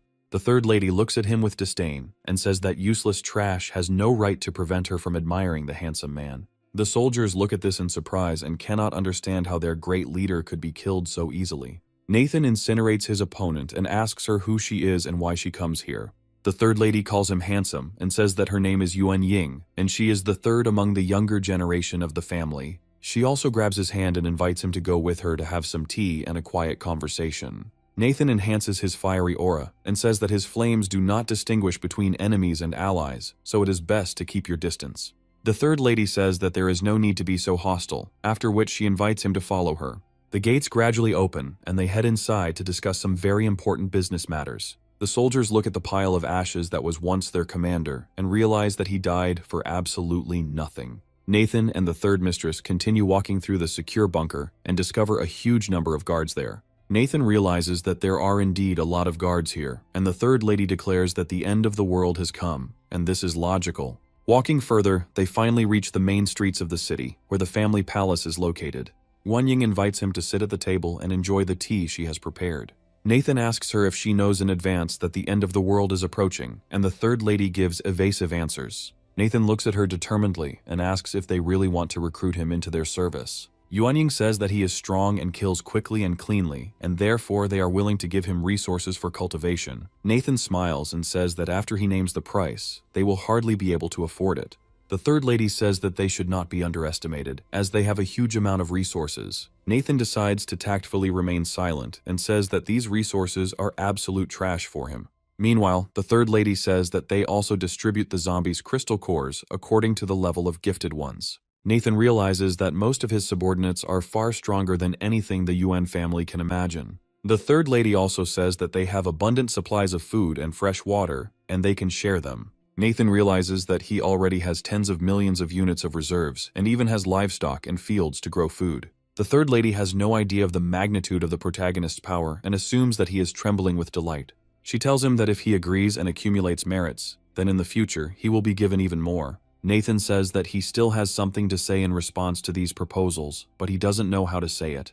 The third mistress immediately wraps a whip around his throat and tells him that refusal has its price. She adds that she will make an exhibit out of it and keep it in the closet, but at the same time, she will make good use of his body because she liked him. After this, she sits down on his lap and asks him if he realized that he cannot move. She claims that the tea is laced with a paralytic poison, specifically intended for gifted people. She asks him what his answer will be, but he hesitates and is in no hurry to answer her at least something. After a while, this awkward scene is interrupted by a loud knock on the door, which ruins all the romance of the moment. The third lady says with irritation that she is again forced to contemplate the beginning of this damned circus. The military tells her that the older young gentleman ordered her to come to him immediately, and she immediately becomes calmer. She turns to the protagonist and says that he should think carefully and give her a positive answer when she returns. After this, she orders the soldiers to keep an eye on him, as he is a serious opponent and must be killed if necessary. Immediately after this, she slams the door, leaving our hero alone. Serenity says that the prison lord is lucky, because that nasty woman even manages to pester him. Nathan gets to his feet and asks them to be quiet, and Bear asks him if he is poisoned. Serenity hits Bear on the head and calls him a fool, declaring that it is better not to mess with this family. She also wonders if he really thinks that the prison lord could actually drink this tea. The demon immediately takes a mug of tea and says that he really likes this poison, because it works exactly as he needs it to. Meanwhile, Nathan approaches the demon tower to visit some of the prisoners and ask them for advice. He approaches the turtle and asks her how Shelly is doing, emphasizing that it is very important to him. Tiny states that the Overlord can rest, assured that as long as she is here, Shelly will be completely safe. Nathan learns that when he returns, he will see a surprise, and realizes that this girl is becoming more independent. Suddenly, the snake on the turtle's back demands food, and Tiny loudly says that the snake is not hungry yet. The little one thanks him for the two snakes, and says that one day he will merge with them and move on to a new level. Nathan talks about how, even as he starts on the first level of the Great Prison, this staircase has appeared. He states that the General's first-level ominous beasts are very strong, but he is curious about what awaits him on the second floor.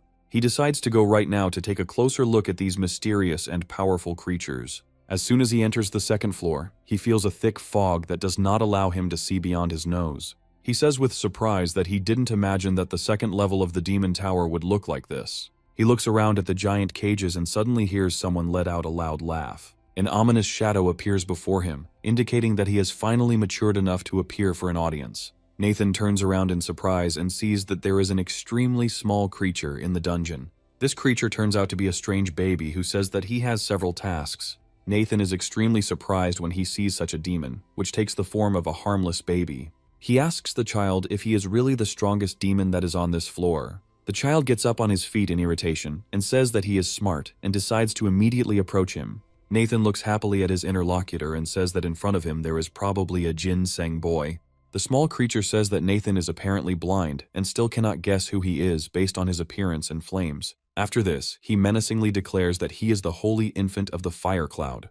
Nathan says that he has already heard about the fiery clouds and their king who commands them. He asks the child if he is really that nasty boy named Hong Hair, and this makes him furious. Hong Hair looks at him with contempt and anger and asks him how he dared to insult him by calling him a boy. Immediately after this, he advances to the general level and increases his aura several hundred times. He declares that he will destroy all living beings and turn this world into a scorched desert, immersed in silence. He also declares that he will destroy the immortals and everything they hold dear in order to avenge this insult. The tower instantly reacts to the next demon's attempt to escape from its confines. Hun Hare is struck by a powerful lightning bolt that pierces his heart and destroys all of his henchmen. After this, he sits down for a short time to regain his strength, but his fighting spirit does not fade.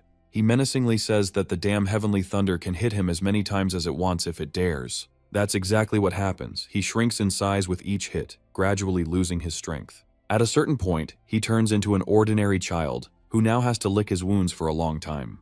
Nathan states that this prisoner deserves his place in this cell because he screams too much about destroying the world. He understands that his soul power is now at the 6th level, so he can advance even further. He moves slowly forward and feels that this fog is getting thicker. Ominous shadows appear before him, looking at him with vile smiles in the hope of taking control of him. Nathan moves on, not at all worried that they could harm him in any way, because he is the master of this prison. After some time, the shadows try to attack him, but he orders them to get out of here. His loud voice and gaze instantly push the fog forward many meters, illuminating his path. Nathan states that he understands that all of these creatures are powerful demons that have been kept captive for many years, and it is difficult for them to remain calm right away. He also states that this is no reason to act so disgustingly and calls for Serenity, who immediately appears. He says that if one of them wants to calm down and talk to him normally, she should report to him. Otherwise, he says, Sky Thunder must beat them until they come to their senses, and Serenity declares that she will carry out his command. Hong Hare says that he is just a snotty boy who accidentally inherits the legacy of the Emperor of Humanity. Serenity tells him to be careful with his words and not to disrespect the prison's overlord. Smiling, she says that otherwise the loss of face will be only a small fate compared to the possible punishments. This is how the main character's journey to the 2nd floor of this prison ends. But the most interesting part is yet to come. Meanwhile, we are transported to the Yuan clan council hall, where the third lady is heading so quickly. The head of the family, who is present, says that their family is preparing in advance even before the end of the world. He states that they still cannot fulfill the vow made by their ancestors, and this is a shameful stigma on their family. He states that the ancestors are becoming angry again, and asks if they have a worthy plan. One of the family members named Shen says that their ancestors have already put forward 3 difficult conditions to them. He reminds that the ancestors want to receive as a sacrifice 100 girls and boys who might be useful to them. He also reminds that they want to receive 10 3rd-rank gifted and 3 4th-rank gifted as sacrifices. Besides everything else, he said, it was necessary to excavate the vein and find the gold coffin, and it was this point of the plan that was currently stalled. Shen states that if the ancestors are angry again, it means they want a 4th-rank gifted person as a sacrifice. He adds that it takes quite a long time to raise one gifted person of such rank, and one of the women agrees with him. She says that the vein they have been developing all this time is indeed saturated with powerful energy, but it is already contaminated. Her colleague states that in this case, they are sitting on a mountain of treasure, but at the same time they cannot take anything for themselves. They also claim that the golden coffin is located in the depths of the mine, but this mine is guarded by many monsters. They all come to the conclusion that if the ancestors are angry, they need to be given a little time to fulfill the conditions. The head of the family declares that if they cannot obtain a golden coffin, then one gifted person must be sacrificed. Some family members wonder where they can find such a person now, since they cannot sacrifice someone from their family. The third lady suddenly says that she could solve this issue if she were given credit for it. Grandfather looks at her and asks if she really knows where to find such a gifted one and bring him right now. She smiles slyly and says that she recruited such a person and wanted to use him for her pleasures, but changed her mind. She also assures the head of the family that there is nothing to worry about since he has already been poisoned and is completely in her hands.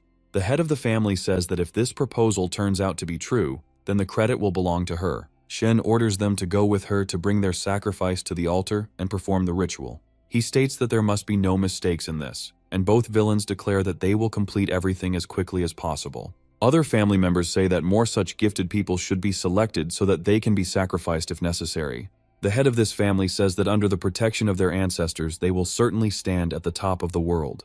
Nathan notes that there is a very powerful energy hidden beneath the Yuan clan fortress, which he believes likely means a deposit of ability ore. He realizes that there is also a dense fire there, which he believes must surely belong to the ancestor they are talking about. The bear demon says that these people want to sacrifice him, which means they need to be eaten. Serenity says that his ability to transform into wind is indeed suitable for reconnaissance, but now he needs to proceed with caution. Serenity asks the protagonist if it's worth playing with these people and pretending that they are weak in order to strike at the right moment. Nathan smiles and says that this is exactly what he thinks and that she reads his thoughts perfectly. Serenity vanishes into thin air while our hero tries to pretend he's still paralyzed. After some time, the third lady comes in and asks him what he thinks about the proposal. Nathan says he can join them, but they poison him, so he demands a benefit. The third lady says that he needs to get treatment then, because they are always generous to their people, and hands him some minerals. Nathan looks at these stones in surprise and asks if these are really ability minerals.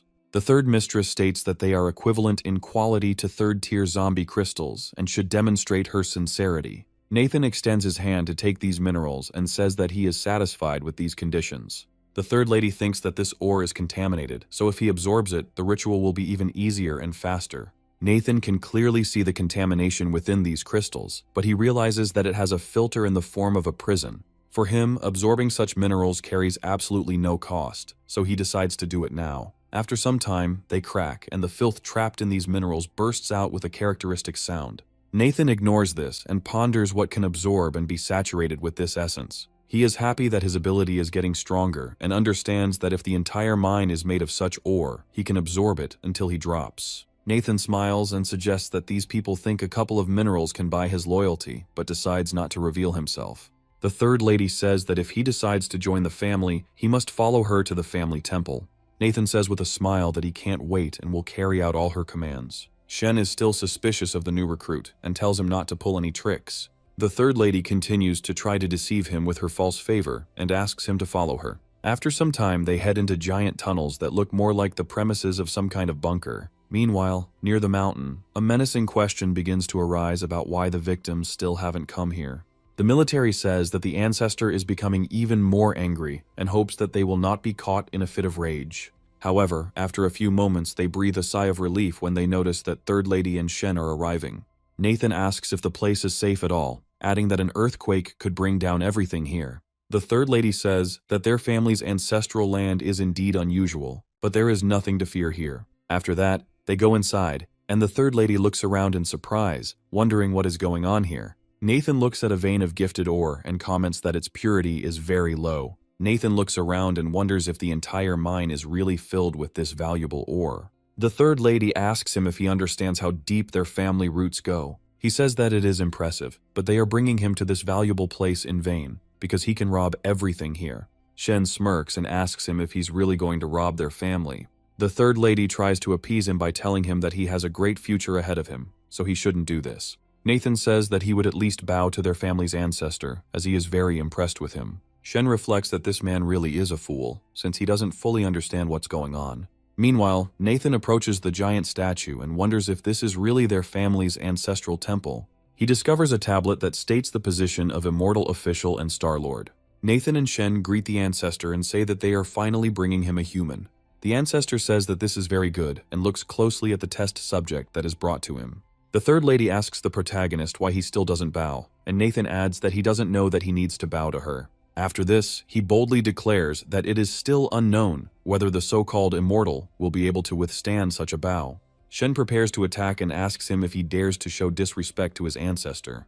Grabbing him by the shoulder, he orders him to immediately kneel down and makes every effort to do so. However, he quickly realizes that something is wrong here, as he cannot move it. The third mistress immediately attacks him with her whip, saying that it would not be a pity to tear him apart on the altar. However, despite pulling with all her might, she can't move it either, and Nathan looks at them like they're idiots. There is a rather awkward pause, as they are unable to do anything about the stoic Nathan. They wonder why this fourth-rank weakling can still resist them. Nathan looks at them in surprise and asks them why they even think he is at rank 4. After this, he creates a powerful burst of fire that throws these villains aside.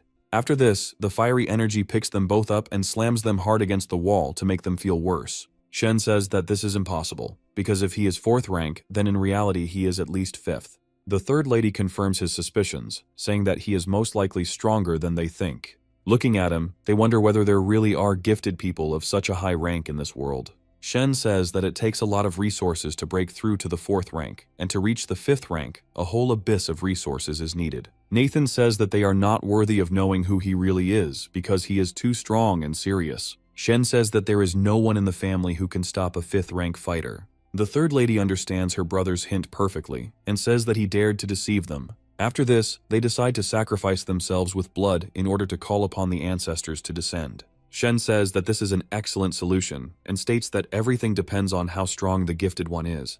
The third lady states that the stronger the gifted one who is sacrificed, the more able he is to please the ancestors. The third lady asks the ancestor to accept this sacrifice that the descendants offer to him. The immortal says that such a first-class sacrifice is a true treasure for such creatures. After this, he declares that he is the true master of the water and stars of this cave, and looks at Nathan. He asks him why he still does not prostrate himself and pay homage to such a deity. Shen says that now the true body of the ancestor is descending to the pathetic gifted one, and he is probably already scared.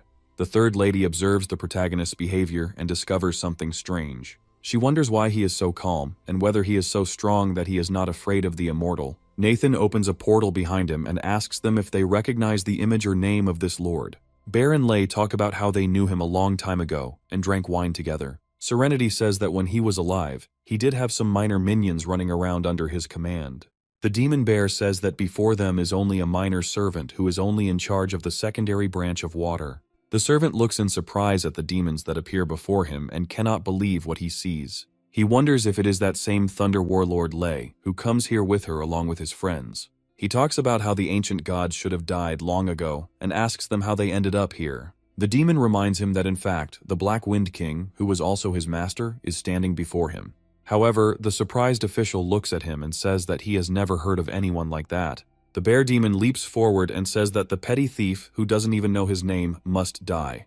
The official says that he will not allow any offspring to run amok on the land of this immortal. He adds that the water virtue is dead and its jade tablet of merit rightfully belongs to him. He claims that minor gods and demonic beasts can be melted down into food for the immortal at once. He explains that this is a god-locking array that, once sealed, cannot allow the soul to move. Shen says that this is wonderful and is happy that the ancestor suppresses these villains with one blow.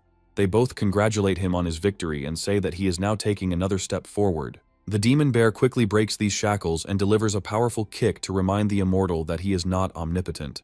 The great ancestor flies several meters to the side and crashes into the rock. He looks at his opponent and asks him how he was able to overcome the pressure of the sealing array. The demon bear states that his ability is unable to hold back those above him in rank. All of Nathan's demonic minions perform a combined attack to destroy these shackles and deal damage to enemies. Third Lady and Shen jump back and wonder how this is even possible. Nathan says that these shackles really are made like paper, and it turns out to be very easy to get rid of them. After this, he says that now they will show him what real strength means. The immortal says that he clearly lost his temper in front of these three generals, after which he asks for mercy. The demon bear jumps on top of him and tells him that it is too late, so now he deals him a powerful blow. The Chinese immortal fails to dodge this powerful attack and takes serious damage. Having been seriously injured, the immortal tries to escape and says that he asks for mercy. He takes to the air to escape, but their heroes are unlikely to give him that chance. Lei smirks and asks him if he seriously thinks he can escape their wrath. After this, he summons a giant bolt of lightning that is supposed to strike this immortal. The arrogant ancestor does not have time to react and finds himself trapped in a deadly trap. Shen and Third Mistress wonder how an all-powerful ancestor could flee, as it makes no sense. Nathan strikes a heroic pose, and they look at him, trying to figure out where he gets such conspicuous strength. The third lady says that it is necessary to immediately inform the head of the family, because this man is penetrating into the core of the underground mines. However, a few moments later, the ancestor is thrown back by a powerful blow and lands next to her. He looks at them with anger and understands that they are the cause of his misfortunes and defeat. He immediately grabs them with his water tentacles and says that he is going to punish them. They try to argue with him, but he orders them to be silent, stating that the time has come for them to pay for their power. After that, he says that a double offering of the 4th rank is also not bad.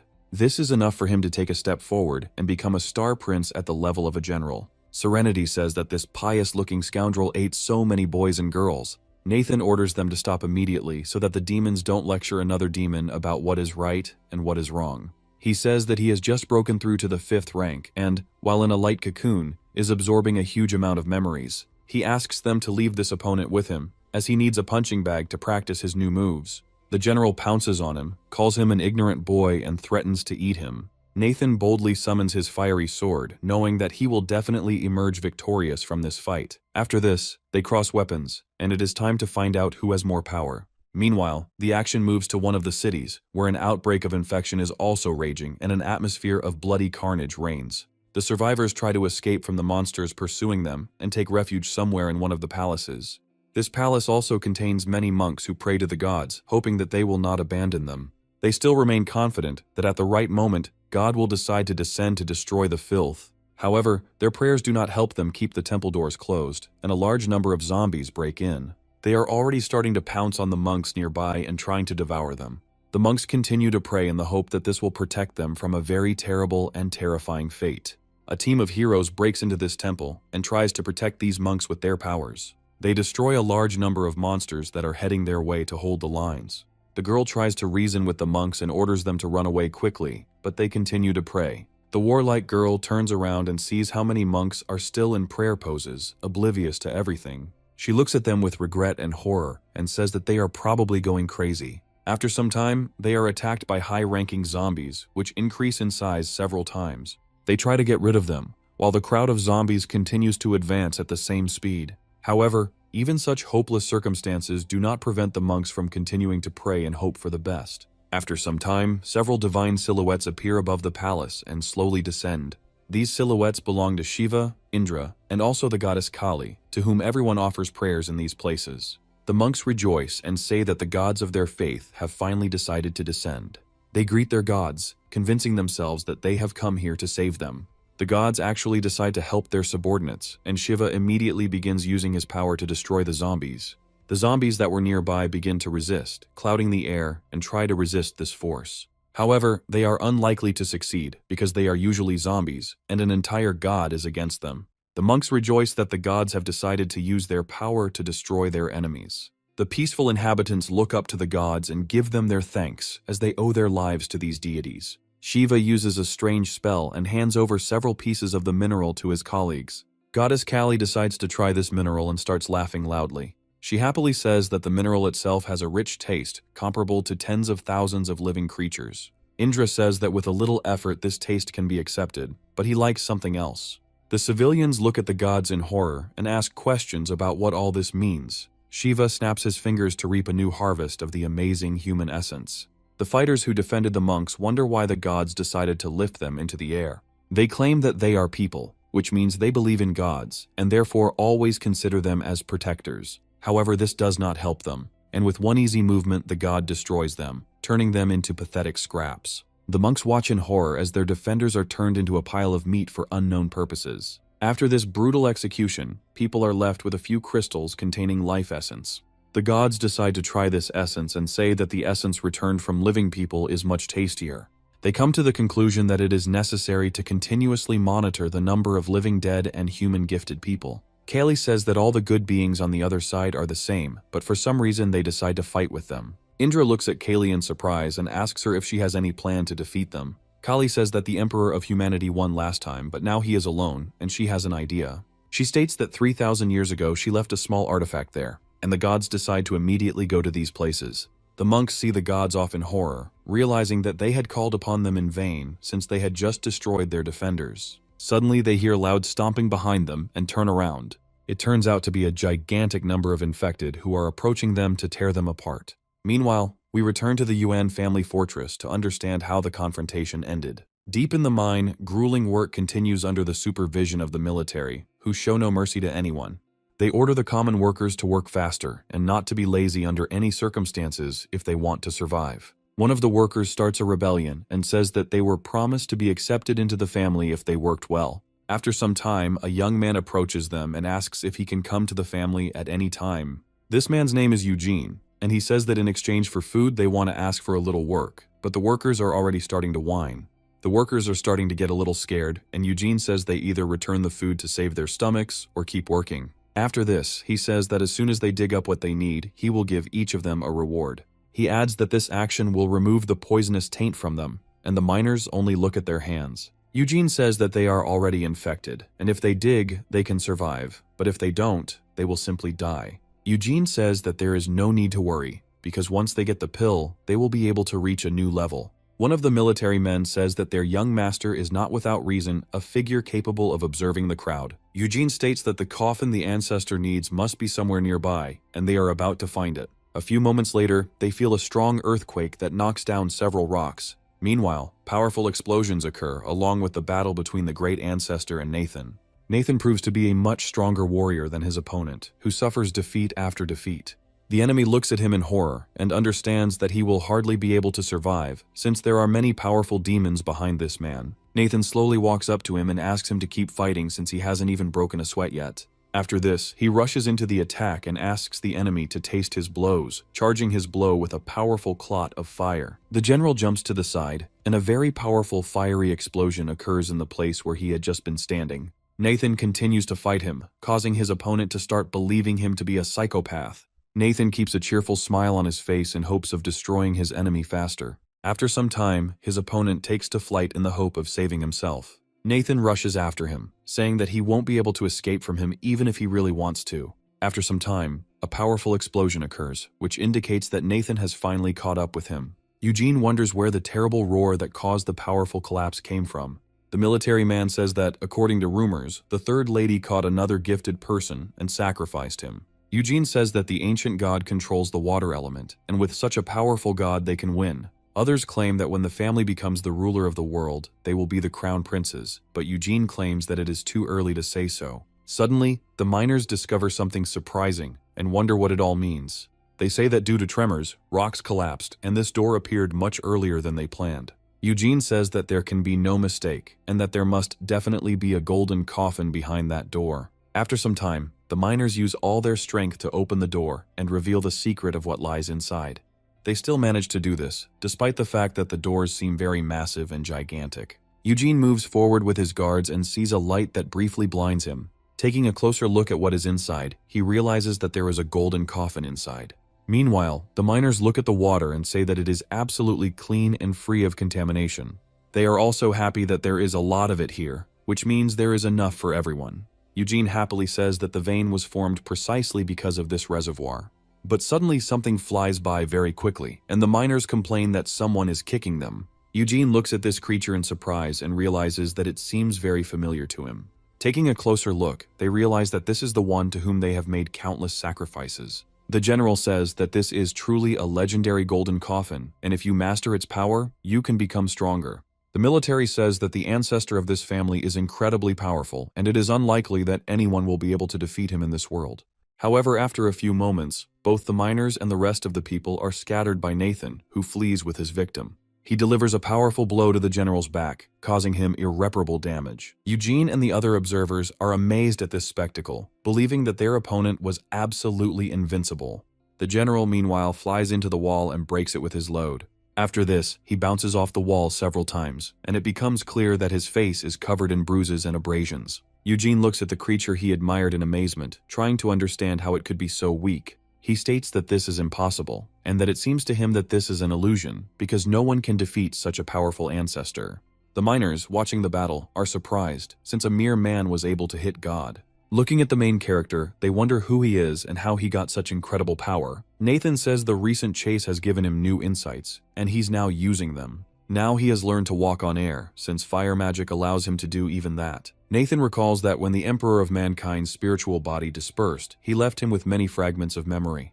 The defeated general says that a petty thief dares to attack the water element that he commands. He also states that if he only absorbs this spiritual moisture, he will fully recover his strength, becoming stronger. He joyfully commands this water, saying that all this belongs to him, and he will not give these riches to anyone. Nathan just snaps his fingers, looking at him in surprise and asking if he is sure of his words. After this, he approaches him on his dark phoenix and summons a giant tower behind him. He gives the order to collect water so as not to leave the general any opportunity to restore his strength. Nathan looks very menacing and continues to use hand gestures to command the tower to draw in moisture. The tower creates a giant whirlpool, which is so large that it can swallow an entire city. The general tries to stop him, saying that all this water belongs only to him and he is its owner. Nathan ignores his warnings and absorbs all the water, which is then sucked into the tower at high speed. Eugene and the military wonder how a brazen boy could steal from their family. One of them takes out a special artifact and orders the main character to die as quickly as possible in the name of victory.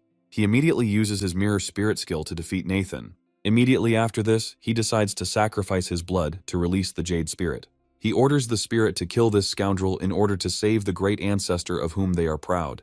Nathan summons a flock of firebirds and says that this toy is nothing to him. A flock of firebirds immediately attacks the spirit, ignoring all of its attempts to defend itself with a barrier. After a few moments, the jade spirit is destroyed, dissolving into thin air and unable to withstand the onslaught of fire. However, Nathan's opponents realize that they still have a few tricks up their sleeve to deal with him. Eugene decides to use the Dharma Lotos platform to cast a powerful defensive spell. He also orders the petals to destroy Nathan and directs them towards him. Nathan looks at these pathetic attempts with mockery and says that this family really does have a lot of artifacts. He then rides forward on his phoenix to easily dodge the attack.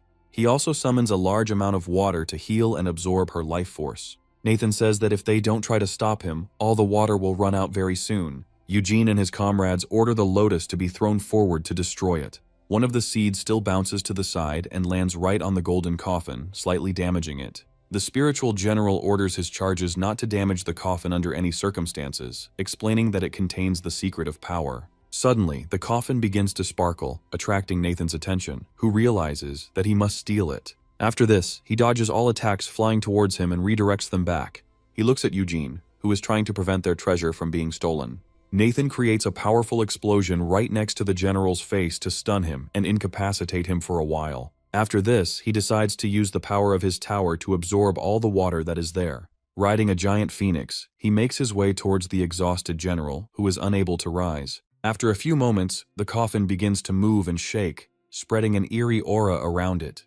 People watching this are wondering how this is even possible and why it has become so cold. Nathan looks at his opponent defiantly and wonders what is inside the golden coffin. The general explains that, according to legend, the remains of the Celestials rest in the coffin, and whoever conquers them can become immortal. The coffin begins to shake more and more violently, as if someone is desperately trying to break out. Nathan realizes that something is clearly wrong here, and wonders how the general knows these legends. The immortal ancestor wonders how he knows this and realizes that he cannot remember it. Meanwhile, a huge swarm of strange beetles bursts out of the coffin and rushes towards those around it. One of the unfortunate miners gets caught in the swarm's path and fails to escape, causing the insects to burrow under his skin. A painful fate awaits this man as his body begins to swell like a balloon. After a while, the locusts burst out from under his skin, leaving only a lifeless skeleton. The remaining miners try to escape, but a swarm of insects follows them, wanting to devour them. None of the civilians manage to escape because they are too slow. Eugene also becomes the target of the attack and tries to defend himself with a barrier. Looking at the artifact, he happily says that insects will not be able to penetrate it, which means he is safe. However, the insects suddenly line up in a tactical formation and form a special swarm in front of him. After some time, they finally crash into the protective barrier and make several cracks in it. Nathan watches in amazement as Eugene is being eaten by insects and realizes that they are very annoying. A few moments later, insects appear behind him and try to attack. Nathan uses fire attacks to scare them off, but discovers that they are resistant to fire. Some insects try to crawl out of the tomb to find more spiritual essence. Nathan calls upon his minions and says that the insects must be destroyed, otherwise the world will end. Lei immediately flies into the air to deal with the insects with lightning-fast attacks. He finds a particularly large concentration of beetles and prepares to strike. After this, he envelops himself in a sphere of static electricity and begins shooting lightning bolts in different directions. Lightning strikes insects and makes them unable to move. Lei watches their movements closely and realizes that his attacks are not strong enough. Quite quickly, insects gain resistance to this type of damage and rush straight towards it. The demon bear says that the insects seem surprisingly resilient despite the powerful attacks of the gods. Lei realizes that he needs to use the Thousand Lightning skill to fight them. This skill is needed to isolate monsters and then decide what to do with them. The skill creates multiple spheres that connect with a discharge of electricity. Unfortunately, the attack is not selective, and miners are also affected. Ordinary people, not guilty of what is happening, receive serious electric shocks. The military, located a little further away from the miners, wonder what this strange phenomenon is. Moments later, they witness a powerful explosion, and some are killed on the spot. The fighters outside see a giant crack and try to figure out what happened. After some time, it turns out that the entrance to the mine was sealed with a lightning barrier. The soldiers note that a huge number of discharges suddenly poured out from that side, and it is necessary to report to the authorities. Meanwhile, the insects are trying to find a way out to swallow as many people as possible. However, when they hit the barrier, they are thrown back and receive severe shocks from electricity. They stop for a while and try to figure out how to overcome the obstacle. The insects depict the faces of a strange deity, wondering who dares to interfere. Immediately after this, they rush forward and try to break through the barrier, ignoring the electric shocks. Lei feels threatened and says he needs to deal with them quickly, or he won't last long. The demon bear rushes to his comrade's aid, explaining that he knows exactly what to do, while the general struggles to get up. He looks at the heroes with a crazy smile and begins to laugh, as if he understood the essence of the coffin. After a while, the giant swarm of bugs ignores him and heads towards Nathan and Serenity. Nathan immediately turns to the enemy and uses fire attacks to repel the insects. The demon bear reports that the general has become the mother body of an insect hive and must therefore be destroyed. Surprisingly, the general doesn't even try to resist the bear's powerful attacks and only slightly blocks the blows. The demon bear is enraged that the pathetic little bug dares to resist in any way. The demon bear quickly gains the upper hand in the confrontation and knocks the general aside with a powerful blow. After this, he jumps on him and says that he will now crush him with his weight. The general wonders where the bear learned the legend of the golden coffin, and something comes to his mind. To understand the origin of this coffin, we need to go back many years to the time of the War of 1,000 Gods. There were different warriors involved in this war, and the general was one of those who opposed Kaylee. It was she who commanded a swarm of insects that could destroy everything in their path. After the general was defeated, he tried to get up and saw the destruction that Kaylee could use. At first, the woman seemed truly beautiful to him, despite the fact that she was committing real atrocities. However, it later turned out that she was the queen of the insects and decided to use the general for her own purposes. When she decided to create something terrible, it was necessary for a comeback in case of a serious defeat. She possessed his insects and from then on controlled their will, forcing the general to be evil. The general realizes that he didn't notice this and was constantly looking for the demonic artifact that she left behind. Not everyone understands his despair, but he joyfully reports that he has finally waited for the opening day. His cry is so powerful that it can push back even such a strong opponent as the demon bear. Immediately after this, he uses magical powers to create a weapon from a swarm of insects. He reports that he can only contain a small portion of the power of the goddess's true body, but it is enough. After this, he declares that destroying pathetic trash will be great fun for him.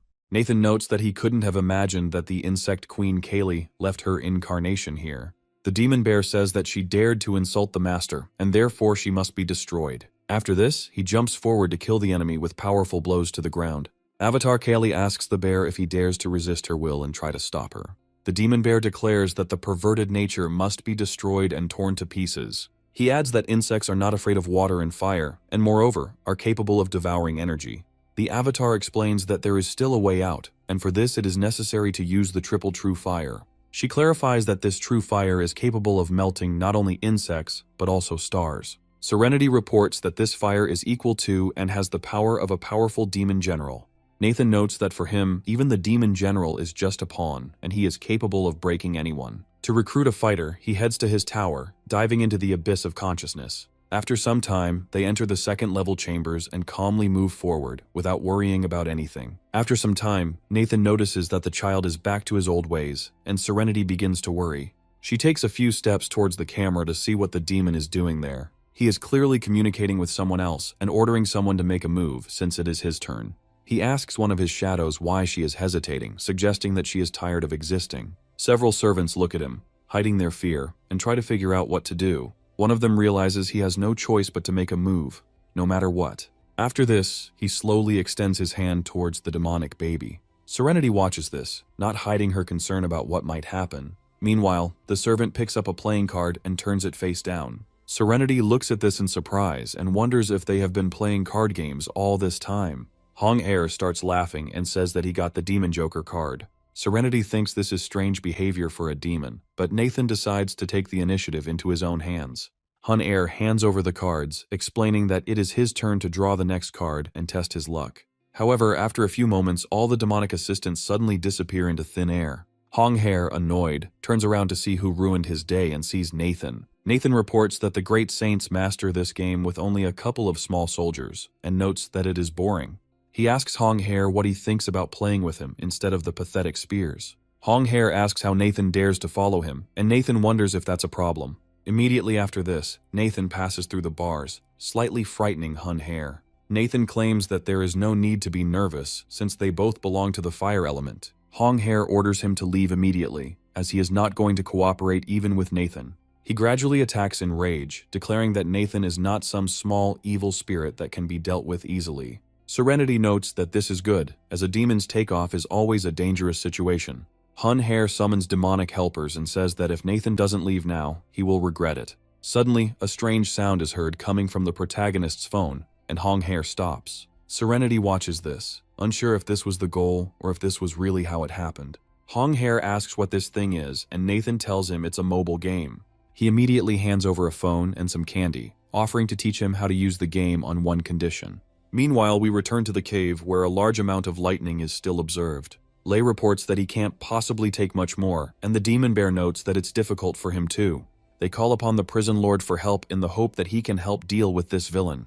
The demonic general reports that he has prepared a whole pond of spiritual spring, but not a drop remains. After that, he states that 2 general-rank demonic beasts will be suitable for replenishing energy. Smiling, he says that he will be interested to see how they deal with the monster. However, suddenly a giant fire cloud appears in the air, which destroys all the insects. The spiritual ancestor, surprised, looks up and sees Honghae floating in the sky with his army.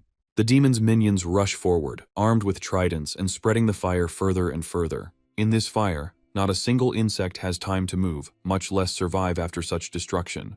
They try to launch a desperate counterattack to destroy the helpers, but they are unsuccessful. Lei watches this in surprise and says that the insects have no chance of resistance at all. The survivors wonder what is going on inside the cave if there is both lightning and fire there at the same time. Meanwhile, the villains realize that these wars are created using triple true fire, which cannot be penetrated. Immediately after this, the warriors rush forward and attack the spiritual general with their hands. Honghae decides to use the Blood Blade skill to completely deprive the villain of his powers. The general, surprised, declares that this is impossible and looks at the killer. Honghae continues to enjoy the mobile game and says that he will defeat everyone who attacked him. After this, he decides to try the lollipop and says that he has never tasted anything tastier in his life. Nathan states that there are a huge number of sweets in this world, which he will gladly share after the mission. He clarifies that once they finish off the outer gods and establish order, he will be able to play every day. Honghae notes that this is incredible and decides to undergo the transformation into his new body. He states that there is no point in waiting and that one must take this object as a sacrifice for one's own knowledge. He reports that there are soul imprints left inside the object, so the owner must be punished. The assistants say that if someone dared to create a mess on their territory, they should be charged a percentage. Meanwhile, we are once again transported to one of the Indian cities, where Kaylee is currently resting. She takes a bath and notes that she hasn't felt such relaxation in a long time. One of the servants approaches her and tells her that he has prepared a special drink for her. Near the palace, there is a huge number of murdered bodies belonging to the dead. Callie happily drinks the drink and reflects on how quickly she is gaining an army of high-ranking followers. However, after some time, through a divine connection, she receives a special signal. She happily announces that the spiritual insects have finally hatched from their eggs and decided to reveal themselves to the world. She declares that there is now nothing in the lands of the Emperor of Mankind that can contain her spiritual insects. She decides to transfer her consciousness into the host body for a while to see how well things are going there. Her soul is placed into the general's body, and she wants to carefully examine the people's resistance. However, the sight that catches her eye does not bring joy. The whole point is that the body almost immediately receives a serious blow from the bear and falls to the ground. After this, Kaylee sees a strange bird using a special skill to spread electricity. However, even after this, she can only watch the gigantic number of Honghae's henchmen rushing towards him. Kali realizes that she needs to break the connection with her body immediately if she doesn't want to die from the impact. Returning to her body, she wonders if this was the true flame of Samadhi. She is glad that she was able to break the connection in time, otherwise she would have been burned by a powerful spell. However, after a few moments, a crack appears on the face, from which tongues of flame begin to erupt. Honghae's minions appear out of nowhere and challenge the palace guards. No one can put up any serious resistance to them because they are too strong. The entire palace begins to collapse from the multiple explosions created by Honghae's flames. Kali looks at her opponents with irritation and reports that they were able to follow the soul mark's trail. A giant demonic face appears in front of her and tells her that someone told her to give her something. Nathan gradually materializes, and the creatures warn him not to stick his hands too far. He looks at Kaylee defiantly and tells her that she could get badly burned if she's not careful. After this, he begins to spew fire and laugh loudly to provoke Kaylee's emotions. Kali looks at him with irritation, rubbing her burned face, and declares that she will definitely remember him. After some time, her comrades come to the rescue, wondering what happened here. Kali reports that this is clearly the work of the Emperor of Humanity, as only he is capable of creating such a flame. One of the gods declares that the baby has clearly noticed her tricks, and Kaylee promises to tear him to pieces. Shiva notes that the opponent's trump cards come one after another, so one should not face him head-on, but only observe. Hun Air turns to the protagonist and informs him that he has conveyed the words to the right people and completed the rest of the work. Nathan asks to wait a little, and the demon accuses him of stalling, because his patience is not infinite. Nathan immediately finds common ground with the demon, and takes out a special bottle of dessert. He hands over a bottle and says there's one more fun game to play before he leaves. Meanwhile, we move to the area outside the cave, where the entire UN family has already arrived. They wonder what happened here, and the locals tell them that it seems their ancestor has awakened. They note that the earthquake has stopped, and the ancestor will soon be released. Therefore, the head of the family declares that it is necessary to arrange a solemn welcoming ceremony according to the ancient rite. In just a few moments, they prepare a special reception and begin carrying rich gifts. Grandfather stands near the entrance to the cave and taps the ground with his cane to calm everyone down. After some time, a giant carpet is laid out on the spot where he had just stood. A few minutes later, the grandfather turns around and sees a bright glow coming from the cave. He reports that, according to legend, immortality comes from golden lotuses, which means that an ancestor will soon appear. Immediately after this, he bows down, and all the others do the same after 7 days as a sign of respect to the ancestor. They declare that they are ready to recognize the ancestor as the emperor of humanity, who will lead their race and who will ascend. Nathan wonders if they really intend to honor him as the emperor of mankind. He quickly looks up and asserts that this is definitely not the voice of a divine ancestor. Nathan smiles and says that if his good descendants are trying so hard, he will be forced to accept the offer. A smile appears on his face as he wonders how these people will react to his appearance. The servants note that the divine ancestor looks too young, but this is not surprising. However, the grandfather interrupts their conversation, saying that they are facing an imposter and asking who he is. Nathan asks his grandfather with a smile if he doesn't recognize his ancestor after so many years. The soldiers report that they know this man because he is the very same gifted 4th-rank person that the lady brought. They claim that this scoundrel has dressed up as an ancestor and is insulting them, and this deserves death. The father of the family immediately orders them to stop and says that there is no need to rush into a decision.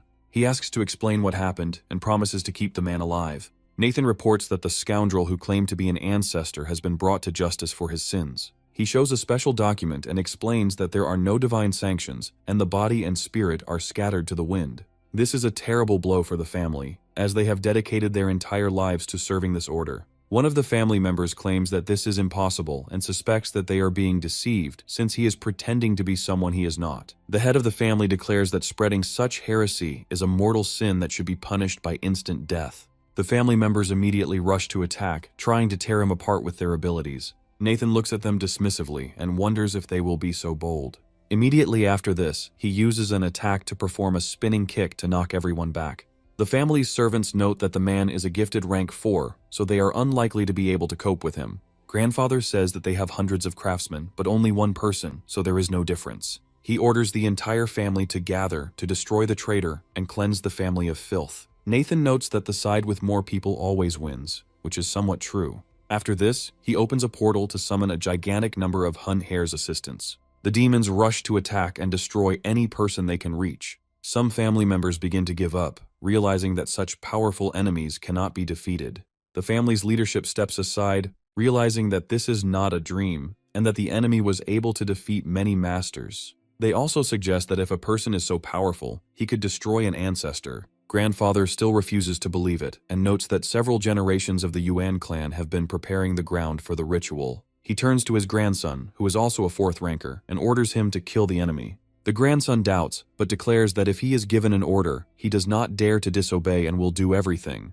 After this, it covers the body with stone and increases in size several dozen times. He rushes into the attack and says that a real man dies only after he has completely exhausted his strength. The enemy unleashes all his might on Nathan in hopes of breaking through his fire defense, but doesn't even scratch it. Nathan notes that the man has some courage, and he even feels sorry for killing him. Immediately after this, he delivers a powerful blow, which proves fatal to the opponent. After this, he remarks that no man would help a villain unless he wanted to become a laughingstock. Having received a serious blow, the enemy leaves this world, as the internal organs cannot withstand it. The older members of the family say it is impossible, but they still do not give up. They argue that the family must not be subjected to barbarism again and rush forward. However, a few moments later, a trident flies towards him, pierces his body, and pins him to the ground. All present watch as the head of the family dies in just a few moments. Hun Hair, in demonic form, states that they are making the most of their time. Nathan orders them to kneel and surrender immediately, otherwise the enemy will face a painful death. The remaining members of the Yuan family decide to bow before Nathan, announcing that they no longer have any patrons. Nathan watches their group surrender and decides not to even take his hands out of his pockets. He notes that they understand the situation perfectly well, but not everyone has the right to surrender, and calls on Serenity. Serenity immediately looks at her intended victims and commands them to follow her in her dreams. After this, she decides to check what good deeds they have done to understand whether they have the right to live on. The spell brings back to life a brave grandson named Larry, who wonders in his sleep why his grandfather is so cruel. After some time, all evil people die in their dreams, but some still remain alive. They come to their senses and wonder what happened to them and why so many people died. Serenity states that the culprits committed suicide, and that those who survived the spell are good. Larry, along with the others, asks Nathan who he is and how he was able to reach such heights. Nathan states his name and declares that from this moment on, their lives belong to him, and therefore he is their new master. The feeling of incredible fear of Nathan, who destroyed many people, makes them fall to their knees again. Nathan approaches Larry, ordering him to temporarily lead the people and invite the gifted leaders here. Meanwhile, we are transported to the city of Red Iron, which is located not far from this place. The survivors discuss how the Yuan family now invites the leaders of the gifted to discuss important matters. The messengers carry this news to their leader so that he can decide on further action. Their leader says that he will check who this person is and decide what to do next. He is advised to be careful, but he states that his abilities are too great to be contained. A girl appears nearby and asks why they should go there together. They jump back a few meters from her, surprised when she appeared. They ask who she is, and she reveals that she is a leader named Chelsea. The leader asks why he should go with her, to which she replies that the Yuan clan owns minerals and valuable resources. She adds that if it weren't for Nathan's intervention, the Yuan clan would have swallowed up the entire southern region, so they should be grateful. She also states that they are now in disarray, so this is a good opportunity to redistribute resources. She asks if Brother Hubert would refuse such a large share. Hubert notes that this is interesting information that completely changes his view of the situation. We are transported to the city of Black Shine, where one of the survivors fights off a crowd of enemies. He reports that today's goal of 100 infected killed is almost reached, and he has no plans to stop. He receives a message that the Yuan clan is inviting him to a council, but he states that he is not interested in this clan. The young assistant reports that this time the head of the family is different and names Nathan. Theo immediately turns around and asks if this is really the same Nathan. After this, he delivers another blow to the dead man who got too close and knocks him out. Immediately after this, he makes several high jumps from the walls to reach a high floor. He intercepts the message to read it himself and make sure that it is indeed his friend. After reading all the information, he claims that his instincts were right and that this is indeed the same Nathan. He orders his assistant to prepare transport immediately, saying that he will leave there in the next second. The assistant asks what happened, and he replies that he needs to find the boss and talk to him. We are also transported to the port, where there is another leader of the gifted who received an invitation. A girl named Sally asks Shelley and Beatrice if this is really the Nathan they were talking about. Sally notes that she likes their subsequent plan for the port, but she needs to make sure Nathan is a reliable partner. At this time, Nathan himself decides to retire for meditation in the mountains, rich in deposits of ore and abilities. He adopts a special pose to delve into the depths of the mind and reach new heights. He states that the area extends for several miles and is contaminated, but his superpower is able to cleanse it. He once again calls upon the power of the mighty tower to easily pass this test, difficult for others. After some time, it creates a powerful energy sphere, around which a tornado forms. After this, the fire lotus opens above him, and he continues the cycle of meditation. He claims that he has never consumed the essence with such pleasure as now. He adds that now neither sword nor spear will take him, because his body is half divine, and his strength has once again broken through another ceiling. He understands that the transition from the 6th rank to the 7th is just a milestone that he will inevitably overcome. Now he just needs to find an opportunity for another confident breakthrough. But for now, he doesn't understand where to get it. After a while, he discovers a small colt next to him, and immediately grabs it with his hand. He looks at her and realizes that in front of them is indeed a fragment of the memory of the Emperor of Humanity, in which the method of breakthrough is recorded. He learns that he must go through a mortal battle, and only then can the connection between flesh and soul be broken. Nathan understands that the 6th rank is already equal to an ordinary immortal and can compete with a demon general. From his point of view, by absorbing the spirit of the Yuan family's ancestor and the remnants of the divine Mark's soul, he lit a new lamp within himself. Smiling, he wonders if he should see who is already locked in the next cell. Nathan mentally dives into the palace of the mind and sees a huge corridor with spiritual lamps there. He understands that it is better to move forward right now in order to get to know this creature as quickly as possible. After a while, he gets to the 2nd floor and hears his new friend furiously playing on the phone. Nathan stops near the camera for a while to watch him and realizes that he is already completely drawn in. He is immediately told that he is behaving incorrectly, but he continues to stubbornly argue with other people. Nathan realizes that this red boy is raising his rank because he has a good understanding of the character's strength. After this, he notices that there is someone even more ferocious and terrible than this guy locked in the 2nd cage. He realizes that in the tower, under the control of the demons, he had already survived Lei's surprise attack and was not hit by the child's army. He decides to be cautious and creates a fire dome that is strong enough to withstand damage. He moves on, expecting a trick at every step, but surprisingly it becomes too quiet here. Suddenly, a loud sound breaks the silence, and he immediately turns around to find out what is happening. An unknown man makes notes in his notebook, reporting that the noble man follows his own path. Looking closer, he realizes that the captive is a man who writes philosophical thoughts. He looks up carefully to take a short break, then tries to write something down again. However, during one of these breaks, he suddenly finds Nathan standing in front of him, surrounded by a ring of fire. The young man reports that the lord of the prison has arrived here and asks for forgiveness for not having greeted him properly. Nathan replies that he will explain everything later, noting that he clearly expected a grand battle. The man says that he is a humble bookworm from childhood with poor health and asks him not to laugh. Nathan asks him his name, trying to be polite to a man who doesn't feel any animosity towards him. The young man, coughing heavily, asks for forgiveness, noting that he needs to rest a little. Immediately after this, he lies down on the ground, turns away and almost instantly falls into a deep sleep. Nathan watches the man in surprise, trying to understand what kind of creature he is and what power he possesses. Serenity notes that there is no power wave emanating from the man, and he looks like an ordinary scientist. Nathan remarks that over time they will find out what this man's power is. When the man comes to, Larry approaches him and informs him that the leaders of the gifted have arrived. Nathan notes that it happened pretty quickly and decides to go there right now to meet them. After some time, they come to the council, where everyone else has already gathered to discuss important matters. They look around and exchange glances, trying to understand why they were all called here. Chelsea suddenly decides to use a spell and orders her little ones to go do the job. These strange creatures, very similar to fireflies, create a powerful dome, the meaning of which is unknown. Theo watches the creatures and the dome and wonders why this was necessary. Chelsea notes that they are in enemy territory, so they need to isolate the sound to speak calmly. Sally asks her what she wants to talk about, and Chelsea replies that she wants to discuss the benefits. She states that while she was walking here through the domain, she had already sent a demonic spirit on reconnaissance. She also reports that she discovered that the line had become greatly weakened, so she teamed up with Hubert to divide it. Theo asks if Lena is going to act against Nathan, and Sally also expresses doubts. Chelsea and Hubert unanimously declare that this man is only 4th rank and will not be able to resist them. They assume that the issue is almost resolved, since the head of the clan is too weak. Theo leans back in his chair and notes that the two of them don't yet understand what they're getting into. Chelsea and Hubert look at him in surprise and ask what he means. Theo states that they better keep quiet and stay away if they want to stay alive. Hubert tries to resolve the issue diplomatically and asks what Sally thinks about it. Sally replies that she will not interfere with their plans, but she does not intend to join either. Chelsea is surprised by this and wonders why they refuse to cooperate.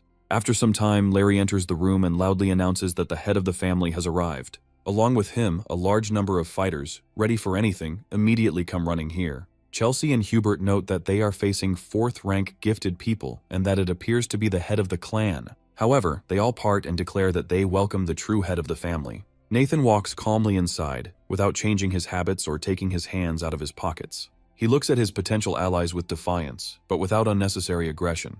They are surprised and wonder who he is and why he walks so confidently. Nathan notices the soundproof dome and wonders why magic is being used here. Instead of asking for the spell to be removed, he decides that such issues need to be resolved by force. He uses a fire attack to destroy the dome and any obstructing creature. After this, he wonders if they will be able to communicate with each other now. Chelsea and Hubert look at him in surprise and note that they can see the depth of his power. Chelsea moves closer to shake his hand, noting that his name seems to justify his strength. She reflects that once she touches his body, she will be able to know the true level of his abilities. Theo throws the woman aside and notes that he really missed his beloved boss. He rushes forward and says that he is glad to see him and is ready to greet him with great enthusiasm. Nathan quickly steps aside, and Theo crashes full speed into Larry, who was behind him. After this, he states that ever since they quickly separated, he has been thinking about him all the time and looking forward to meeting him. He also reports that as soon as he heard that the head of the Yuan clan was Nathan, he immediately rushed to serve him. After this, he is informed that Chelsea and Hubert were planning to do something bad to Nathan, so they need to be stopped.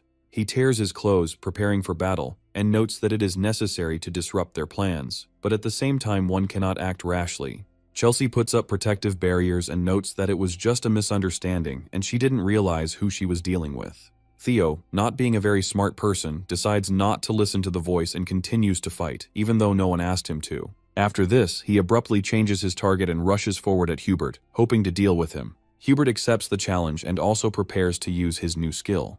Thanks to his abilities, he turns into a wolf with enhanced physical abilities. He begins a fierce battle against Theo, noting that he will never lose to such an opponent. Everyone else watches this spectacle, although the fight does not seem to make much sense. Chelsea realizes there is nothing more to do here and notes that it is time to leave. She turns and starts running, hoping to escape unnoticed. Suddenly, a multitude of plants appear in front of her, blocking her path, but they do not seem to be strong. However, the plants grow rapidly, blocking all opportunities for escape. Sally breaks her promise not to interfere and asks Chelsea where she went. Chelsea turns around in irritation and realizes that this girl's words are not to be trusted. Using her skill, she notes that if she wants to leave, none of them can stop her. Heading to the window, she announces that time is almost up. Larry asks them to stop and notes that any more in the senseless battle will destroy the house. Nathan realizes it's time to intervene and orders everyone to stop. As soon as he stamps his foot, all the gifted ones fall to the ground and look at him in surprise, trying to understand how this happened. Nathan puts his hands in his pockets again and asks if they are full or if they want to continue the fight. Everyone present is amazed that he was able to neutralize their abilities with a snap of his fingers. Theo notes that no one is fighting now and asks him why he gathered them here. Nathan explains that the city territories are located in the south of the province, and now he is taking control of them. He asks if they have any objections, and Theo, like an obliging dog, is interested in the rules he sets. Nathan reports that it's the end of the world, there are a lot of zombies around, and gifted people are appearing who need to be united. He notes that all gifted people should be included in a register, and their abilities and origins recorded. It also requires organizing people to jointly search for resources and accommodate ordinary residents. He adds that it is necessary to create special teams to investigate strange events and anomalous creatures. Finally, he states the need to establish contact with the leaders of other groups. All this is done so that they eventually begin to obey the main character. His temporary allies watch him closely as he outlines this plan. After that, they do not ask him if he has anything to offer to the 4th level awakened ones, who are already feeling well. Theo immediately becomes a loyal ally of the protagonist and is prepared to protect him, which Nathan accepts. After this, he shows a huge warehouse with pills that allow you to get to other levels. Sally realizes that the one who bought the entire mountain on the pier was indeed Nathan. Immediately after this, he waves his hand, showing them his dimension in which he owns the resources. The leaders of the groups find themselves in a stunning place that can be called a piece of paradise. Chelsea says she can hardly believe it and cautiously approaches the apple tree. She looks at the apples and understands that this is not an illusion, but a real reality. She carefully tastes the apple and makes sure it is real. After this, she falls to her knees and asks for permission to follow him. She notes that she loves fruits and vegetables very much, so she is ready to carry out various orders for this. Hubert points out that a 4th-rank leader should not fall to his knees immediately, as this weakens his position. Nathan waves his hand again, and they see the source of spiritual energy, completely purified. Theo hears a strange sound and turns around to see what happened. This time, Hubert falls to his knees before the protagonist and declares that he will follow him to the end. Theo and Sally are surprised by such obedience of these people, although they initially intended to prevent Nathan.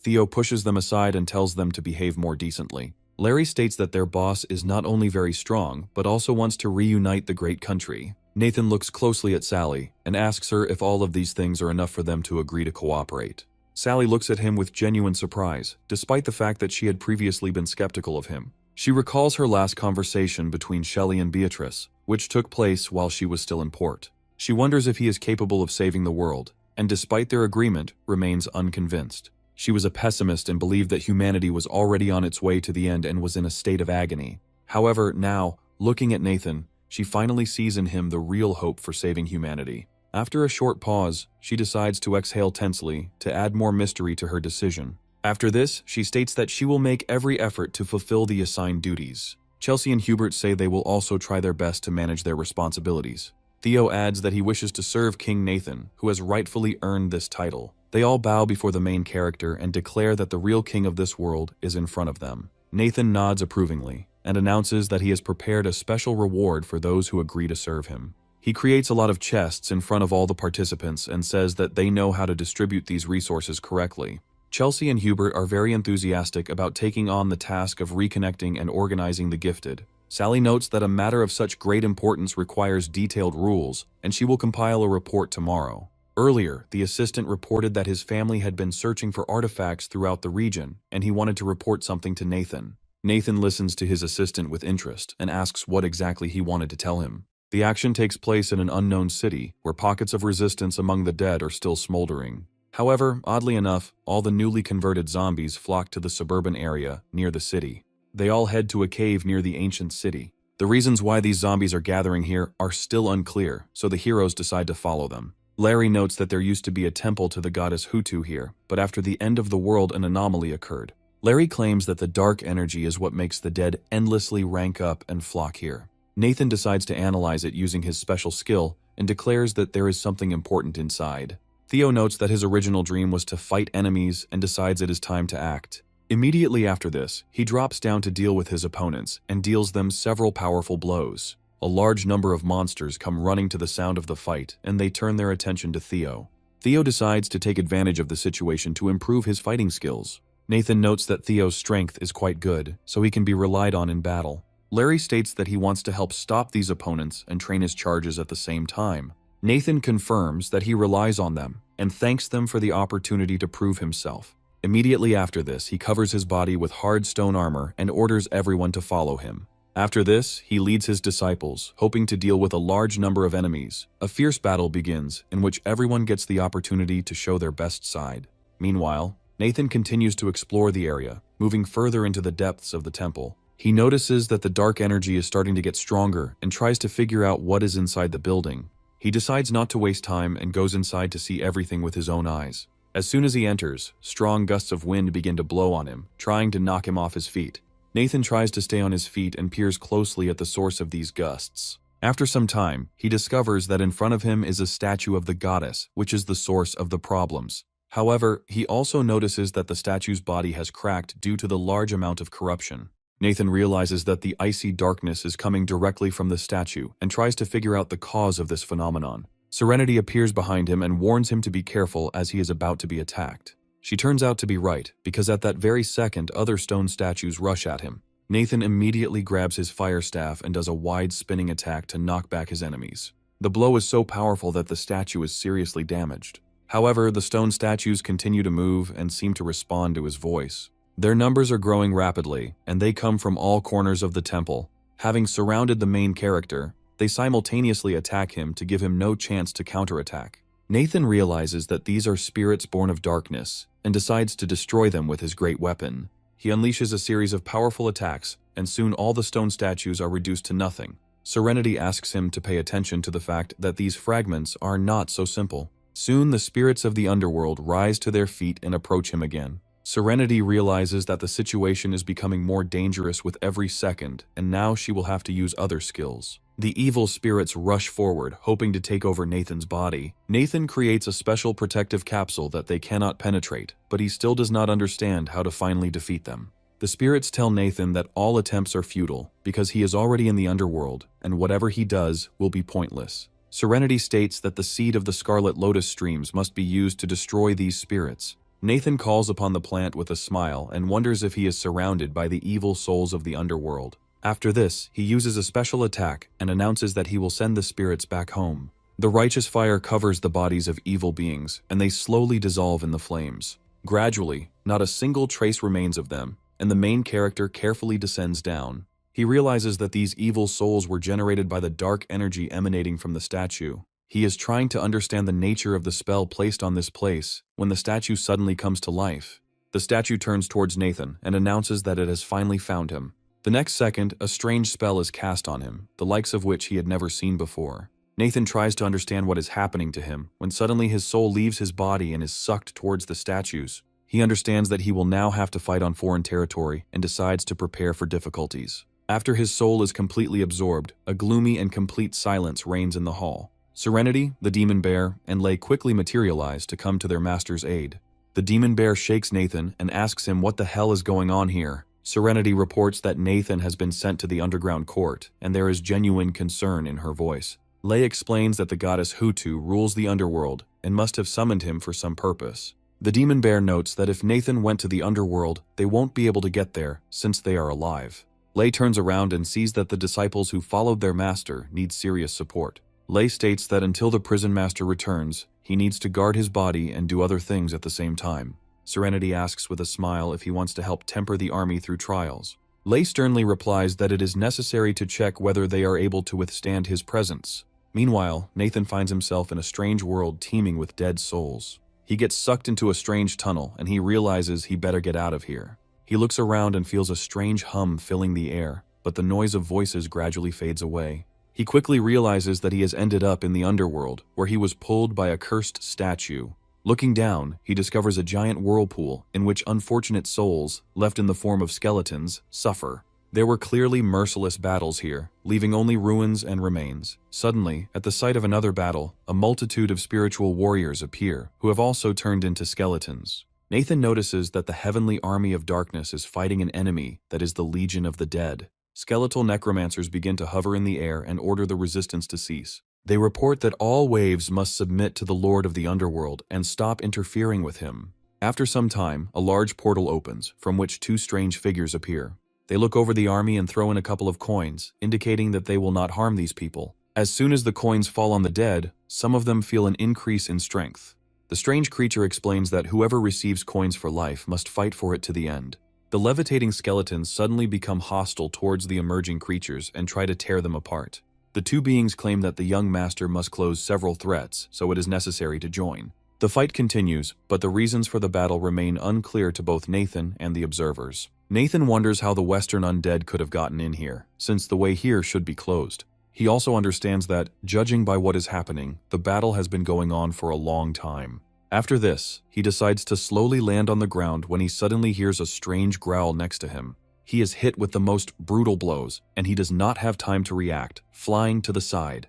A few moments later, he crashes into a stone wall and falls down. Immediately after this, he summons a fire shield, but realizes that his opponent is a formidable creature. He sees in front of him a bridge on which a little girl is standing, and a portal from which a three-headed dog is crawling out. The creature materializes in this world, looks around and searches for new prey. Nathan realizes it is a three-headed hellhound and decides to stay away to save his life. Suddenly, the girl says that she does not understand where the wandering soul came from and asks to retreat immediately. Nathan wonders what this all means, but the giant dog is already trying to attack the girl. The girl absolutely fearlessly declares that since she stands here, this passage will be protected. Immediately after this, she rushes into attack and delivers a powerful blow with a small wooden spoon to the monster's head. Nathan is shocked by the girl's fighting spirit and notes that he did not expect such strength from a little girl.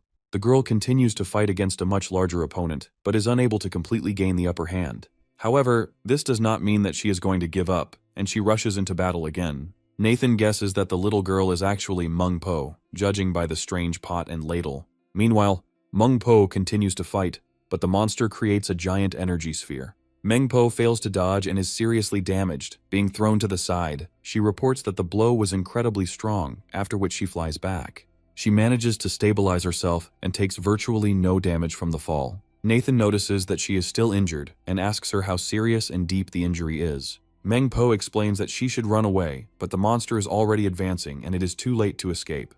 Nathan decides to summon fire to make it easier to deal with the enemy.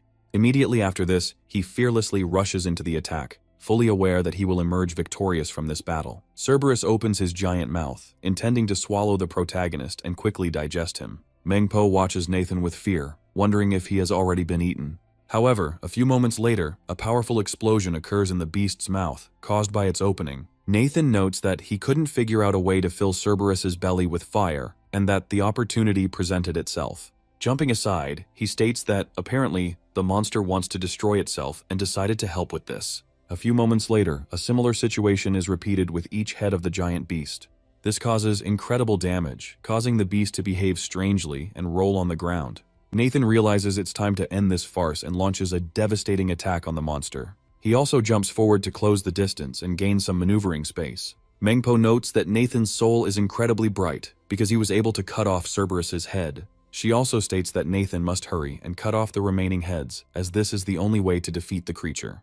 Nathan cuts off the remaining heads and gets a real treasure from them, which can increase his level. He looks closely at the sphere and notes that it contains the purest power of the soul. After this, Nathan attacks the remaining 2 Cerberus heads. Smiling, he declares that it is time to continue the fun. The giant monster realizes that he must flee urgently before it is too late. Nathan rises into the air and prepares to deliver a powerful attack on the enemy. Cerberus turns sharply from the blow and tries to escape as quickly as possible. Nathan calls him a damn coward and gives chase, asking where he's going. Mangpo abruptly blocks the road and warns that they cannot cross the bridge, so as not to worsen the situation. She explains that the afterlife beyond the River of Oblivion is already under the control of the Overlord and his army of Gila. Nathan asks him to tell him what happened, and Mangpo wonders if this is his first day in hell. Nathan tries to explain himself when suddenly the sky starts flashing with lightning from all directions. Mangpo reports that the very gods they are best not to encounter right now are approaching them. She immediately grabs Nathan's hand and runs away, saying that he must follow her into the city and not lag behind even a step.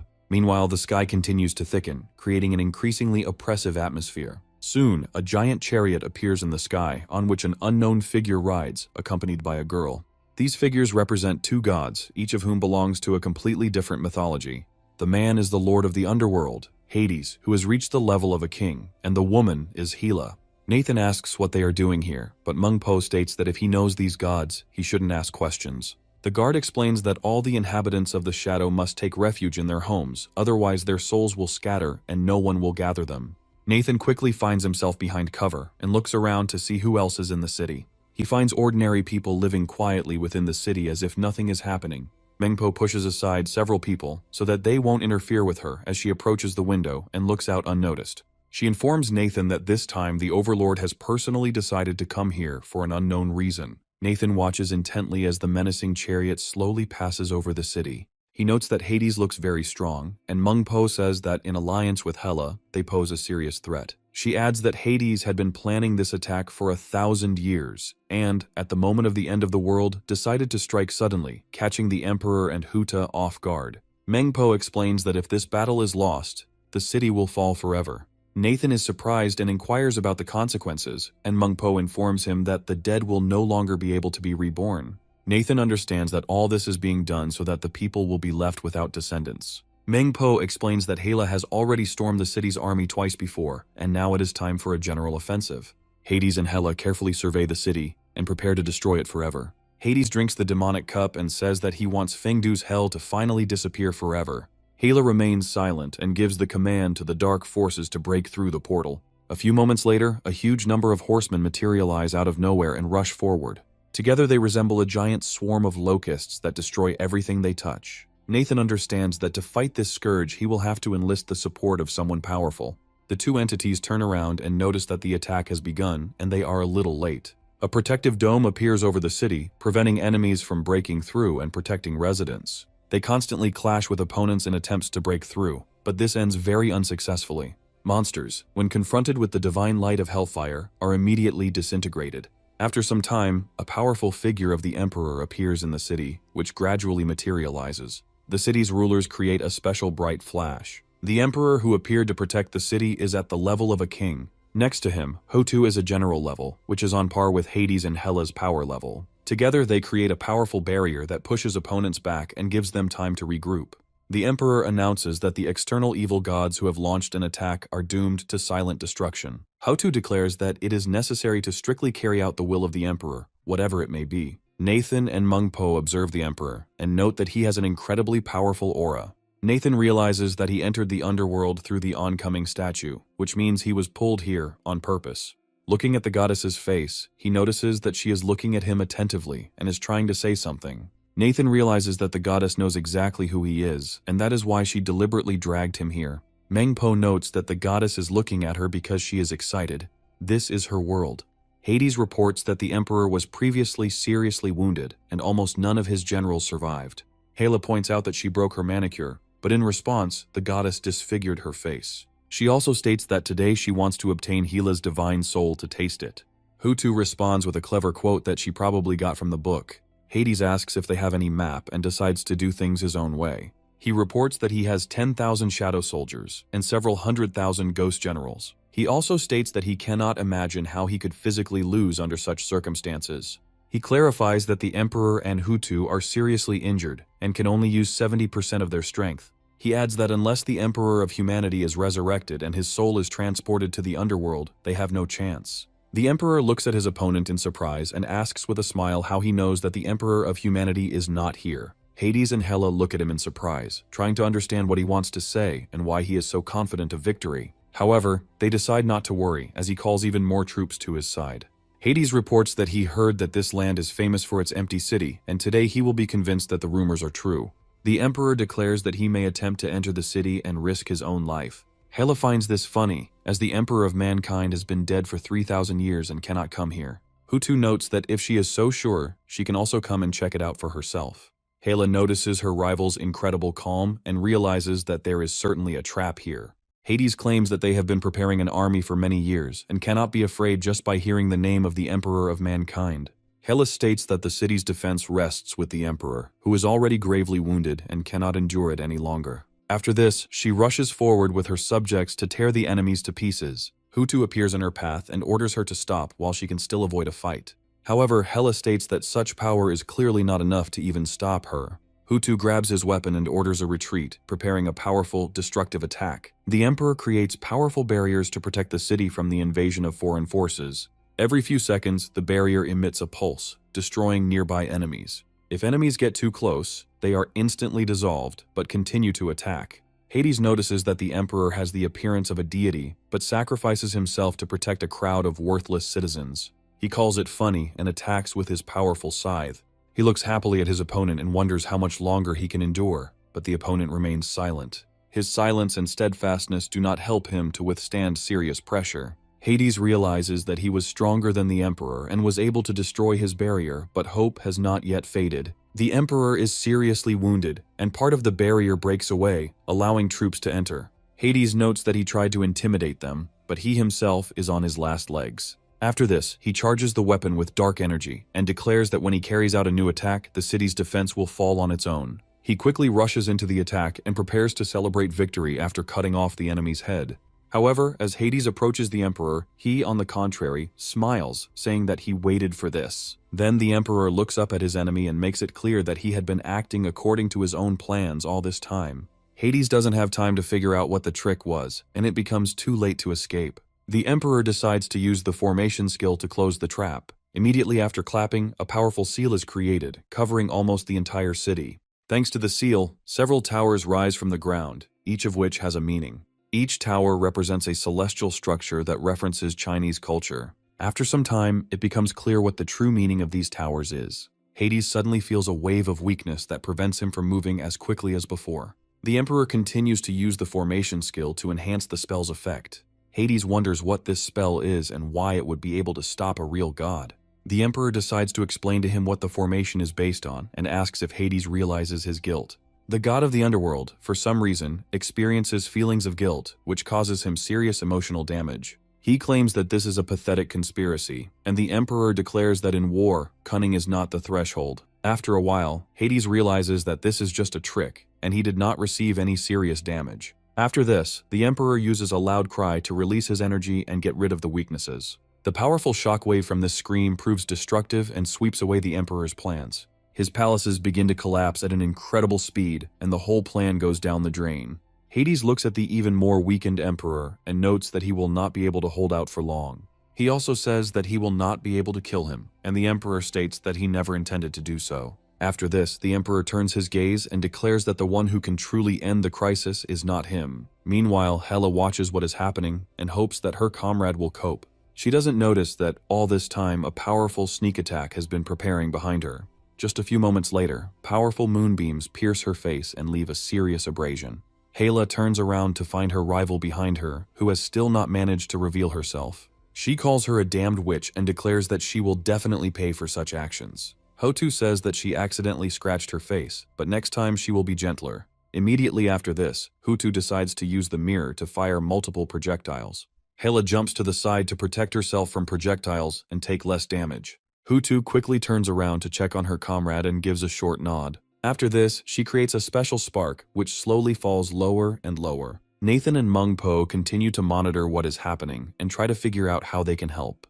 Mengpo explains that the Emperor used information to contain Hades, but Nathan understands that this is a temporary measure. Gradually, the spark penetrates lower and lower and finally reaches their home. She stops somewhere in the middle of the room. After a few moments, the spark materializes into a small form of a goddess. Nathan looks at her in surprise and asks if this is Mother Hutu. People nearby immediately bow to express their respect for her authority. Mengpo also bows and notes that they are glad that the goddess has decided to honor them with her presence. After this, the goddess begins to attack Nathan and asks why he is standing still without bowing. Hutu suddenly turns to her and asks her not to be impolite, as the situation does not allow it. Mengpo turns to look at her in surprise, trying to understand why she suddenly took his side. Mother Hutu slowly approaches him, looking at him carefully and her eyes full of sadness and calm. After this, she declares that she worships the Emperor of Humanity, which surprises everyone present. Mengpo looks at Nathan in surprise, as does everyone else, who does not understand such behavior of the goddess. He wonders if this is really the Emperor of Humanity standing before them. Nathan states that he is only the heir to the Emperor's will, so he does not need to bow. Hutu notes that she was injured, and due to the critical situation, she had to break the statue. She adds that this was all her cunning plan to attract Nathan and get his help. Hutu claims that he will not be mistaken, and even if he is not the Emperor of Humanity himself, he has a great connection with it. She adds that otherwise he would not have the tower that constantly accompanies them. Nathan asks in surprise if he can actually see the demon containment tower. Hutu reports that their people also took part in the construction of the tower. Nathan wonders what other amazing people were involved in this act. Nathan states that if Mother Hutu is confident that he can help, he asks for all the details. Hutu thanks him and notes that they will do everything to win the fight. She states that there is one person and one object in the tower that can resolve the situation. After this, she decides to tell him who this man is and how he can win. After some time, Nathan materializes inside the tower, where Serenity and the demon bear are already located.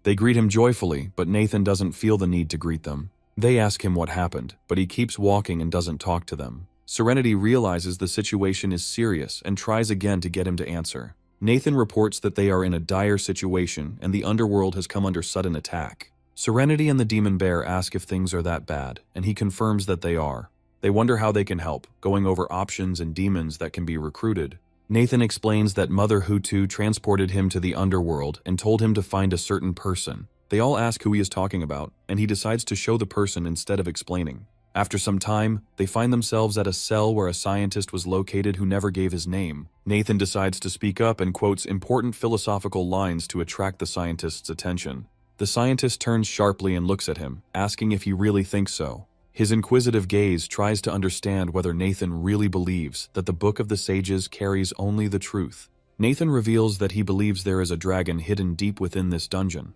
The scientist explains that the dragon was not cast out, and he is imprisoned, so now he is deprived of power and strength. He will not even be able to tie a chicken. Nathan claims that he was told the dragon's story and has come to repay him. Immediately after this, he entangles the dragon with special energy beams to assess its strength. Serenity and the demon bear watch the scene closely, trying to figure out what kind of divine power this is. Nathan rises into the air and begins casting a spell to initiate the ascension process. The scientist looks at him with optimism and a smile that would be impossible to see on an ordinary person. Nathan reveals that he is using his title as the master of the Demon Containment Tower and his powers as a human emperor. After this, he says that he wants to return power to the true ruler and the knowledge of the demons to General Zhongkui. Serenity wonders if this scientist is the legendary Zhongkui that is the subject of so many rumors. Zhongkui gradually develops into a more formidable figure than a simple scholar. Nathan looks closely at his future ally and realizes that investing his strength in him is the right decision. Suddenly he appears in another dimension, outside the tower, trying to cast a spell. His eyes instantly begin to glow with divine fire, guiding his new will. After this, he creates another tower, which is directed downwards at an incredible speed. Nathan places a special scroll under her to create a seal and fix the power of the command. After this, he hands the scroll to Zhongkui, hoping that he will accept the offer. Zhongkui immediately tears the scroll apart, accepting its essence, after which a special mask begins to descend towards him. Zhongkui announces that he accepts the decree and brings the mask closer to his face. After this, he undergoes a complete transformation, gains his true form and regains his powers. The demon bear happily notes that it is a powerful ally with a stunning aura. Serenity recalls that, according to legend, this man was incorruptible during his life and earned a special place with the emperor. She is surprised that he has been hiding in the demon containment tower all this time. Nathan reveals that even before the war began, Zhongkui had been acting secretly, and this was all part of his plans. Zhongkui explains that as a true master of demon exorcism, he sets out to slay spirits and gods. Nathan looks at his friend with a smile and asks if he will no longer read the books of the sages. Zhongkui explains that there is a proper time for everything, but it is better to speak rudely to this bastard. Nathan says he likes this attitude and sends him forward to charge. After this, he declares that he will grant a pardon, allowing him to use the weapon and cleanse the underworld. A bright Chinese character lights up above the tower, signaling the decree's entry into force. After this, the cage opens, paving the way for the longtime hero of the underworld.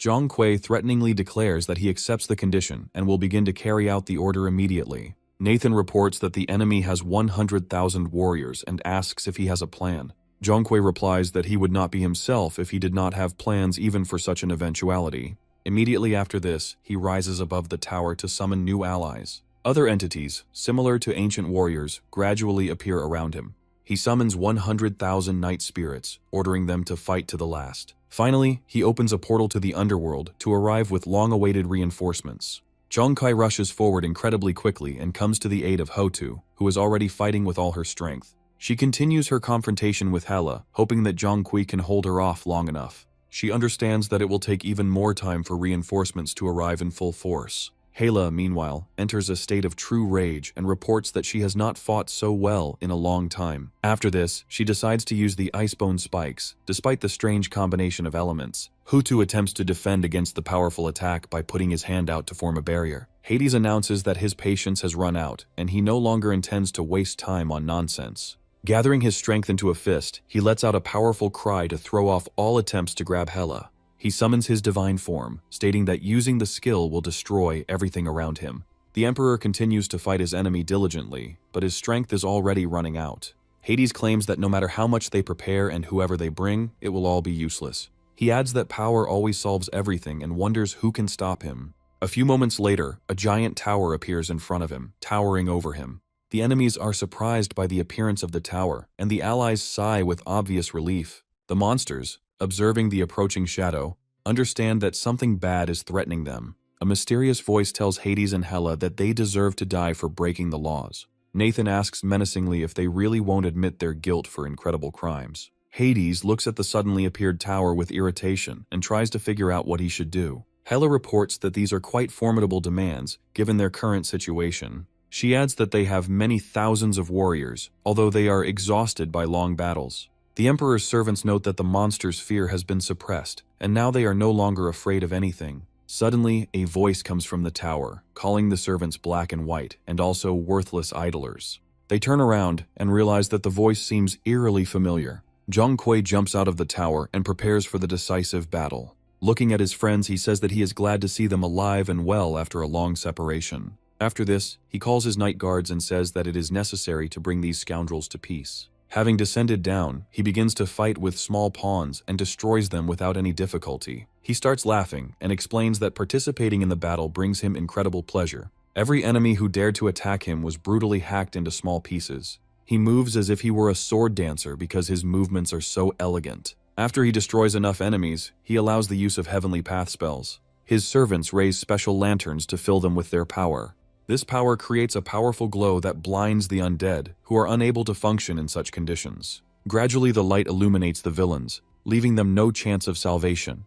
The servants rejoice that Zhongkui has retained his power, and now they are saved from certain death. Hades calls his opponents insignificant insects who will not change anything anyway. He rushes into action to destroy Zhongkui and weaken this kingdom once and for all.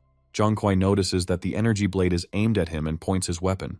He decides to use the skill of Clear Wind and Bright Moon to counterattack. After this, the battle between the two divine beings causes a powerful explosion. Everyone watches what is happening in surprise and tries to understand how their confrontation will end. Zhang remains undefeated and remains on his feet after the monstrous attack. Despite their satisfaction with the outcome of the battle, they understand that they cannot hold out like this for long. Zhang starts laughing maniacally and says that the feeling is truly amazing. It seems that for him there is nothing more important than battle and the endless flow of violence and blood. The servants are surprised that Zhang withstood the blow dealt by the embodiment of the master's power. Yahello is also amazed by the power of the lesser being and considers it impossible. Hotu notes that Zhang gains strength through his unconditional faith. From her point of view, as long as Zhang faith is intact, he will never know defeat and is almost immortal. The emperor rejoices at the return of his old friend, who will now help lead the resistance against the villains. Zhang explains that after destroying the warriors in the underworld, they must continue their offensive. He declares that they will go to the underworld and destroy the outsiders so that the offspring can fully survive. Yahello says that this is ridiculous, since if Hades were not bound, his power would not be limited to one blow. However, her speech is interrupted by a powerful ranged attack from her opponent. Hotu continues to attack her with beams and a mirror, hoping to do more damage. She also explains that this is just the beginning and they are not yet fighting at full strength. Yahello looks at her in surprise and asks what this all means. After a while, Hades begins to laugh hysterically, realizing the plan. He explains that before this, they had simply been conserving their strength and waiting for the enemy to come out in full force in order to lure them into a trap. After this, he smiles and says that his opponents are overestimating themselves, after which he transforms into his true form. This form is so powerful that it changes the color of the sky to a bright red and threatening color. Hades transforms into a red demon, announcing that his power has now reached its maximum. He claims that in a battle 1,000 years ago, heroes and powerful deities sacrificed themselves. He reminds us that this sacrifice was meaningless, since now everything has returned to normal. He says that now the opponents will not be able to change anything, and their city is doomed to destruction. Hades makes this proud statement without expecting anyone to object. However, Nathan appears on his phoenix and states that he is not sure that will happen. All the characters look at each other and try to figure out who he is. The first awkward silence is broken by Yahello, who asks what he is doing here and who he is. Nathan says he is a simple man and can't stand empty talkers. After this, he boldly declares that the city will stand forever and that Hades has come to an end. Hades looks at him appraisingly, trying to figure out who this boy was who challenged him. Suddenly, he throws down his weapon and wonders if this is the emperor of mankind standing before him. After this, Hades comes to his senses and notes that it seemed to him that someone else was in front of him. He decides to analyze the situation and realizes that the person in front of him is a 6th-level person. Hades wonders why this creature gives off such a strong sense of foreboding. He looks at the tower and realizes that it is comparable to a divine artifact controlled by such a weak person. He assumes that before him is a being who embodies the will of the Emperor of humanity. Hades understands that this man must be destroyed quickly, without holding back, since such an enemy cannot be left alive. After that, he decides to use the Scarlet Verdict Awakening skill to deal maximum damage. Allies observing him recommend turning their attention, as this attack is too deadly. Yahello reflects that this is just a bug in front of them, and Hades is over-exaggerating his efforts. The Emperor's aides note that if the Lord of the Underworld uses all his power, then this person is finished. Zhang declares that trying to stop the chariot of the raised cap is extremely ridiculous and pitiful.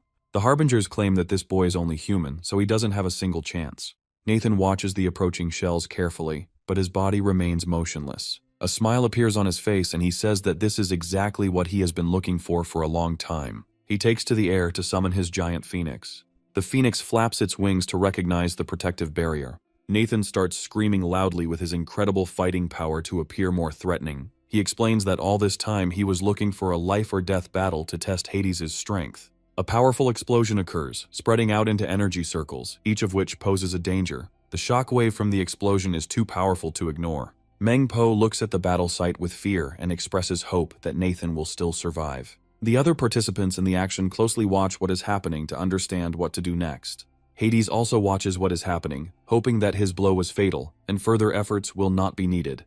The smoke gradually clears, and a silhouette appears in the air, looking as if it were charred.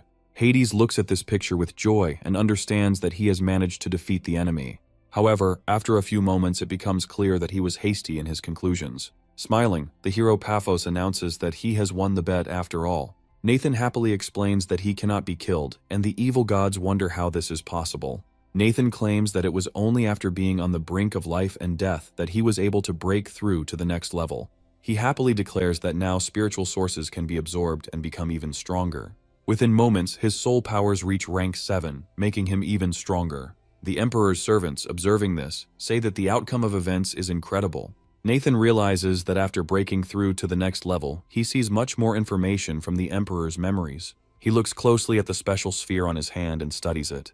Hades watches his enemy in surprise and tries to understand how a simple man could survive this attack. He adds that this young man is probably the variable factor they were talking about. The Emperor notes that heavenly secrets cannot be revealed, but it is already clear to everyone what Nathan's power lies in. Hades suggests that the young man is connected to the fate of the entire Earth, and therefore he cannot be left alive. After this, he comes to the conclusion that he needs to act as quickly as possible to prevent him from becoming stronger. He also understands that the tower hides a huge number of terrible secrets, trump cards, and divine powers. Suddenly he turns to his ally and orders her to share her power with him. Hela asks him how sure he is of this, because if he fails, it will be the real end. Hades screams that the fate of the underworld will be decided here and now, and there is no more holding back. Hela irritably agrees with him, noting that they have no other choice. Hades says that in such a case it is necessary to immediately begin the merging process. A huge amount of force passes through his body and fills his muscles with new possibilities.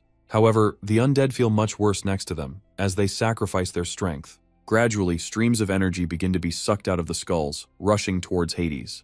Those undead that have already received serious damage fall down and can no longer move. This gives Hades a temporary ability boost and a significant attack boost. After charging his scythe to devour the souls of dead spirits, he releases a powerful explosion that blinds others. He then creates a true source that devours the world to create a passage to the city. Nathan watches the attack and is not at all worried about his own fate. Hades orders him to be afraid and declares that it is already over for Nathan. He then uses the skill to create an explosion that can dissolve everyone in the area of effect.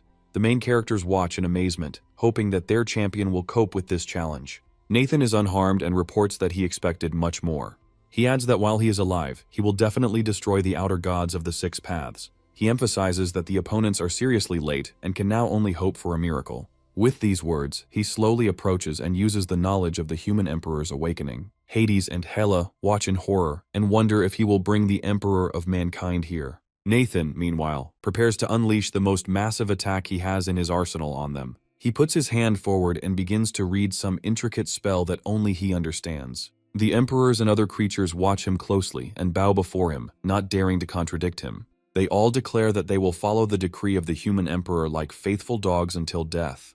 Matugka, Hotu, and the emperor of this city discover that bright clots of energy begin to rise from underground. These clots glow brightly and carry much more positivity and goodness than the energy of the underground gods. Gradually, these clots turn into a giant dragon, which is preparing to pounce on its opponents. This dragon, of course, is the embodiment of the emperor's will and is preparing to obey Nathan's commands. Nathan also begins to levitate like a deity and imitates the dragon's movements. The giant banner is proof of the incredible strength and power of this creature. After a few moments, the dragon completely dissolves into this banner, giving their protagonist new powers. Nathan orders to aim at the underground god and destroy it with a powerful shot. Hades doesn't have time to react, and a powerful clot of light immediately flies towards him, suppressing all darkness. Hades and Nathan face off in another showdown, each hoping to gain an easy victory. However, gradually Hades begins to lose his strength, and a powerful explosion occurs right where he stands. Gradually, the smoke clears, and it becomes clear that the winner is clearly not a representative of the kingdom of the dead.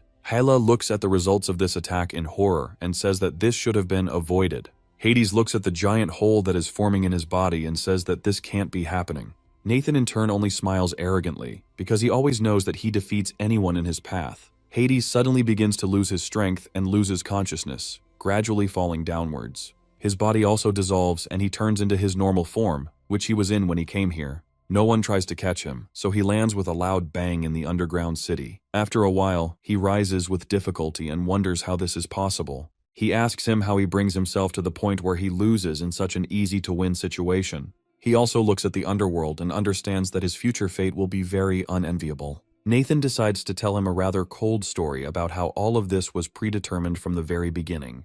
He claims that it is all about the notorious circle of reincarnation, which marks the end of the underworld. He states that the banner of the human emperor is born at the creation of heaven and earth and briefly delves into a very interesting history. After this, he declares that the 6 paths and the evil gods will definitely be destroyed until only one path remains. He summons a fiery sword and declares that there is only one pantheon of good gods in this world. After this, he cuts off Hades' head and declares that the world is finally returning to the order he sees it as. Yahello and the other warriors look at what is happening in surprise and try to understand how this is happening at all. Nathan is still levitating in the air, and Hades' head begins to slowly fall to the ground. After this, he states that as soon as he dies, the 6 paths will find out about it and want revenge. He also adds that he will no longer have time to rest between battles. Finally, he starts laughing loudly, and Nathan crushes his head with a powerful kick. After this, he smiles haughtily and says that the losing dogs must remain silent. He finally raises his head and says that it is time to deal with other opponents.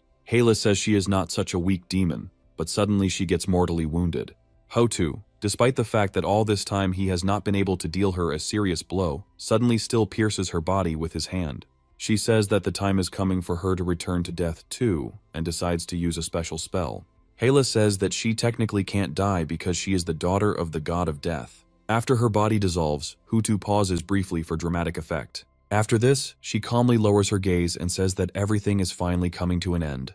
Jonkei starts laughing loudly and saying that he hasn't been so happy about winning a serious fight in a long time. After this, he orders his night guards to rush into the attack to finish off the remaining survivors. He is joined by other fighters, who all this time have been hesitant to launch their troops into the attack. Together they try to drive out the armies of the Kingdom of the Dead from their territory and establish order.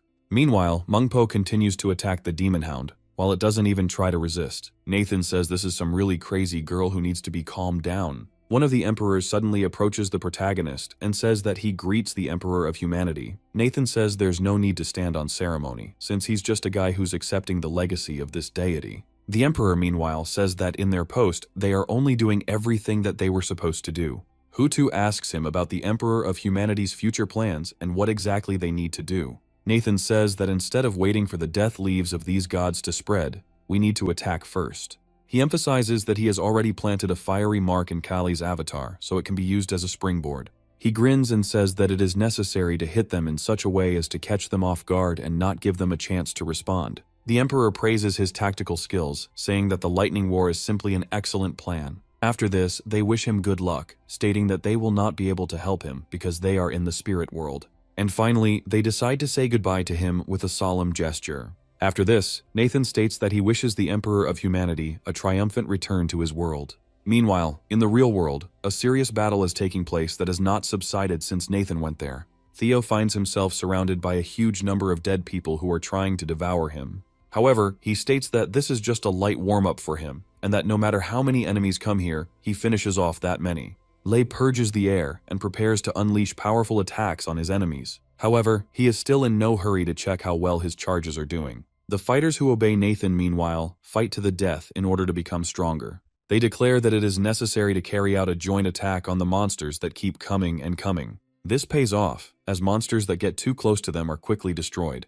Lei says that they already have the framework for a combat formation, so they look very promising. Serenity continues to observe the battlefield and discovers that Theo has reached a new level of training. Now his power is so great that he smashes his opponents to pieces. Lei says that after 7 days of mortal combat, the two finally break through to the 4th rank. After a while, the wave of zombies stops, and Neo finally gets a chance to rest. The Demon Bear wonders where their boss is, as he has been gone for 7 whole days. Serenity and Lei immediately begin to take him away, saying that he is clearly asking for trouble. Serenity says that despite this, the energy vortex around the stone statue is weakening. The Demon Bear suggests that it seems that the Master is already taking control of the situation and will probably return soon. After some time, the energy flow actually directs its streams directly into Nathan's body. He finally gets the chance to move and looks around to see what situation his comrades are in. On closer inspection, it becomes clear that they are coping just fine even in his absence and are holding up well. Meanwhile, Nathan feels that new powers are returning to him, which he will now use in battles. Lei, Serenity, and the Demon Bear look at their master, clearly noticing his shining aura. Gradually it becomes less bright, but our hero does not become less strong. All the others immediately kneel before him, saying that they greet the head of the family. Nathan notes that they have made quite a bit of progress if they have already broken through to the 4th rank peak. Lei notes that the prison master is once again breaking through to a new level and becoming even stronger than he ever was. Nathan states that he is gaining something in this kingdom, after which he praises his comrades. After this, he declares that it is necessary to launch a surprise attack on the territory of the ancient gods.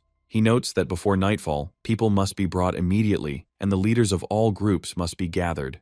Looking into their eyes, he says that they know perfectly well what they need to do in order to succeed. His subordinates say that they understand everything perfectly and will do everything in the best possible way. Nathan shares the spirit sources with them, saying that now they will be able to move even further. His subordinates are incredibly happy about such generous rewards and say that they knew they had placed their bet on the right person. Nathan then gives the pills to everyone else, telling them to split them among themselves. He also asks them to raise their fighting power and accumulate energy as they deal a crushing blow to the enemy. His minions say that they will now follow him to the end and will fight to the death. Nathan watches this with joy and realizes that this is exactly the army of followers he wanted. Having given the necessary instructions, he tells them to go about their business, and they immediately carry out his command. Serenity says that the prison's master really does have an outstanding talent for controlling other people. Nathan states that he was initially thinking of suddenly killing the higher-level gods, but now he has a better idea. Nathan claims that they need to learn about Brahma's weaknesses, and Lei asks him who can tell them.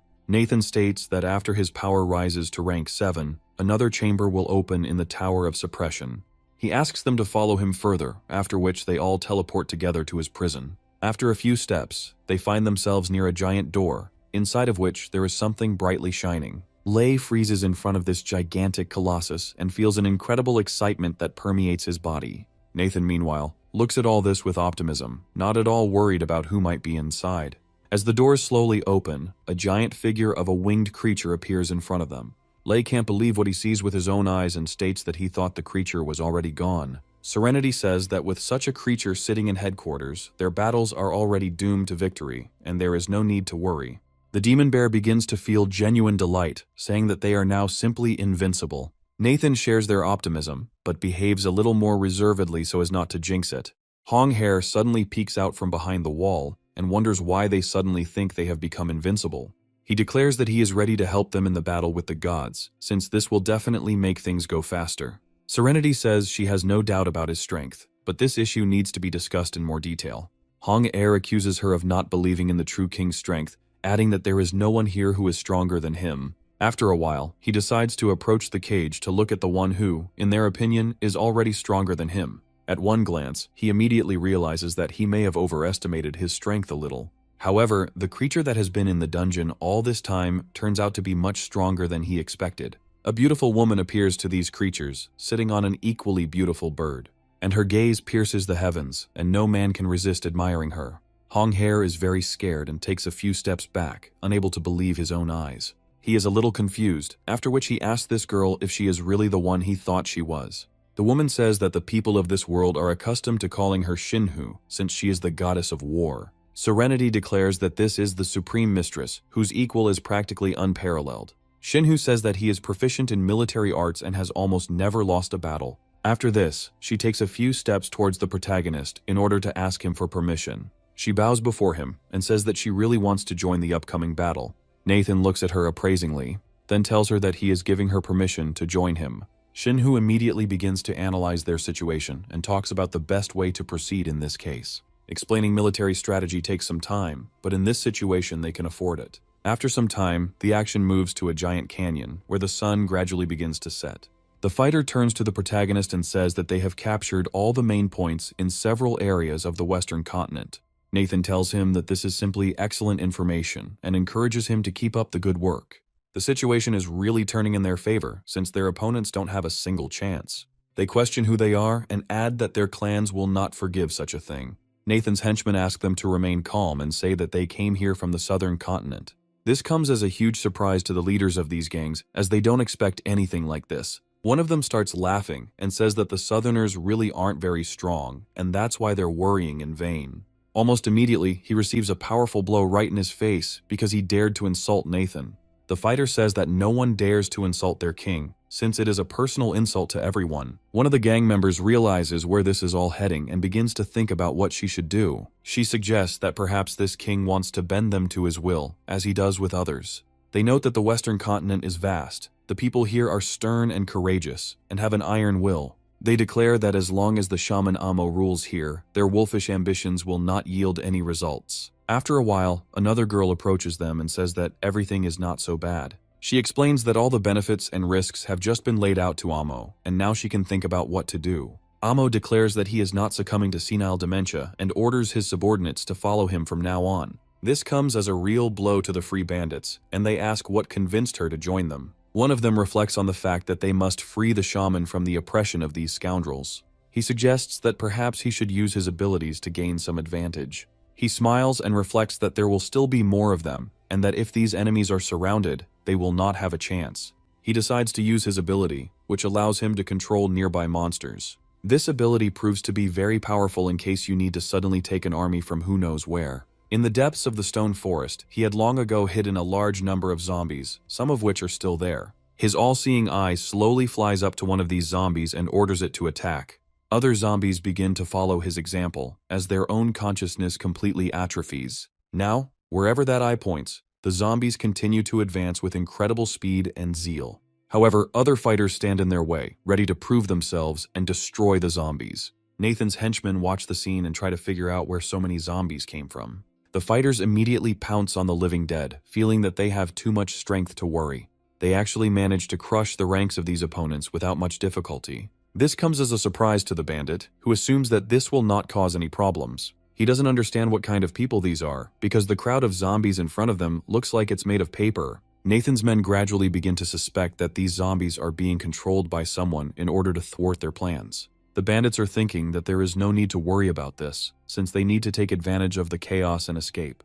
By gnawing on a special restraining gag, he creates a powerful stone ball to break the ropes. This attempt to escape is immediately noticed, and the bandit is called a pathetic bastard and also a coward. However, despite their accusations, this bandit tries to break through the ground in order to create a small hole. He reflects that in the stone forest there are stones everywhere, and he can move underground so that no one can catch him. Jumping out from the ground in another place, he begins to jump from side to side in order to break the distance. However, after some time he comes across something very hard and decides to find out what it is. In front of him appears a giant leg, which belongs to a creature previously unknown to him.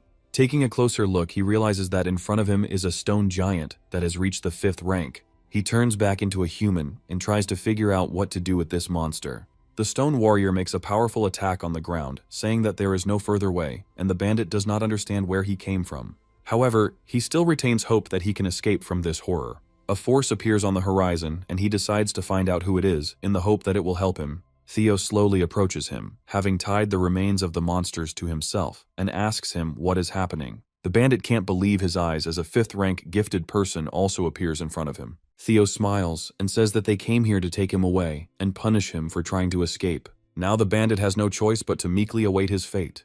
Theo's assistants quickly get to him because they are already solving all their issues. Still surrounded, the bandit realizes he has nowhere to run, but it's unclear where so many warriors are coming from. He also can't understand how they were able to recruit 5th-rank experts because it's incredibly scary. Unable to cope with such emotional shock, he falls to the ground and has a fit. The gang leader watches what is happening and realizes that this is evidence of Nathan's incredible strength.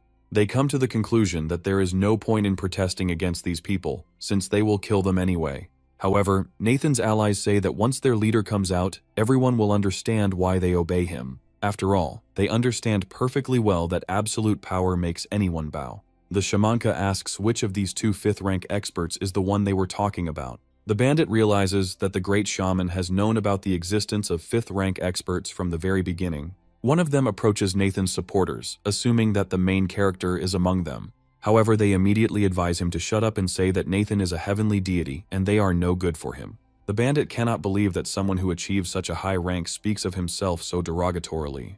The news that these 2 5th-rank experts were showing such respect to the king was something that haunted them. Meanwhile, the shamanka says that she is behaving very impolitely and regrets her behavior. They are introduced to these 2 military leaders, saying that they are only assistants to the true king. After this, they say that they are now required to come under the authority of King Nathan. They wonder if anyone has any objections to this proposal. The shaman says that she is ready to follow this king if he is so strong and terrifying. The rest also say that they have no more questions and sign the agreement. The shamanka watches them and understands that they are making the right decision when they agree to cooperate. After some time, one of the group's leaders notices a silhouette appearing in the sky. This silhouette belongs to a huge bird that flickers above them and eclipses the sky. Nathan arrives here with Shinhu, who sits on her pet and lets it fly forward. The protagonist's subordinates also bow before him and pay him their honors and respect. Shinhu says that from here to the Dharma Plateau it is only 500 kilometers, and this is the best place for gathering. Theo says that there are several hundred third-rank gifted people from the Western continent here. They also claim to have recruited another 145 people who are willing to share intelligence. Nathan asks what information they have managed to obtain in order to strike as effectively as possible. He is told that at the moment the entire city they are going to liberate is filled with evil gods. They also state that the active evil gods that one will have to fight are Kali, Shiva, and Indra. Shinhu says that the first strategic goal of this battle is the destruction of the supreme god Brahma. She states that once it is destroyed, this battle will be automatically won. The gang leader tries to understand whether these people are seriously excited about the chance to fight the gods. They don't quite understand why everyone seems so confident in the face of forces that are vastly superior to them. However, they nevertheless decide to bend the knee, saying that they were short-sighted when they tried to resist. They also add that they did not know that there were so many evil gods near them who were poisoning people's lives. Nathan continues to watch his new minions, expecting them to demonstrate loyalty. The clan leaders actually fall to their knees and say that they are now ready to follow him as long as it takes. They say they now understand that they have one king they will follow. Together they take an oath that they are ready to follow the king and enter this city to destroy the evil gods. Nathan and Shinhu are preparing to head there in the vanguard with their fast squad. Shinhu says that she really likes the people of this state because they are willing to kill in the name of justice. She notes that perhaps this is why the great emperor was always willing to protect them in the past. Nathan says that the gods help people, and only then are people ready to believe in the gods, but it shouldn't work the other way around. After this, he adds that everyone needs to prepare for a fight that will be very brutal. After some time, we are transported to Kaylee's palace, where she continues to try to heal her wounds. A huge number of servants gather around her, bringing her all kinds of sweets to calm her down. However, this does not have the desired effect, and she tells them to get out of here. She also doesn't care much about the fate of her subordinates, and attacks them as if they were real enemies. There's nothing they can do about it anyway, as she enchants them with her corrosive spell. Gradually, when there are practically no servants left, she screams in irritation, but this does not change anything. She thinks about how her eye is starting to hurt again, and since it starts burning, she hasn't had a single good night. In a fit of rage, she screams that she will definitely destroy Nathan for what he did to her. After a few seconds, life-giving energy begins to form near the bodies of these servants. Shiva attracts this energy to himself in order to contain it in several balls. He remains calm and says that these messengers are not easy to create. He also states that if she continues to kill them, it may lead to consequences from Brahma. Kaylee immediately calms down, feeling incredible fear before the older deity. However, she wonders where he went and why he doesn't let her have fun. Shiva shrugs and says that she gets too angry over all sorts of nonsense. He reminds her that they are Brahma's creations, so he cannot help but cherish his children. After this, he flies into the air, saying that he has much more important things to do than be here. Near those gates, he immediately opens a portal in order to rush through the universe for some time. He also invites her to follow him in order to show her something very important and interesting. Immediately after this, he extends his hand and it begins to slowly be pulled into the spatial anomaly. Kali takes a few steps towards him, after which she too is pulled into the portal. She finds herself in the mother's body of Brahma, which looks like a huge cluster of tentacles. This body contains countless number of disciples who hatch from eggs. These creatures are literally countless, and they represent a loyal army that must assist any god. Indra smiles and says that these divine chosen ones already possess the 4th rank from birth. He states that Brahma continually creates new warriors who can help in conquests. Shiva happily says that very soon, they will definitely enter into war with Nathan and win. Kaylee says that as long as there is at least one divine chosen one, Brahma will exist forever, as will they. She adds that in such a case, all living beings that do not obey them will be trampled. She also states that Shiva is saying that their creator is trying to do even more interesting things. Indra tells Kaylee to be patient as the day of revenge is very near. They start laughing again, feeling how happy they will be when they deal with their enemies. After this, they initiate the teleportation procedure in order to look around. Before them lies a gigantic urban mass with a huge number of inhabitants that can be absorbed. Shiva says that very soon they will begin an eastern campaign and destroy everyone who stands in their way. Meanwhile, Kali and Indra say that they will destroy Nathan first. Kali immediately returns to her lands to prepare for a serious battle. She stretches a little and says that she feels a little hungry and that this needs to be corrected. She tells her servants to bring some babies so that she can have a snack on them.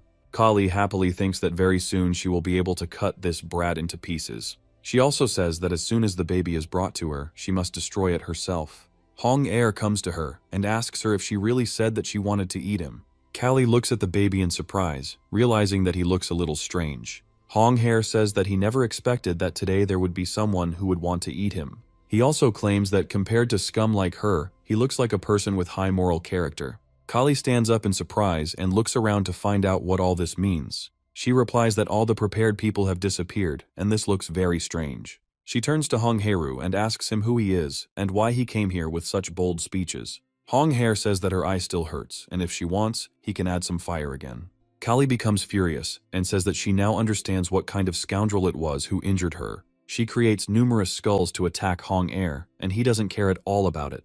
Hun Air dodges this attack and happily says that he made the right choice when he came here. Kali decides to attack him with a ranged attack and spits out a huge amount of insects from her mouth. Hun Air continues to fight them and does not understand where so many opponents came from. After this, he talks about how he is actually her absolute nightmare because he has the element of fire. Immediately after this, he changes his form and immediately rushes towards her in the hopes of cutting her down. Kali says that she couldn't find him, but he came to her himself, and this is an amazing development. Smiling, she says that she will torture him thoroughly before finally finishing him off. After this, she takes out her blades and says that he should not die too quickly.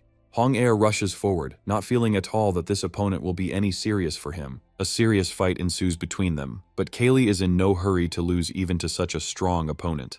Hun Hair jumps to the side to analyze his opponent better. Kali, meanwhile, frees her extra limbs, realizing that this villain must be destroyed quickly. She uses the Dance of Curved Blades skill, but it doesn't deal much damage to Hong Haeru. However, this is enough to push it aside. Hun Hair decides to use his blades to slow down his fall and stop himself. He smiles and says that it is quite interesting, since he expected much less from her. After this, he declares that now he also wants to show her his amazing skill that he has. After this, he uses the True Flame skill, which creates a whole road of spikes that deal fire damage. Kali looks at the approaching wave of spikes and realizes that she needs to dodge it. To do this, she simply flies into the air, and Hong Air, grinning, says that he is glad that she still survived. Kali says that he secretly entered her lands, which means he is trying to achieve some mysterious goal. Hun Hair says that this goal is quite obvious, given what he started doing when he came here. He declares that he will turn the entire area upside down and also destroy the gods that live here. Kali looks at him carefully to find out whether this man is joking or whether he is truly insane. After that, she laughs and says that he is on too low a level to dare to say such a thing. She claims that there is a spiritual connection between their gods, which is why everyone else already knows he is here. Hong Hair starts laughing and says that she is too self-confident and still hasn't figured out his true plan. He asks her if she still hasn't noticed that there isn't a single sound coming from outside. Kali listens to her surroundings and realizes that she really doesn't hear anyone at all. She is trying to understand where the guards have gone and why no one has come to her aid yet. He suggests that perhaps this plan is much more insidious than she thinks. She turns around and hears a strange rustling sound that signals the approach of something big. A giant ball of energy appears above her head, which clearly does not mean anything good. This ball is a manifestation of a magical formation that was created using Shinhu's magic. Kali doesn't immediately understand what all this means and wonders what this strange formation is. However, after some time, a giant bird flying across the sky comes into her field of vision. Shinhu continues to sit on the bird and looks at the strategy board she has laid out in front of her. Shinhu, with a smart look, says that the pawn should move forward several moves. After she says this, obvious changes occur on the board, the meaning of which is not yet entirely clear. Nevertheless, she continues to confidently place these figures in order to simulate the battlefield. Hong Hair laughs and says that this is an amazing skill that will help him a lot. After this, he heads towards his rival and prepares to fight with renewed vigor. Copies of him appear next to him, armed to the teeth and ready to join the fight at any second.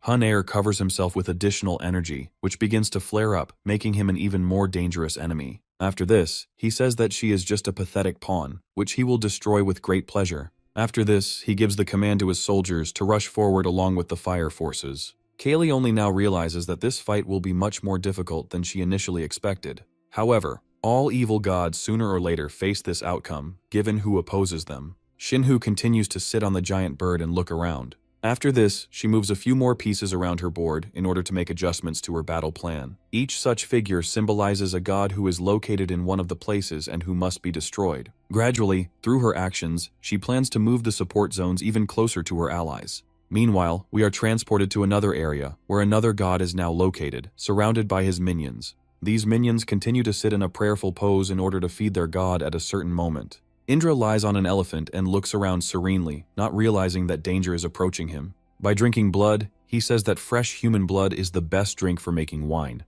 After this, he proudly says that people are still useless, as he assumed. He notes that once they take over the land, there will be many more excellent bottles in his wine cellar. However, after a few seconds, thunder and lightning appear next to him, and then Lei himself arrives. Lei says that he has long heard that the enemy pantheon also has a lord of lightning and thunder. He asks him if he would like to exchange a few blows to see who is stronger. The bear demon also comes to the aid of his comrade and looks closely at Indra's mount. He says that this elephant looks very cute, and he wonders what would happen if he were roasted. Indra tries to understand how his opponents ended up here and looks around again. After this, he discovers a giant figure that is right above his head. Indra realizes that these formations were set up specifically to dull their senses of hearing and sight. Throwing aside the skull and wine, he takes out his weapon and says that this is unforgivable insolence. He states that no demon is allowed to set up formations and try to ambush them. Lei watches this with poorly concealed indifference, as he expected more from his opponent. Looking at the army of servants, he asks them if they are trained warriors. He notes that this looks rather pathetic, and it is unlikely that these fighters will be able to put up any serious resistance to them. He also states that the gods of the savages are indeed very funny and do not understand what true power is. After this, he turns to his servants, whom he has trained for a long time in intense battles. He says that if someone cannot defeat even this trash that grew thanks to divine power, then he will be expelled. The happy fighters are very inspired by such words of support and say that they will not let them down. They claim that they finally have the opportunity to kill enemies and curry favor with Nathan. The two gang leaders who arrived say they never thought they would actually end up in this fight. Lei says that he himself did not expect that there were such powerful great demons under the king's command. They decide that there is no point in thinking about what is happening, because they just need to follow orders, and that's it. The bandits say that this is true, because this can be considered the debut of the gifted warriors of the Western continent.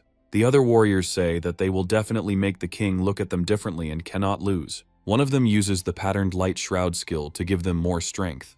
They joyfully grab their weapons and say that this is rightly said and the time has come to attack. One of them uses Hidden Blade Barrier Break, which creates a snow barrier and rushes forward. When these attacks hit an enemy, they immediately freeze them, leaving no chance to escape. Another werewolf decides to join the fight and tear apart those who remain disarmed by them. Other fighters say it is necessary to form a fighting line and put an end to the rule of these bastards. Indra states that they are just a bunch of third-rank ants who will be no match for them. However, to their surprise, they turn out to be stronger than fourth-rank fighters. Thanks to their coordinated work and combined abilities, they are able to push back stronger opponents. Indra wonders how it is possible that gifted ones are stronger than third-rank awakened ones. Lei says it's not about the mathematics of ranks, but the personality behind them. He declares that before the real army, these enlightened ones created by Brahma are insignificant. Indra listens carefully to these words and says that this is a rather funny point of view on this issue.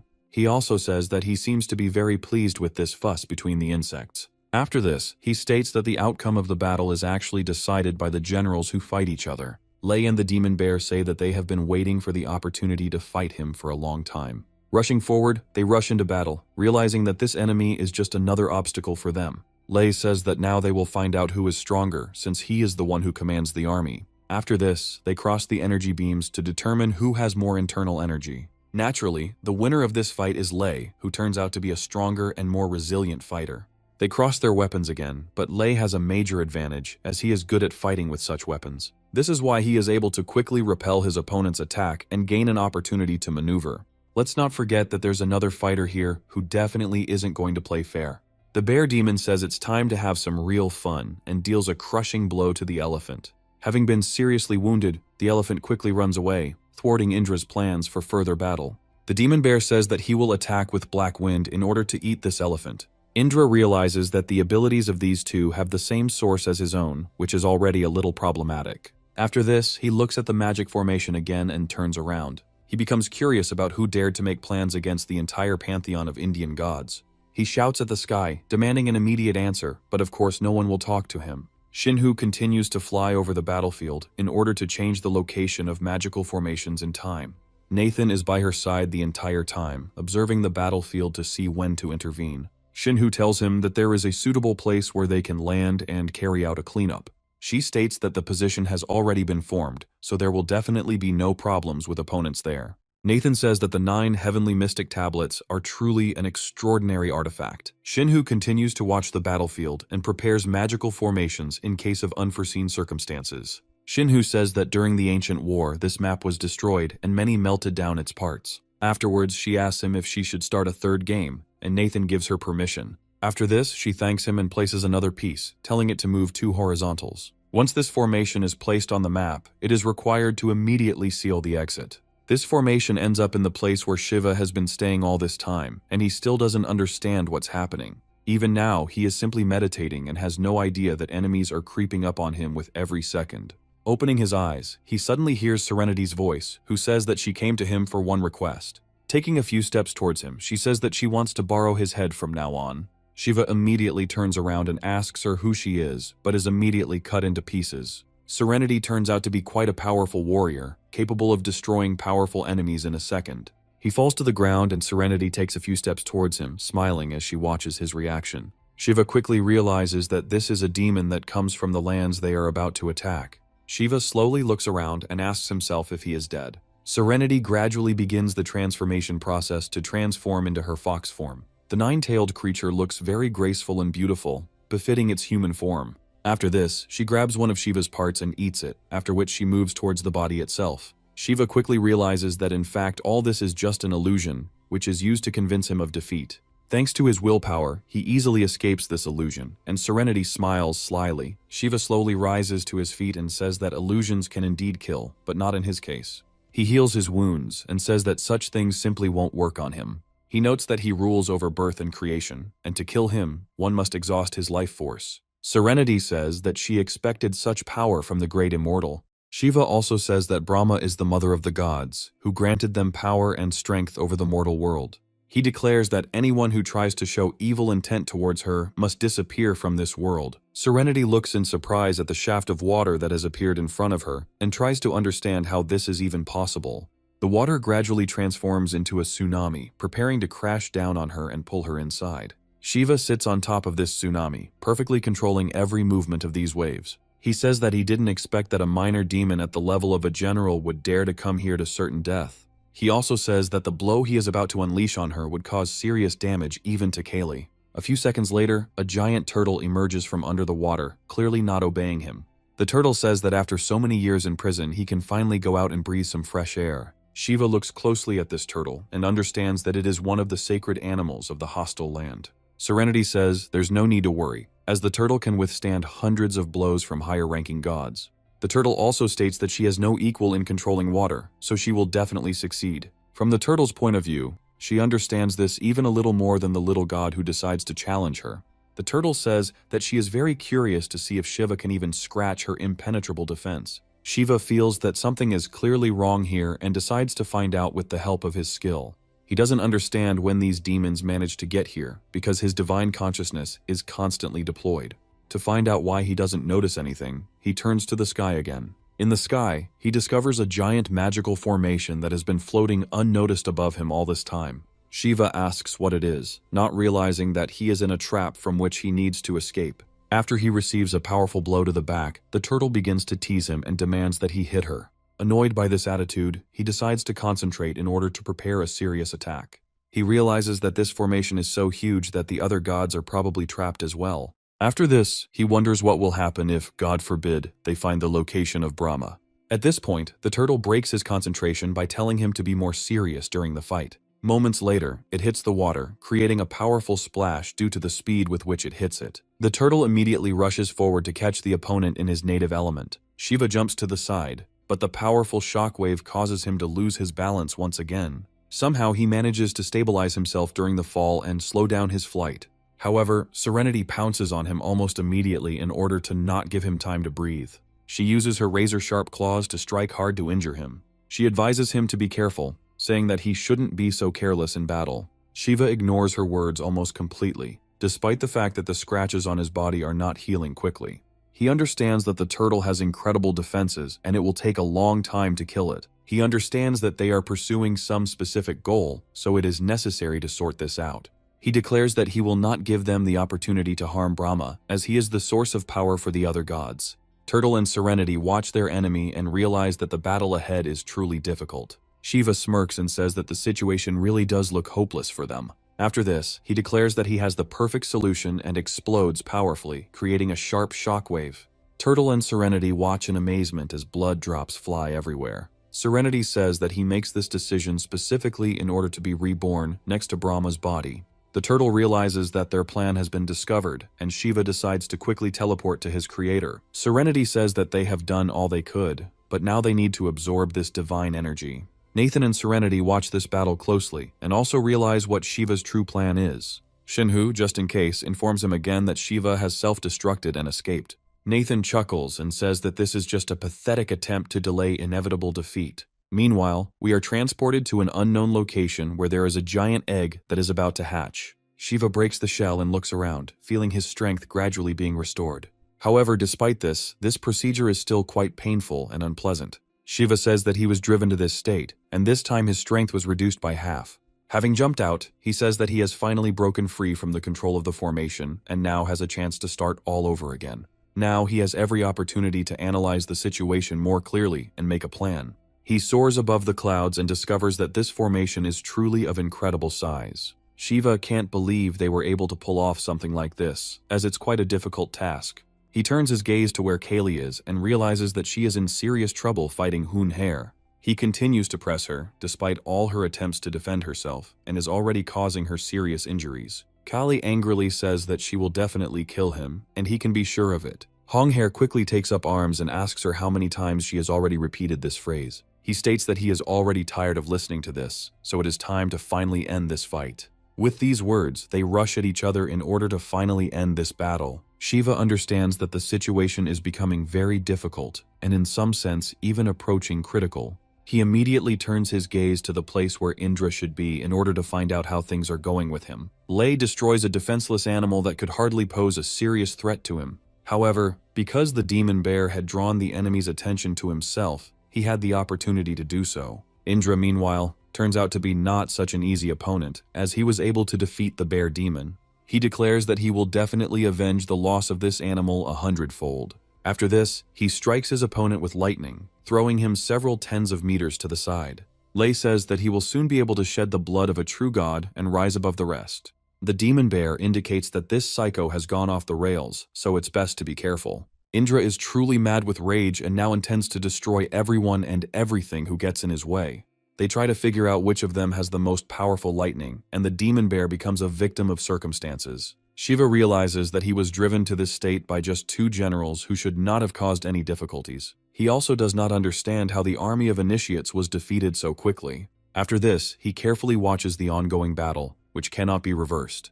The initiates decide to retreat, as they do not have enough strength to deal with the enemy. However, this time another very powerful monster comes out to hunt them. The Stone General prepares to unleash his incredible power on the fleeing fighters. Shiva understands that a 5th-rank fighter is a more serious obstacle for his disciples. They all try to attack the stone statue, but they fail to achieve any significant results. Shiva is trying to figure out how they were able to obtain a 5th-rank gifted person. Some gifted people say that they should not approach this gifted person because he needs to be attacked from afar. Suddenly, another person approaches these gifted people and tells them to be careful. Theo states that otherwise they are unlikely to face any outcome other than the most tragic. The initiates do not have time to react in time, but their heads are immediately smashed against each other. Theo, with a straight face, takes out a cigarette and says that his record is 150 zombies killed at once. Now he wonders if he can break that record using his skills. Shiva says that another enlightened person of the 5th rank is already something on the verge of fantasy.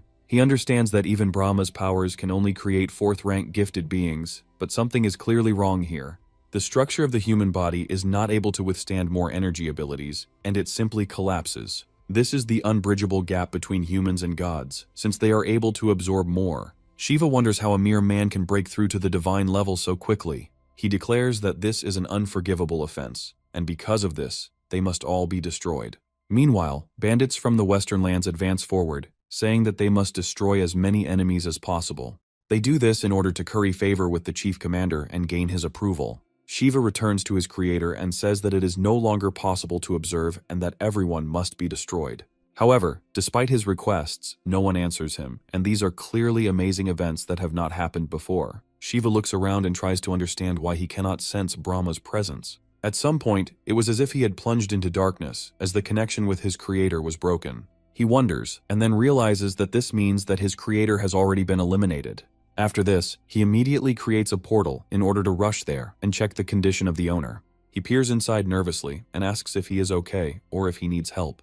He looks down and discovers a large number of eggs from which enlightened ones hatch. On the surface, everything looks as if everything is fine, which means he was worried for nothing. However, he immediately guesses what Nathan's plan was, as he has already appeared right behind him. All this time, he was trying to make him nervous and open a portal here for him on his own. Nathan goes inside and says that the mother's body has been hidden in this space all this time. Smiling, he adds that he is incredibly grateful to the person who led him to his goal. Shiva turns around in irritation and realizes that he has just been deceived like a simple fool. He wonders when this deception began, but it doesn't really matter now. The more he thinks about it, the more rage it causes in him, which prevents him from thinking clearly. Nathan, meanwhile, continues to float in the air in front of him and enjoy his moral and mental superiority. Shiva finally realizes that he, with his own hands, opened the door for them to the dimension where Brahma resides. Shinhu continues to move his pieces, demonstrating his incredible genius in the art of warfare. She says very clever words about where these pieces need to be moved and emphasizes her genius.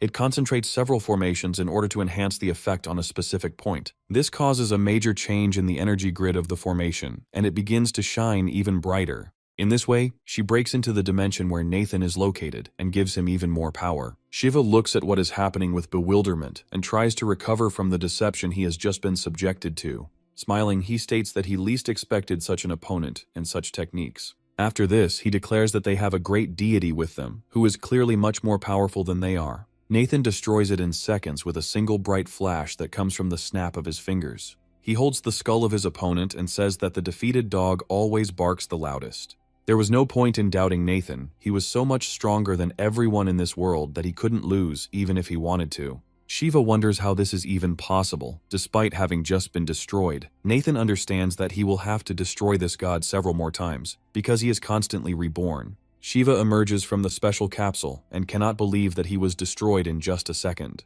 Shiva understands that he is facing a 7th rank opponent, but this does not correspond to the power of a true deity. After this, he realizes that in fact, this person has hidden spiritual power, which makes him even more powerful. He guesses that in fact the person in front of him has great power. You could even say that Nathan is already at the level of a demigod, without having done anything serious to achieve it. Nathan asks him if he's surprised by this, and notes that it will be even easier to defeat him now. He notes that from the moment he first self-destructed, his grave had already been dug. Shiva laughs and says that by breaking into these lands, they dug their own grave. Immediately after this, he calls upon the creator of all gods and demands that he awaken and destroy the invaders. A huge number of insects come to his side, as well as the first awakened ones that have appeared recently. Together they make a very formidable army, but this is unlikely to change the outcome of the battle. However, their number is truly astonishing, and it becomes obvious that the defense of the main god was well thought out. Shiva says that one person who has barely reached the level of a demigod will not be able to shake Brahma. Immediately after this, he begins to call more and more minions to his side. At this rate, it seems like this whole room will soon be filled with a huge number of monsters. Shiva, meanwhile, continues to escalate the situation, saying that he will teach them what despair is. Different insects appear in great diversity due to constant mutations. Nathan watches this and says that he didn't expect these enemies to take on such bizarre forms. Shiva says that they limited his allies, but Brahma created even more gods. Nathan says that this thing can actually reproduce, and it looks really disgusting. He states that if they have released everyone who can fight, then they too can officially begin. With these words, he snaps his fingers to open the door for his allies. Shinhu immediately comes to his aid, along with a huge flock of stunningly beautiful birds. Shinhu greets the prison lords once again, even though they only saw each other a few minutes ago. Shiva can't believe Nathan has an ally that will be so strong. Shinhu smiles at her opponent, realizing that she can destroy him very easily. She states that destroying their nest and destroying the foundation is the best way to exterminate the parasites. Nathan says it's an incredibly smart strategic thought, and he feels the same way. Shinhu carries out his order by commanding these birds. Birds begin to fly all over the area and strike the organic walls of the room. Shiva says that they are definitely seeking their death if they decide to challenge the supreme deity. The walls immediately begin to attack these spiritual birds with their tentacles. He states that he will be very interested to see how they can withstand this onslaught. Shinhu says that if they have already entered into battle, it means that everything was calculated in advance. She says that his 9-drawing mystical board for Light Me is too long. After this, she calls on the sky, the earth, and all possible constellations to her side. Having corrected the will of these elements within herself, she tells them to listen to the command to create bright light. From the small magical seals emerge other warriors that look like spiritual wolves. These wolves deal powerful blows to all the enemies of our heroes and strike them literally everywhere they can. They prove to be a very elite force, as they possess skills that ordinary people could never dream of. Among them, there are creatures of various kinds and even dragons that possess magical attacks. They use their skills to destroy their opponents from a distance. Each seal corresponds to its own warrior, who has unique weapons and skills. Thus, Shinhu has an entire elite squad at his disposal that is capable of dealing with any enemy. They combine different elements to knock the ground out from under their opponent's feet. Thus, the newly summoned gods that Brahma decided to send against his enemies proved to be useless. Their destruction was only a matter of time, as they were too helpless against experienced warriors. Shiva doesn't give up and says that they won't be able to change anything with these fragments of stardust anyway. A giant butterfly demon armed with tentacles, it uses a special skill to create explosions in the air. Shinhu decides to immediately respond to this challenge in order to protect his allies with a barrier. She creates another warrior who specializes in defensive skills. He raises a giant shield that absorbs any damage directed towards his allies and redirects it. Shiva can't believe that this powerful attack was blocked so easily, and immediately after this, the warrior rushes forward to cut off the head of this butterfly.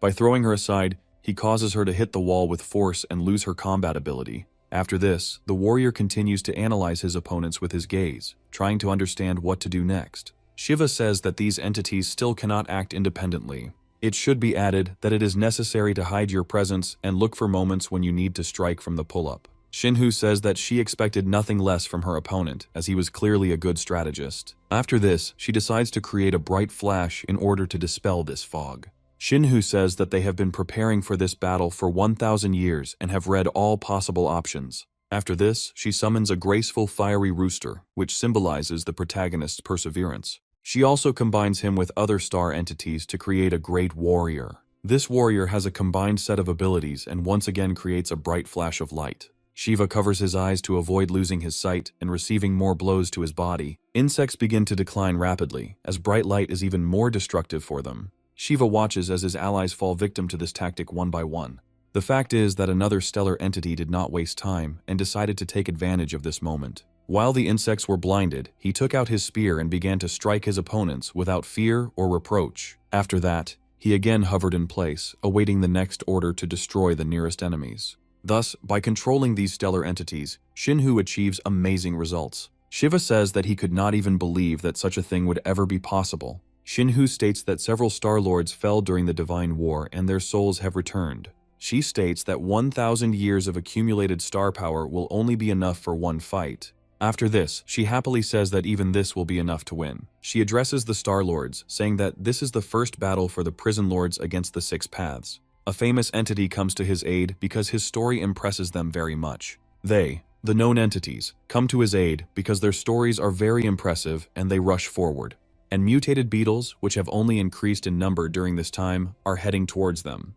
Creates a very bright flash that destroys a large number of enemies. Shiva shields himself from this bright flash, and it becomes clear that he has lost this battle. The remaining star entities look around and finish off those who have not yet died after the first flash. Nathan carefully descends towards them to pay his respects to these great warriors. It becomes obvious that they cannot withstand being in this world for a few more seconds. They declare that the mission is not disgraced, as a large number of thorns begin to pierce their hands. One of the warriors who was reborn as a star tiger looks closely at his superior. He notes that Nathan really does look a lot like the Emperor of Humanity that was reincarnated within him. After this, they declare that they are leaving their future fate in the hands of the prison's master. Nathan looks at the creature that has appeared and asks if it has finally stopped hiding in its shell. Brahma appears before them, looking like a giant head with many eyes. Nathan says he's been waiting a long time for the chance to confront the mastermind behind this nightmare. Brahma, meanwhile, had not gained enough strength to talk to his opponents. Shiva addresses the Great Lord, saying that he should not save the divine map from them. He also declares that he must destroy all those who have shown disrespect to his person. Brahma complies with his demands and opens his giant mouth, from which sound waves fly out.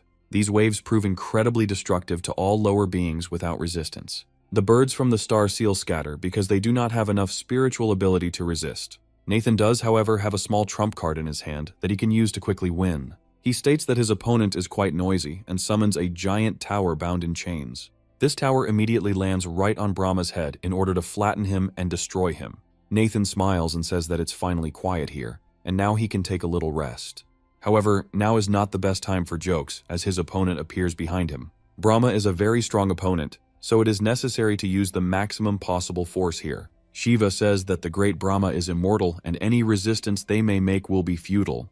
He states that they have now become nothing more than caged dogs whose fate is very sad. Shinhu says that she will not give up and calls upon the mystical board to help her. Nathan helps her hold on with his incredibly powerful powers and abilities. He says that she is too exhausted and now she needs to rest, and he can handle the rest himself. He says that Brahma has colossal vital energies and all of its connections need to be broken. Shinhu says that the prison lord has reached the level of a demigod, but he is still human. Nathan says that if he can't handle even that, he won't be able to take on the responsibility of saving the world. After this, he orders to begin acting according to the plan he has just outlined.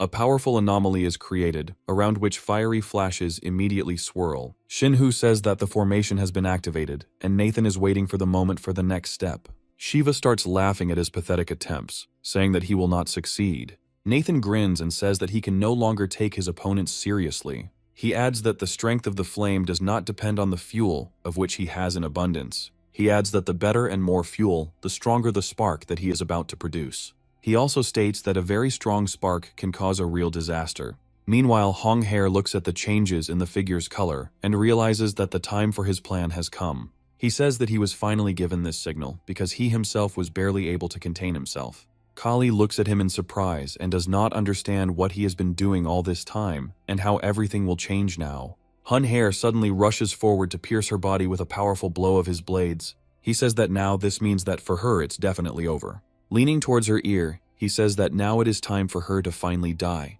After that, he throws it to the side in the hope that it will land in the right place. Kaylee falls to the ground, then quickly clears her throat to get to her feet. This blow turned out to be quite serious, and now she might have to die because of it. However, she remains optimistic, saying that she simply cannot die because that is the structure of their pantheon. She says that she will simply return to her mother's body and will be reborn very soon. However, after a few seconds, she begins to be enveloped in chains, which hints that this is unlikely to work. Hong Hair smiles and says that they assume that something like this could happen and took everything into account. He adds joyfully that she must now become an obedient fuel for the spark of their master. Kaylee falls into despair and rage, saying that she will definitely take revenge on them and return. After this, they begin to drag her in an unknown direction, simultaneously igniting at an incredible speed. Hong Air watches this terrible sight and begins to laugh loudly, realizing that he has finally won. The same fate probably awaits Indra, who despite his strength is unlikely to be able to resist two fighters. The figure hovering over the information continues to await its victim. Lei and the demon bear push their opponent further and further, gradually stripping him of his abilities. Indra wonders how this is even possible and what he will have to do now. He acknowledges the incredible strength of his opponents, who have managed to break through to a new level. He talks about how they made him their whetstone and rose to the next level. Lei says that even the Lord of the Future Man's prison can fight Brahma, which means he should not lag behind. After some time, the figure begins to give them signals that it is time to light the stove. Lei says they have been waiting for this signal for a long time and can finally act now. Smiling, they rush forward, saying that it is time for this person to become fuel. A powerful lightning strike hits him directly, after which it begins to pull him somewhere far up. Lei and the demon bear just wave goodbye, knowing they will never see him again. The demon bear addresses the other fighters, telling them to strain their strength and rush forward. Theo, along with the other fighters, joyfully chant the protagonist's name and declare that they are moving on. They also create more wisps by killing enlightened ones and feed Nathan with power. Gradually, these lights rise higher and higher, creating the sensation of a bright fireworks display. Serenity watches the sky grow brighter and brighter and says that she has never seen anything more beautiful. The giant tortoise says that this spectacle is very reminiscent of the most beautiful stars of the night. Meanwhile, these lights continue to gather into a figure in order to be transmitted through the spiritual channel. Having absorbed the required amount of energy, the figures send out an energy beam towards Nathan. This beam cuts through the air with incredible speed, causing a bright whistle. All these forces will be needed to create the most powerful attack this world has ever seen. Nathan, like a phoenix, absorbs a huge amount of fire, preparing to release it. Nathan pauses briefly before realizing it's time to turn up the heat. Shiva asks him how he dared to attempt on the life of their great lord and on their plans. Nathan continues to absorb more and more power, but his body still does not waver. Nathan says that he turned the created gods into fuel in order to become even stronger. After this, he becomes the owner of amazing armor, and his hair begins to burn beautifully. Shiva watches his actions and begins to laugh, saying that these are just pathetic attempts. He notes that his body and soul are unlikely to withstand being in such a state for long. Nathan is saying that divine power is not something that lowlifes like them can comprehend. After this, he snaps his fingers and destroys Shiva, causing a powerful explosion near him. Nathan says that if he doesn't understand who is in front of him, then he too will become fuel. Shiva says that Brahma is immortal, so he will simply be reborn again when the time comes. Nathan says he is willing to challenge this claim and charges at the monster. Brahma, meanwhile, continues to make loud cries in order to call the tentacles to his side. Nathan flies forward at great speed and realizes that he will not have much trouble figuring this out. By striking them with very powerful blows with the flaming blade, he cuts them as if they were paper or plasticine. No one stands a chance against such a powerful warrior who possesses the power of several absorbed gods. Nathan says that within the realm of information, every entity he loses will become his fuel. The more he kills, the stronger he becomes, and the organic nature of this place will only help him. He notes that he will destroy everything that is here in order to accept this power without a trace. With these words, he causes the most powerful explosions in this dimension in order to destroy all living things. Brahma, spreading his tentacles, begins to squeal, realizing that his plans could gradually be destroyed. After this, he tries to make a quick escape attempt in order to hide. Nathan says that if he wants to escape, he won't be able to because he will continue to beat him. Explosions begin to occur throughout the dimension, leaving no chance for escape. Brahma tries to avoid them, but is stunned by a powerful explosion that occurs right next to his head. Shinhu continues to observe the situation from a safe distance in order to figure out what needs to be done. Nathan says it was just amazing because the fighting power has already become stronger. He talks about thanking Brahma for this help when suddenly a dark silhouette appears out of nowhere. Brahma changed his form to human and took out a giant sword to fight. He says that after the Divine War he does not remember how much time passed between serious fights. He notes that he has not appeared in this form for a long time, and because of this, countless lives will become his food.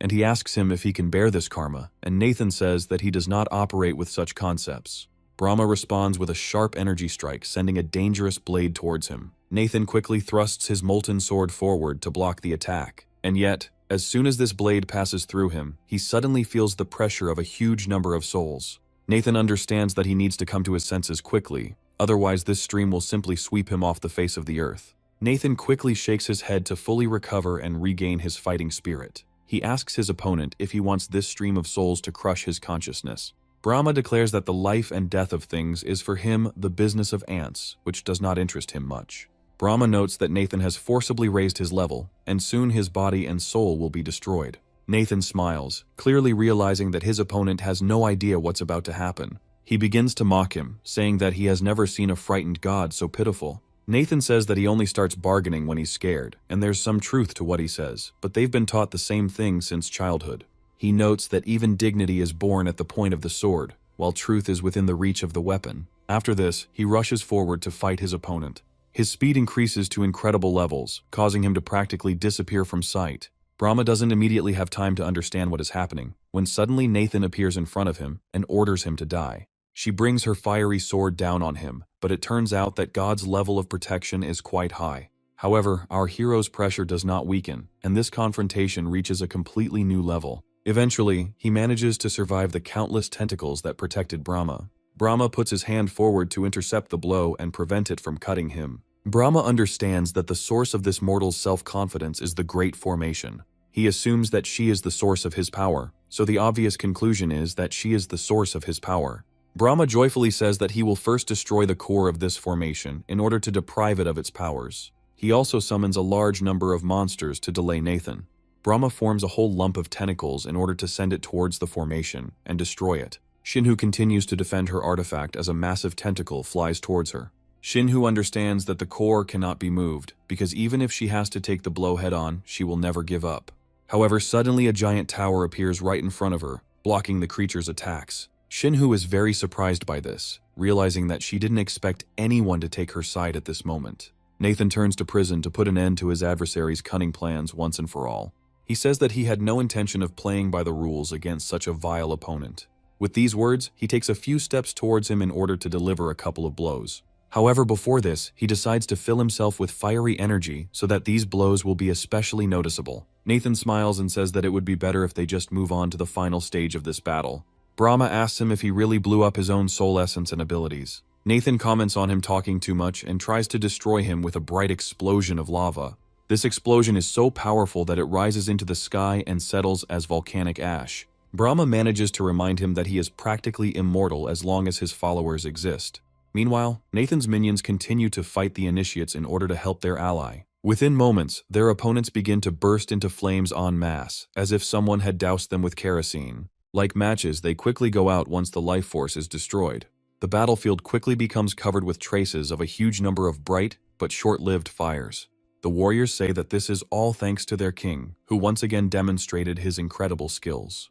They don't even doubt that their leader will be able to defeat any enemy that appears before them. Nathan looks at his opponent and realizes that his plan was successful, but not entirely. Nathan turns to him and says that he expected nothing less from the supreme deity. Brahma has gone into another, weaker form and, clearing his throat, says that it is useless. He immediately flies into the air and says that as long as there is faith in him, he will exist forever. He adds that tens of billions of believers will ensure his endless rebirth, unlike Nathan. Afterwards, she looks around, feeling a rift in reality, and realizes that it is time to move to another dimension.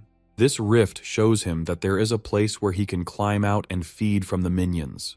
The surprised girl turns towards the sky and realizes that some kind of anomaly has appeared there. At first they try to figure out what kind of monsters these are, but quickly learn that it is Lord Brahma. Brahma appeals to his believers, telling them to give up their faith and help destroy their enemy. However, his request remains unanswered, to his great surprise, because this is not what he was counting on at all. Brahma wonders why they have no faith and demands that they answer him immediately. However, people are not eager to help him, and this signs his death warrant in the subsequent battle.